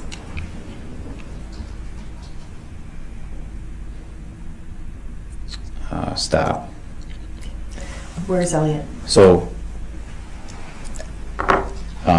he's being attended to. He's right with this group of people right there. Okay. And you recognize that to be the position you went to when you found him? Objection. Hearsay. We can't see who that is. It's not hearsay. Overruled. Yes. And that was at 20 seconds. We can clear that. And continue on. Sorry. If we pause, do you recognize anyone in this section of the video? Yeah. So with the blue sneakers, he's lying this way. That'd be Father Pat Heppy. Laying down right here is Maria Perez. And then being attended to by these folks in front of the banner, that'd be William Mitchell. Okay. If we can continue on. And if you see someone from your group on the ground, if you can say pause. Okay. And we're continuing on from 26 seconds.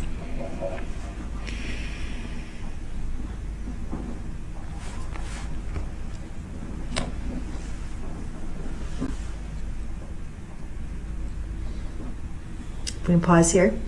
Do you recognize that person? Objection. Hearsay. Overruled. Yeah, there's two people. Marisol Lopez is right there, and then Adir Lopez is right here with the gray jacket. And what's their relationship to one another? mother and child.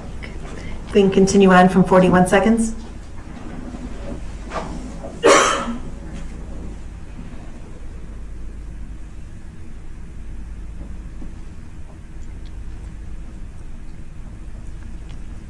I'm sorry, is that still Marisol?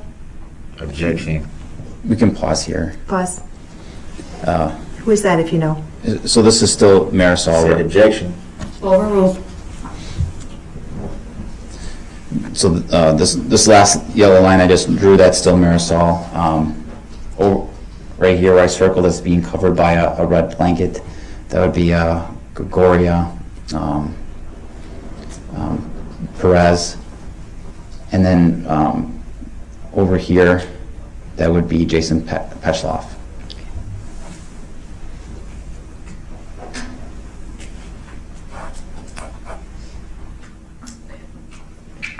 I'm going to stop the video at 58 seconds. Sir, I'm going to direct you to Exhibit 162. We're almost done. 2 more exhibits. I know the video continued. I just didn't know if you wanted, because I apologize. That's fine. Let me go back, Okay. sir. Let me redirect your attention to Exhibit 154, where we were, which was 58 seconds. If we can publish that for the jury, since it has been admitted into evidence. And again, if you could... Objection. Are we going to another exhibit? She just said 162. We're back at 154, she indicated.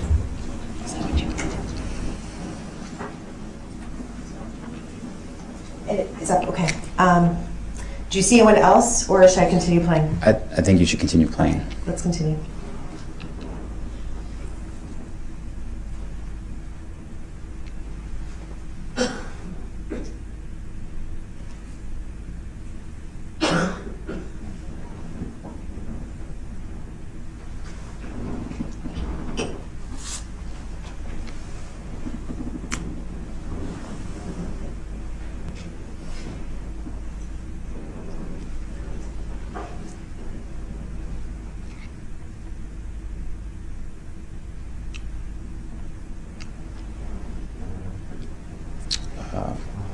Pause.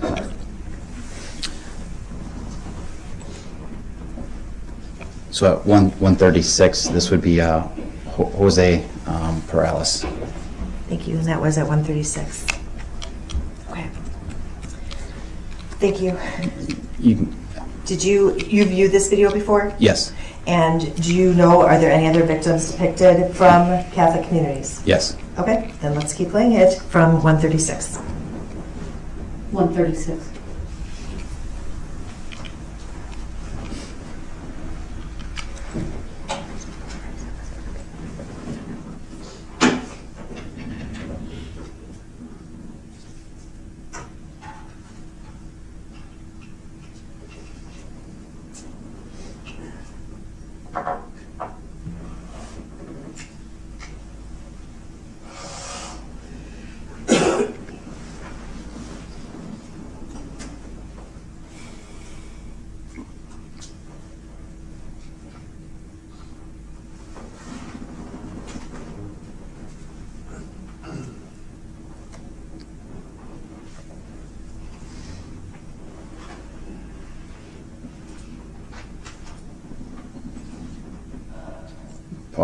Pause.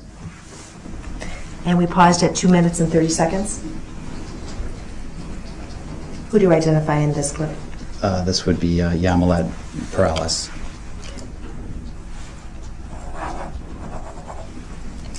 And let's continue. From 136, 230, I mean.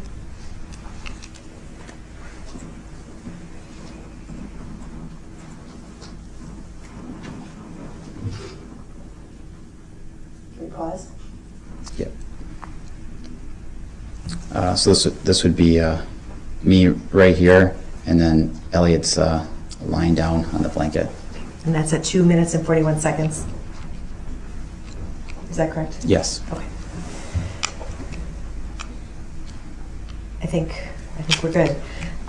Now let's continue to Exhibit 162.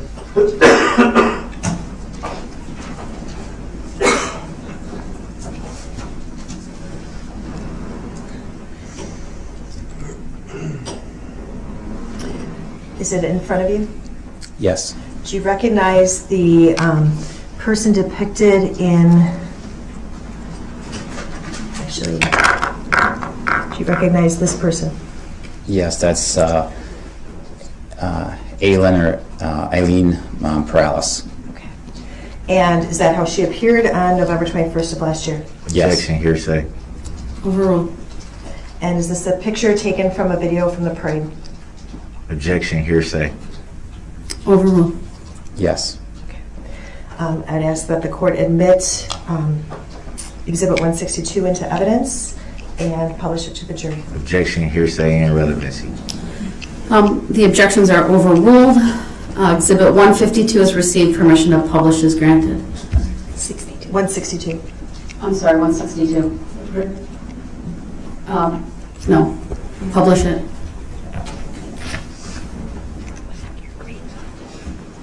If we can clear my green. Thank you. If you can just let me know when you see it.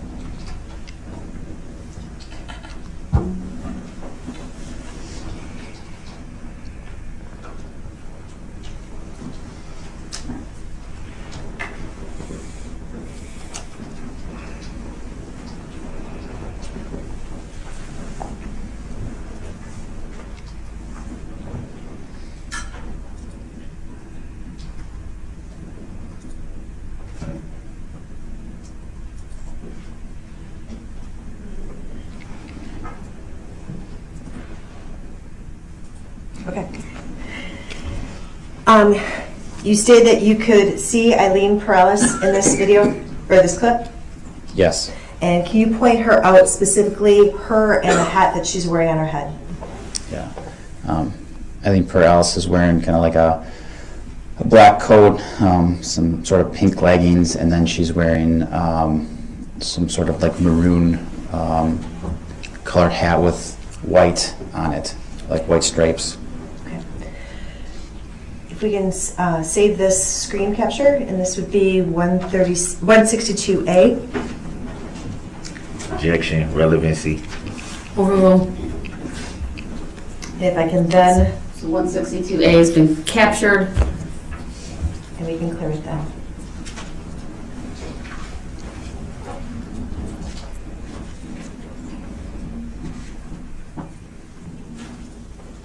You can clear that, Teresa. And then I'd ask to publish Exhibit 92, which has previously been admitted into evidence.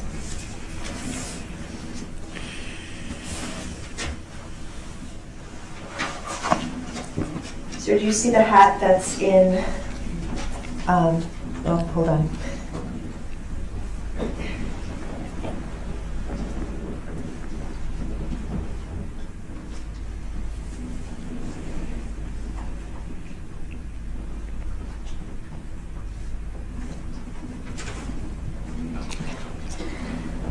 Sir, in terms of the appearance of that hat, I'm not going to ask you if it's the exact same hat that was on Eileen's head in Exhibit 162, but is the same,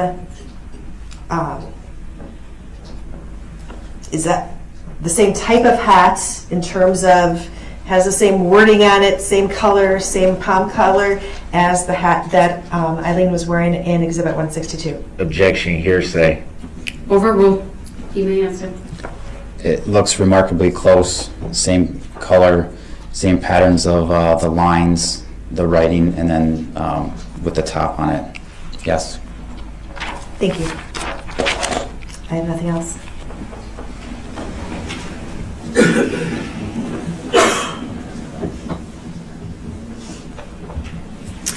All right, you're crossed, sir.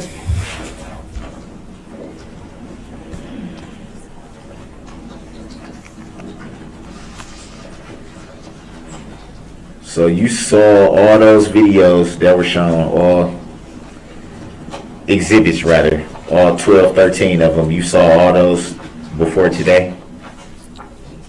I don't recall there was 12 videos. To the best of my knowledge. 126, 15, 137, 136, 135, 140, 128, 160, 154, 162, 92, At least 11 or 12. Mr. Brooks, I'm going to strike your comment because you cannot testify. You did not let him answer.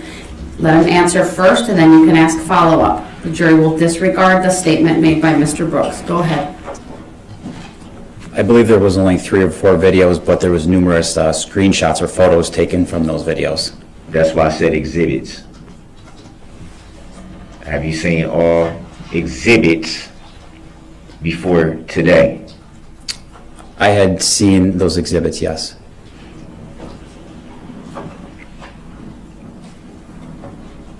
And do you know who took any of those exhibits, the videos or still shots? No, sir.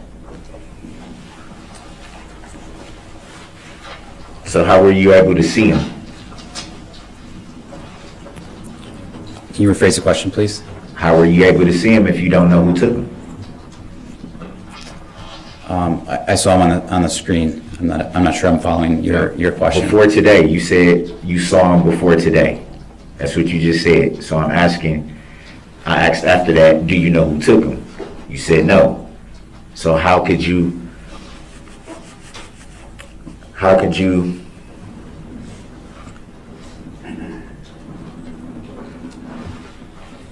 I guess I'm asking, how would you know if you don't know who took these videos? How were you able to see them before today? I believe they were collected by the police department as evidence. And that's how you saw them? That's how we were able to view them afterwards, yes. Do you know when you viewed them? I don't recall. Did you view all 12 of them in their entirety at the same time, or were they at different dates? Yeah, back to the form of the question. Grounds. Did you view them all in their entirety? Again, it makes it seem like he's referring to videos, and if he is, that's fine. If he can just clarify videos or exhibits. Sustained as to the form of the question, please rephrase. Exhibits. Can you just repeat the question, please? At what time did you see all the exhibits in their entirety? Was it the same day or was it different days? I don't recall specifically. I just reviewed the exhibits, the photos, not the videos, but the photos, as you're explaining in these exhibits, prior, just in preparation of my testimony. In preparation of your testimony? What do you mean by in preparation of? Preparing my testimony for court, making sure that everything that maybe kind of recall my memory, anything to that nature, making sure that everything is accurate in what I'm going to testify to. If everything you're going to testify to is truthful, why would you need to prepare for it? Objection. Grounds. Sustained as to the form of the question. Why would you need testimony preparation?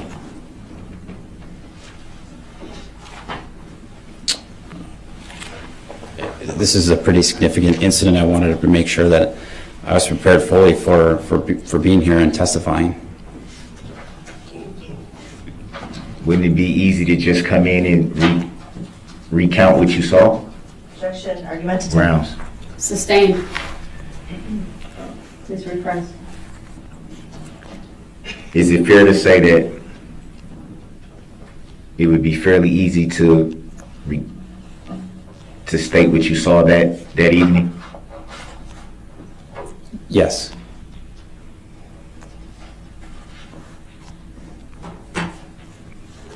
So why exactly did you feel the need that you had to prep yourself? Objection. Argumentative. Grounds. Sustained, also asked and answered.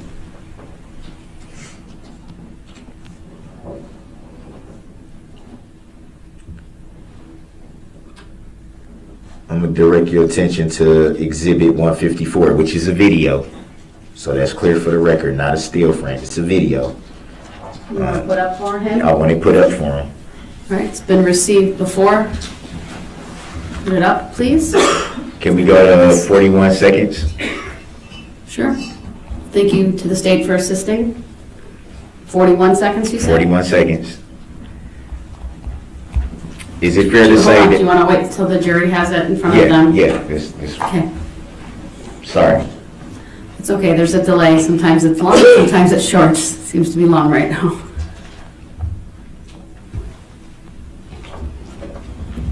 All right, we're good, go ahead. So in this exhibit, which is a video that's paused at 41 seconds, we can see two people laying on the ground. Would that be fair to say? Yes. Can you see any of the two people's faces right now as it's paused? No.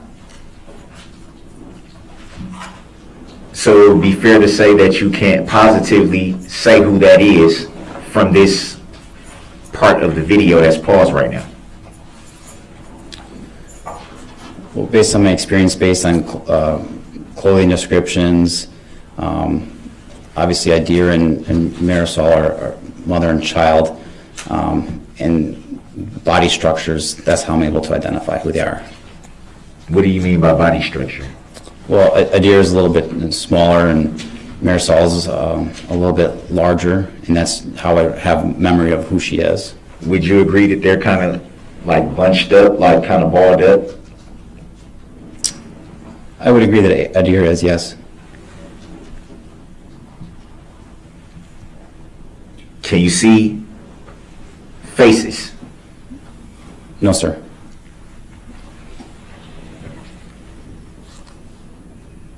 So it would be fair to say that you don't know for sure who that is. I'm pretty confident that's Marisol and Idea. Pretty confident? I'm very confident. So why not be very confident the first time that question was asked? Grounds. Sustained. Let's go to 58 seconds and pause.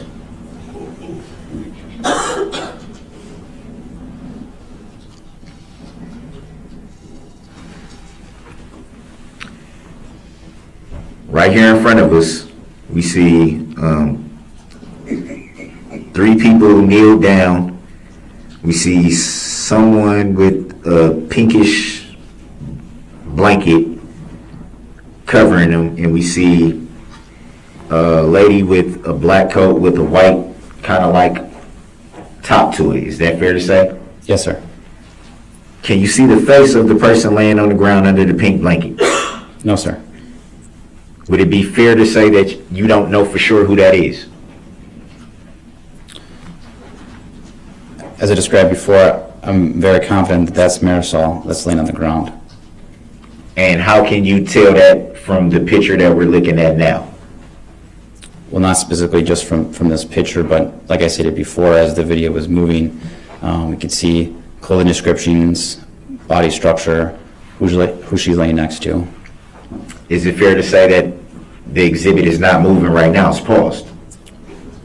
Yes, sir.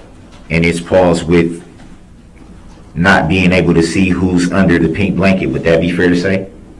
Yes, sir. So how can you say for sure who that is? If I was to just view this video or this photo without any other context, you're probably correct. I probably wouldn't be able to identify any particular person, but because of the video and how it moved and how I was able to see people, I was able to confirm that that'd be Marisol. And you came to that conclusion because you've seen these videos before today, or these exhibits rather before today. Would that be fair to say? No, I come to the conclusion with my memory of being there at that night. But you did state, just so we have clarity, that you in fact saw these exhibits before today. Would that be fair to say? Objection asked and answered. Grounds. It has been asked and answered, but I'll let the witness answer that question again. Yes, sir. Towards the, I don't know where that direction would be. I'm guessing that would, if you're looking at it the way I'm looking at it, it'd be towards the right. Right this way? We're coming back a little bit more. Right where the lady with the white coat is, Mm-hmm. You see a few people, it looks like 3, kneeled over someone that is under a blanket with, it looks red with like snowflakes or something on it. You can see like a black, I don't know if that's like a shoe or, I'm guessing that's a shoe or a boot or something to that effect. Is that fair to say that you can see that? Yes. Can you tell who that is just looking at it right now? I know that that's Gregoria, yes. Can you tell who it is looking at it right now? Can you see their face? Can you identify them right now? I cannot see their face. So it'd be fair to say that you're not sure who that is. I am sure who that is. And you come to that conclusion based on what we're looking at right now at this moment. Objection. Grounds. Characterizes this witness's testimony. Grounds. Sustained.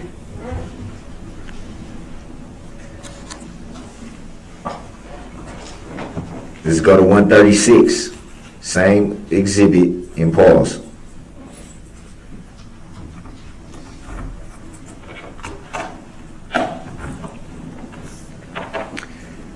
Is it fair to say we can see someone with laying on the ground? They have like a bluish jacket. You can only see one arm, so the sleeve. The jacket is blue. It looks like they have like a red, something red next to, which is obviously a lady in a gray jacket, white hat.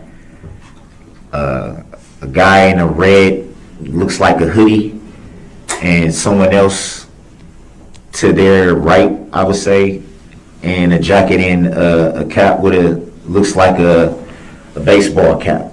Would it be fair to say that you can see that? Yes. And the person that's laying on the ground, can you see their face? No, sir. So would it be fair to say that you don't know for sure who that is? I'm sure I know who that is. Based on what we're looking at now, you can tell who that is. Based on my recollection of the incident that night, I know who that is. Based on what we're looking at right now on the screen, can you tell who that is? You Yes, can sir. see their face. I know who that is. I cannot see their face. So it'd be fair to say from this picture, you're not sure who that is. Objection. This characterizes this Grounds. witness's testimony. Sustained. To the right of the screen, right here. Can't tell how many people is kneeled down right there, but it's obvious that they're attending to somebody. Would that be fair to say? Yes. Can you see who that is that they're attending to in any way? Not from this vantage point, no. So it would be fair to say that you don't know who that is that they're attending to, correct? I know who they're attending to. And you can tell that by what we're looking at right now? Objection. Grounds. Characterizes the testimony. Grounds. As testified as this video was going through, who he believed each person was. Who he believed. But we're looking right now. Mr. Brooks, let me rule on the objection. Sorry, Your Honor. Thank you. Overruled, he may answer. Can you repeat the question, please? Can you tell from what we're looking at right now? Can you tell who that is that they're attending to? You cannot see that is Jason Petchloff behind them, but that is who is laying on the ground right there. And you can tell that by what we're looking at right now. You can see who that is. No, based on my recollection of the incident is why I know who that is. I'm saying referring to what we're looking at, not your recollection, what we're currently looking at right now. Can you tell who that is that's being attended to from based on what we're looking at right at this moment? You cannot see who the individual is.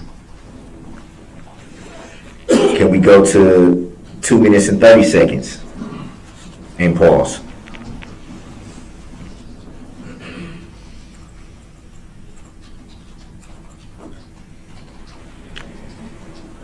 Can we erase that circle and arrow?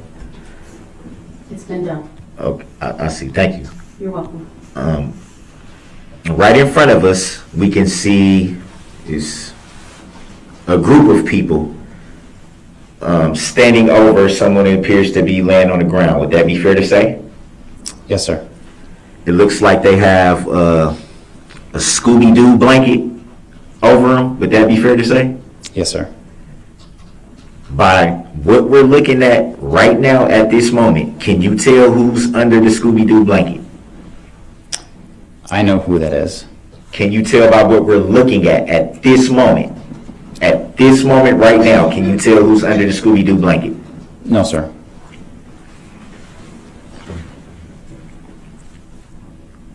Can we go to 241 and pause?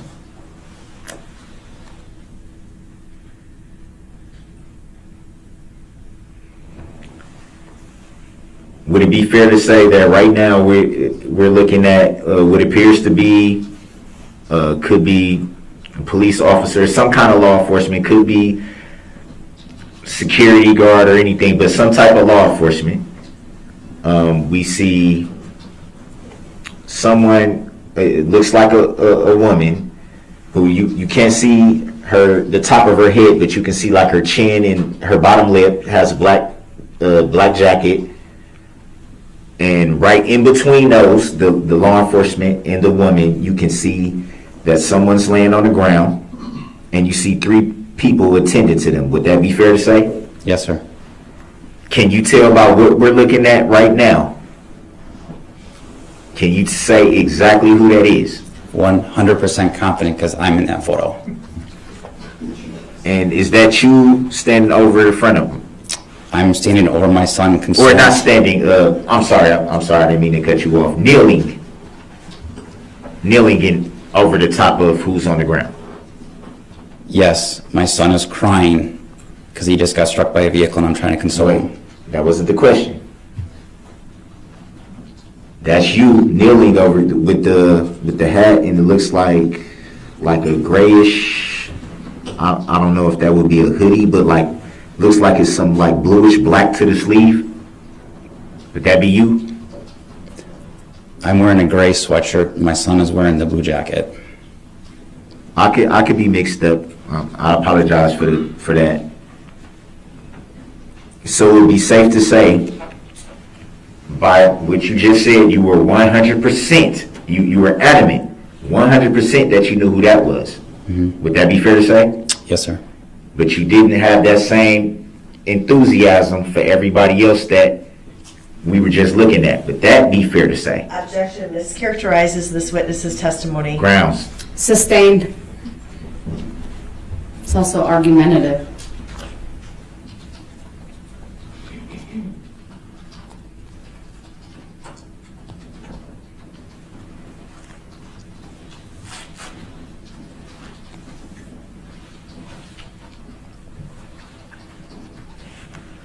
And out of all the exhibits, Are we done with this exhibit? oh yeah, we're done. I'm sorry. All right, please take it down, Madam Clerk. Thank you. Go ahead. Out of all the exhibits that you were shown during the initial questioning, you're not sure who took any of those videos? No, sir.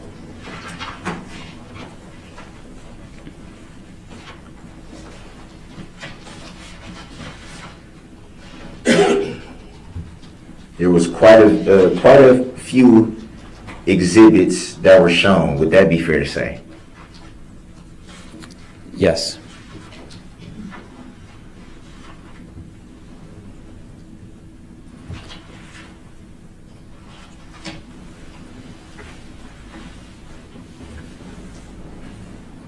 And do you recall exactly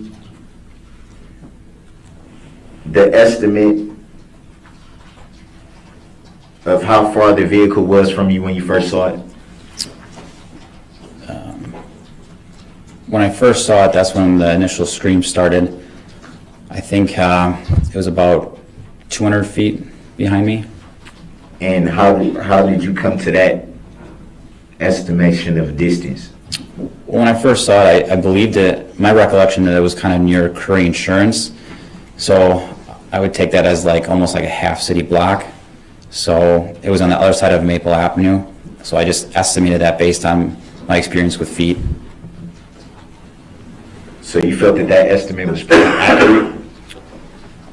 I don't know. Or did you know for sure? No, I don't know for sure.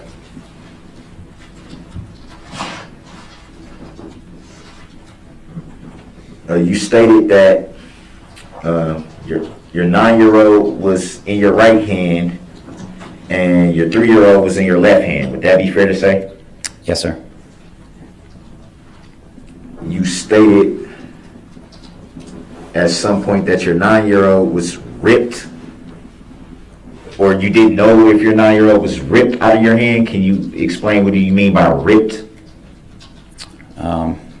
At the point where I lost contact with him is about the point where the vehicle had come through, so I didn't know if it was the force of the vehicle taking him away from me that forced our hands to be separated, or if we had just separated hands prior to that. But based on my recollection, it was simultaneously as the vehicle had passed through us. And was that 9-year-old injured? Yeah, Elliot was thrown in the air and he was knocked unconscious.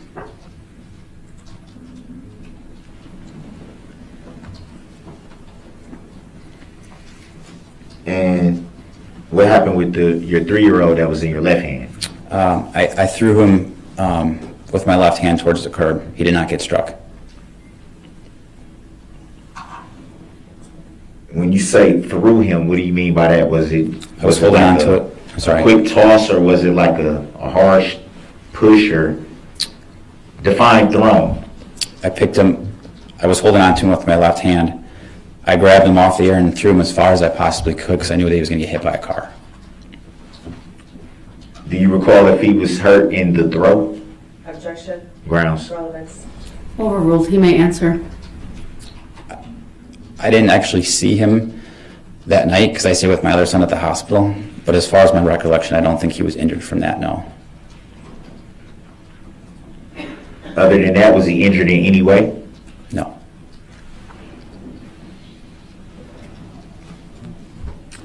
You made a reference to the speed. How did you come to that estimation of speed? Do you have any expertise in speed analysis in any way? No, just my experiences driving as a motorist and being in law enforcement for 15 years, estimating vehicle speeds. So it would be fair to say you don't know for sure? That's correct.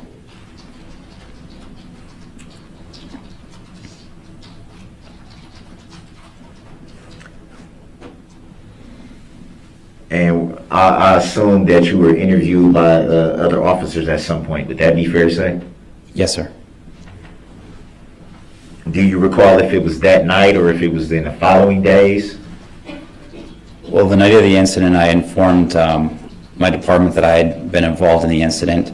So I reported it that night verbally, but a statement was later given to the department in a more formal matter.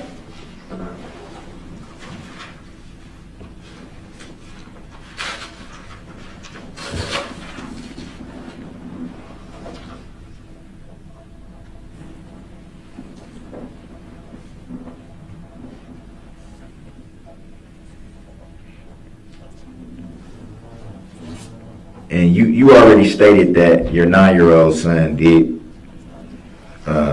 get struck. Did you actually see that? I did not see him get thrown in the air, no. Even though you had him in your right arm, or right hand rather? Correct.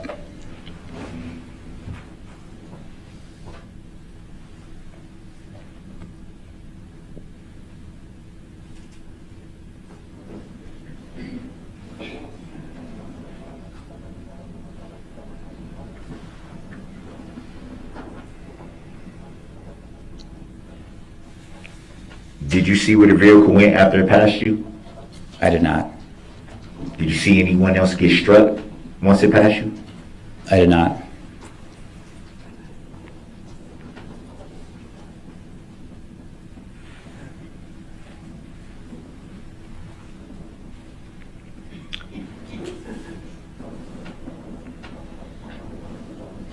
in the summary of your report,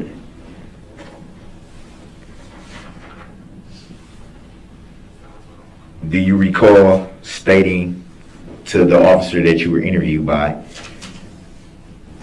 that you saw a second unconscious person laying on the ground that you further described as a Hispanic female? Yes, sir. Would it be fair to say that in your testimony here today you gave names? That'd be fair to say? Yes, sir. Why not in the summary of your report did you give names and just say a Hispanic female? And I'm just going to object to the form of the question.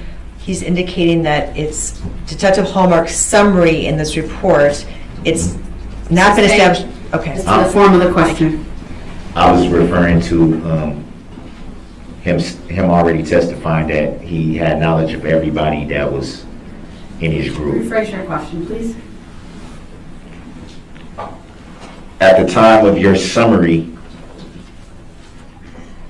did you know the identity of the Hispanic female that you referenced? Again, objection to the form of the question. It's not his summary per Ground. se.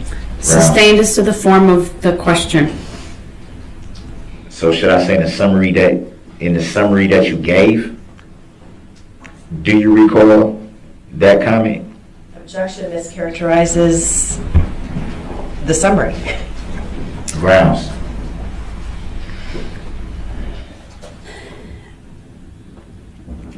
Sustained as to the form of the question, please rephrase. In the summary that was given by the officer that you gave the report to, do you recall that statement? I'm sorry. I am going to object. The witness has answered the question. Again, I would just indicate for the record that I believe what Mr. Brooks is looking at is a different officer's report that summarizes the statement that that officer received from Detective Hallmark. With that understanding that that's what it is, I would ask Mr. Brooks to maybe ask his next question with keeping that in mind.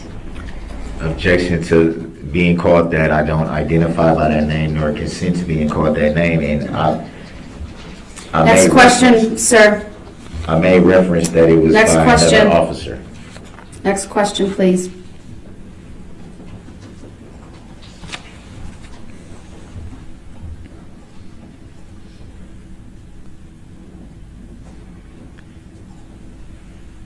You made reference to your son being attended to by two men. Would that be fair to say? Yes, sir. At the time of the incident, did you know who those two men were? No, sir.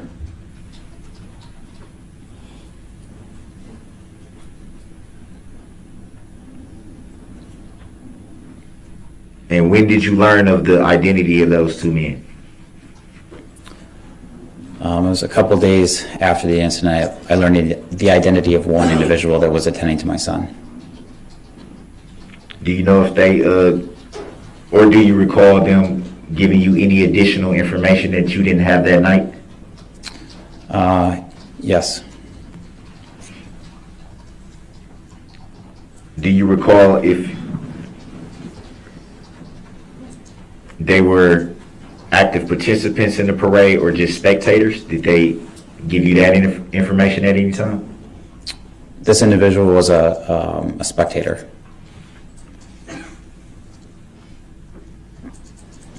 To your recollection, did the spectator tell you where they were positioned at when they attended to your son?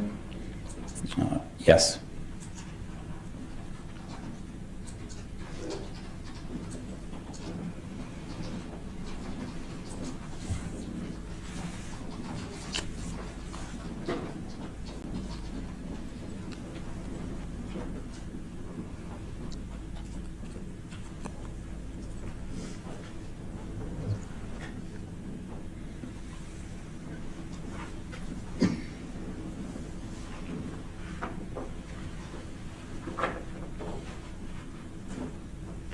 And who is Charles?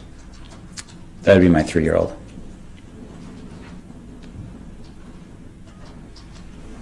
And Benjamin? That'd be my 7-year-old.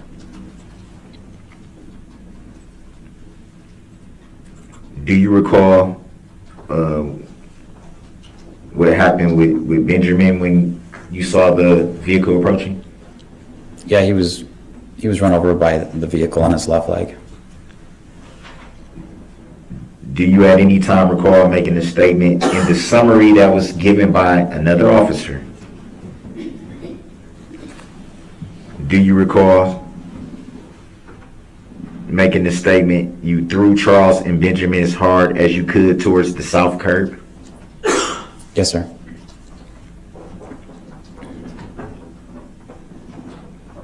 If you already stated that you threw your 3-year-old, which you just said was Charles, and you also just acknowledged that you threw Benjamin.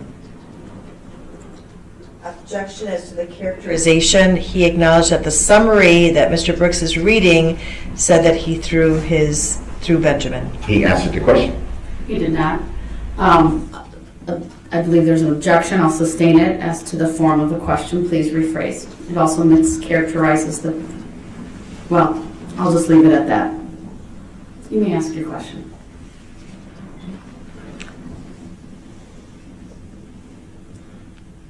So did you throw Benjamin as hard as you could to the south curb, or did you see Benjamin struck by the vehicle?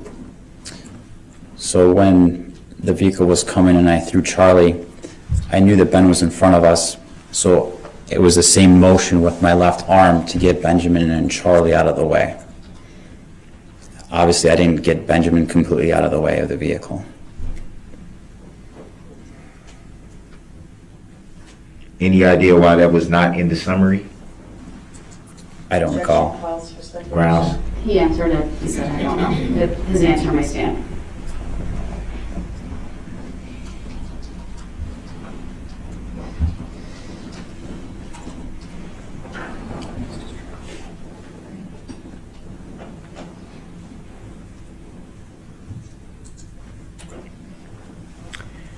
Besides your children, the other people that you observed injured, did you immediately receive information what those injuries were at that time?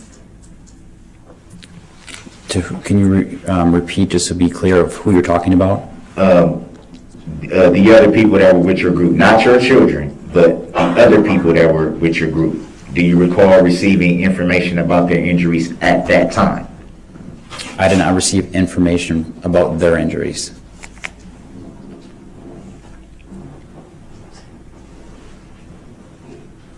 So it would be fair to say you knew that they were hurt, but you didn't know the severity of it. Exactly. Is that a yes? Yes, sir.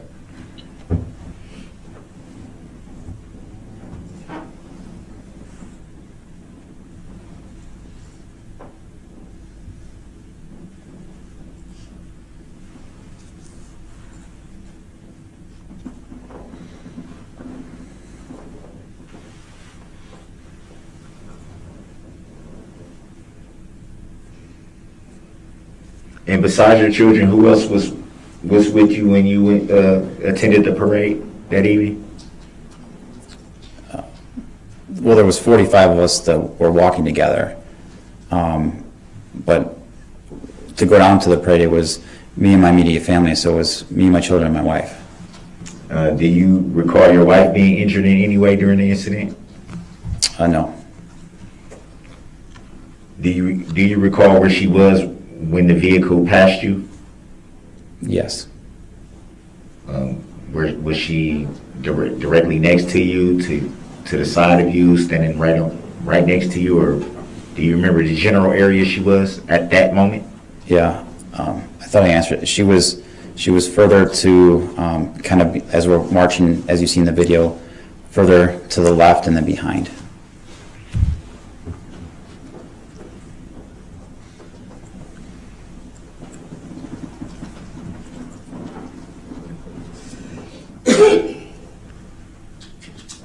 And she didn't report any injuries of any kind. She was, I believe she was 6 months pregnant at the time. So she went and got checked up just to make sure she wasn't injured, and no, she wasn't injured at all.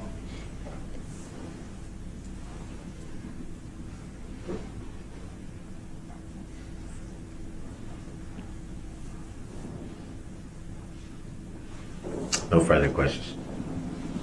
Any redirect? Real brief. Sir, the identifications that you made in the exhibits that were shown to you on direct examination, are you 100% confident in those identifications? Objection, ma'am. hearsay. Sorry. Overruled. You may answer. Yes, ma'am. What is that based on? My recollection of the incident. Thank you. Nothing further. All right, thank you, sir. You may step down.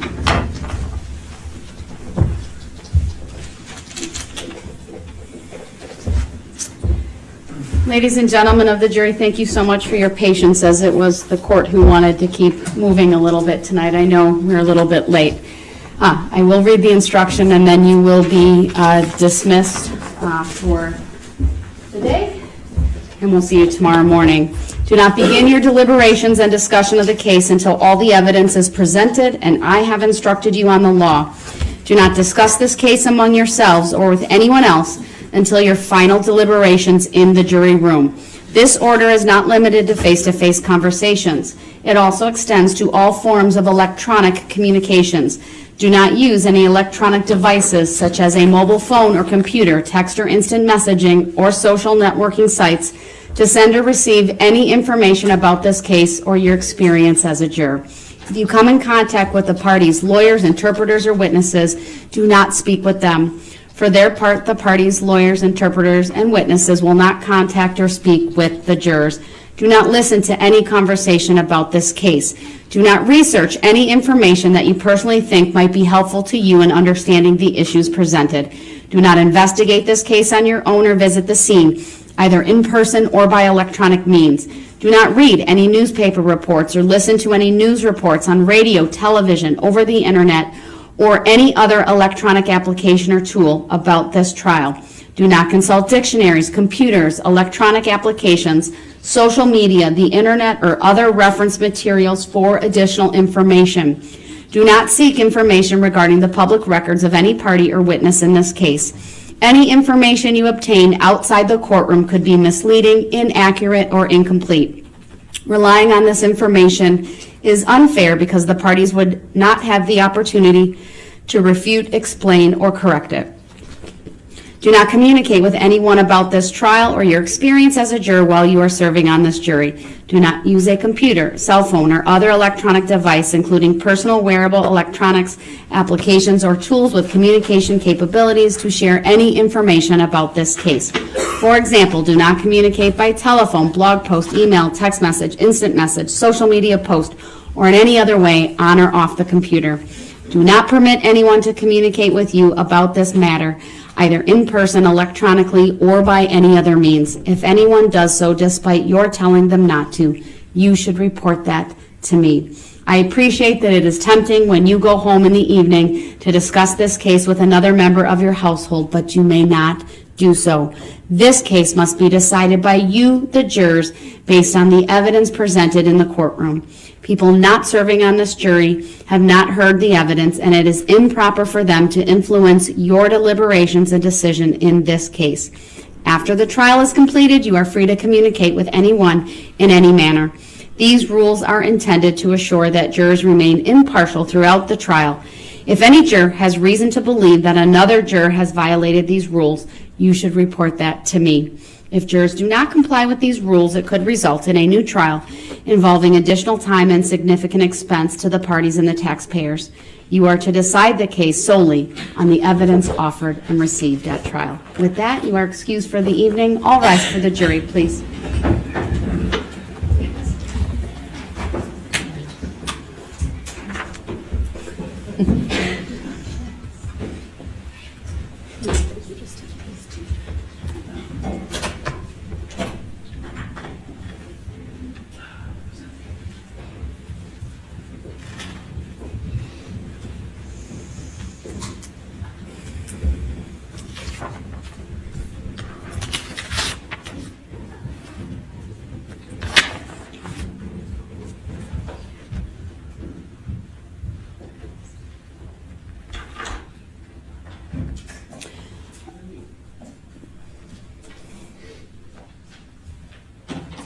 I just have a couple of housekeeping matters. Please be seated.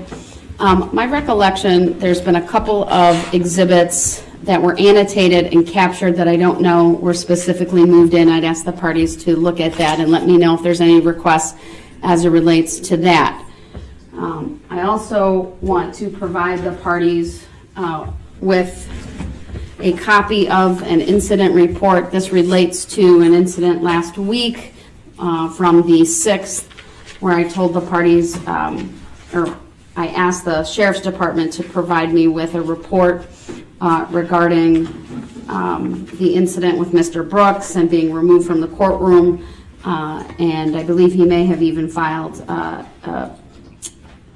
like a use of force form or something like that, but I wanted to have it notated or noted in the record, and so that incident report has been filed with me. I have a redacted report so that the Sheriff's Department is in compliance with that. The parties are getting an unredacted report.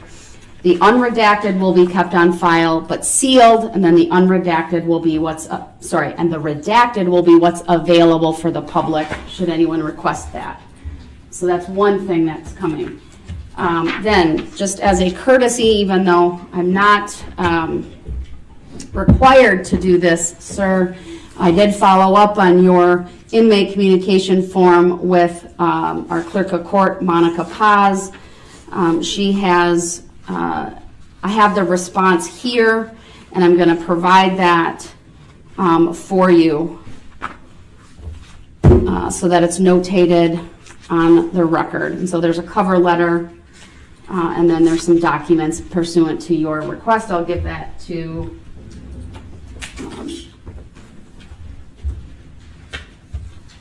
and then along with, on the back, will be that incident report. So that's being provided as well. And then the state, you'll get a copy of that incident report. I don't know if you want a copy of what Mr. Brooks was requesting, but at least that inmate communication form has been filed into the case. I believe it's documents the state could simply pull off of the electronic filing system in any event. And then lastly, I had marked, this is the exhibit 6 that I previously had ordered struck. I just wanted to make a record that it's marked, it's in this envelope, it will be kept with the file for any potential use later on. I just hadn't made a record of that, so that's there as well. That does cover all of my housekeeping issues with that. Given the state's request or Attorney Opper's request to start late tomorrow, and frankly, given the late night tonight, we will start tomorrow at 9 a.m. Was that enough time for you? Yes. I was actually going to withdraw my request because we have another jam tomorrow in that we have a witness that we have to guarantee to get out of here by noon. So my request is perhaps, if the court's willing, we could start at 8:30 with the preliminary matters. We could still have the jury come in at 9, but if there's any preliminary matters, we could start with Attorney I need to let Basie. them know. I told them 9:15 in my note that I gave to Mike, so I don't know if we can still get a hold of him. We probably can. Okay. So if maybe one of someone's going to need to tell them quickly. So I need to stay here so I won't step off. So we can keep going. But so 9 o'clock it is. Okay. You want to start, how about we do 8:45? Have the jury here at 8:45? No, parties here at 8:45. Parties here at 8:45 without jury me. by 9. Attorney Basie and Attorney Witch will be here at 8:45. I'll be here at 9. All right. Okay, thank you. All right. All right. Then, just Mr. Brooks, those things were provided to you? I set the value, return for value these filings, and just very briefly so we can get out of here.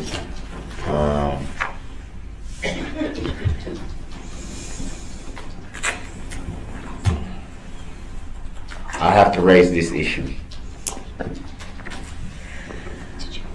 What issue, Mr. My Brooks? understanding, how can someone who's not an injured party testify on behalf of somebody who is an injured party? Mr. Brooks, and it still be I'm charged? not addressing this. It is a frivolous argument. You have a misunderstanding of the law. We are in recess. I am leaving the bench. Thank you, Okay. everyone. We're in recess. So that's a tacit agreement. We're not.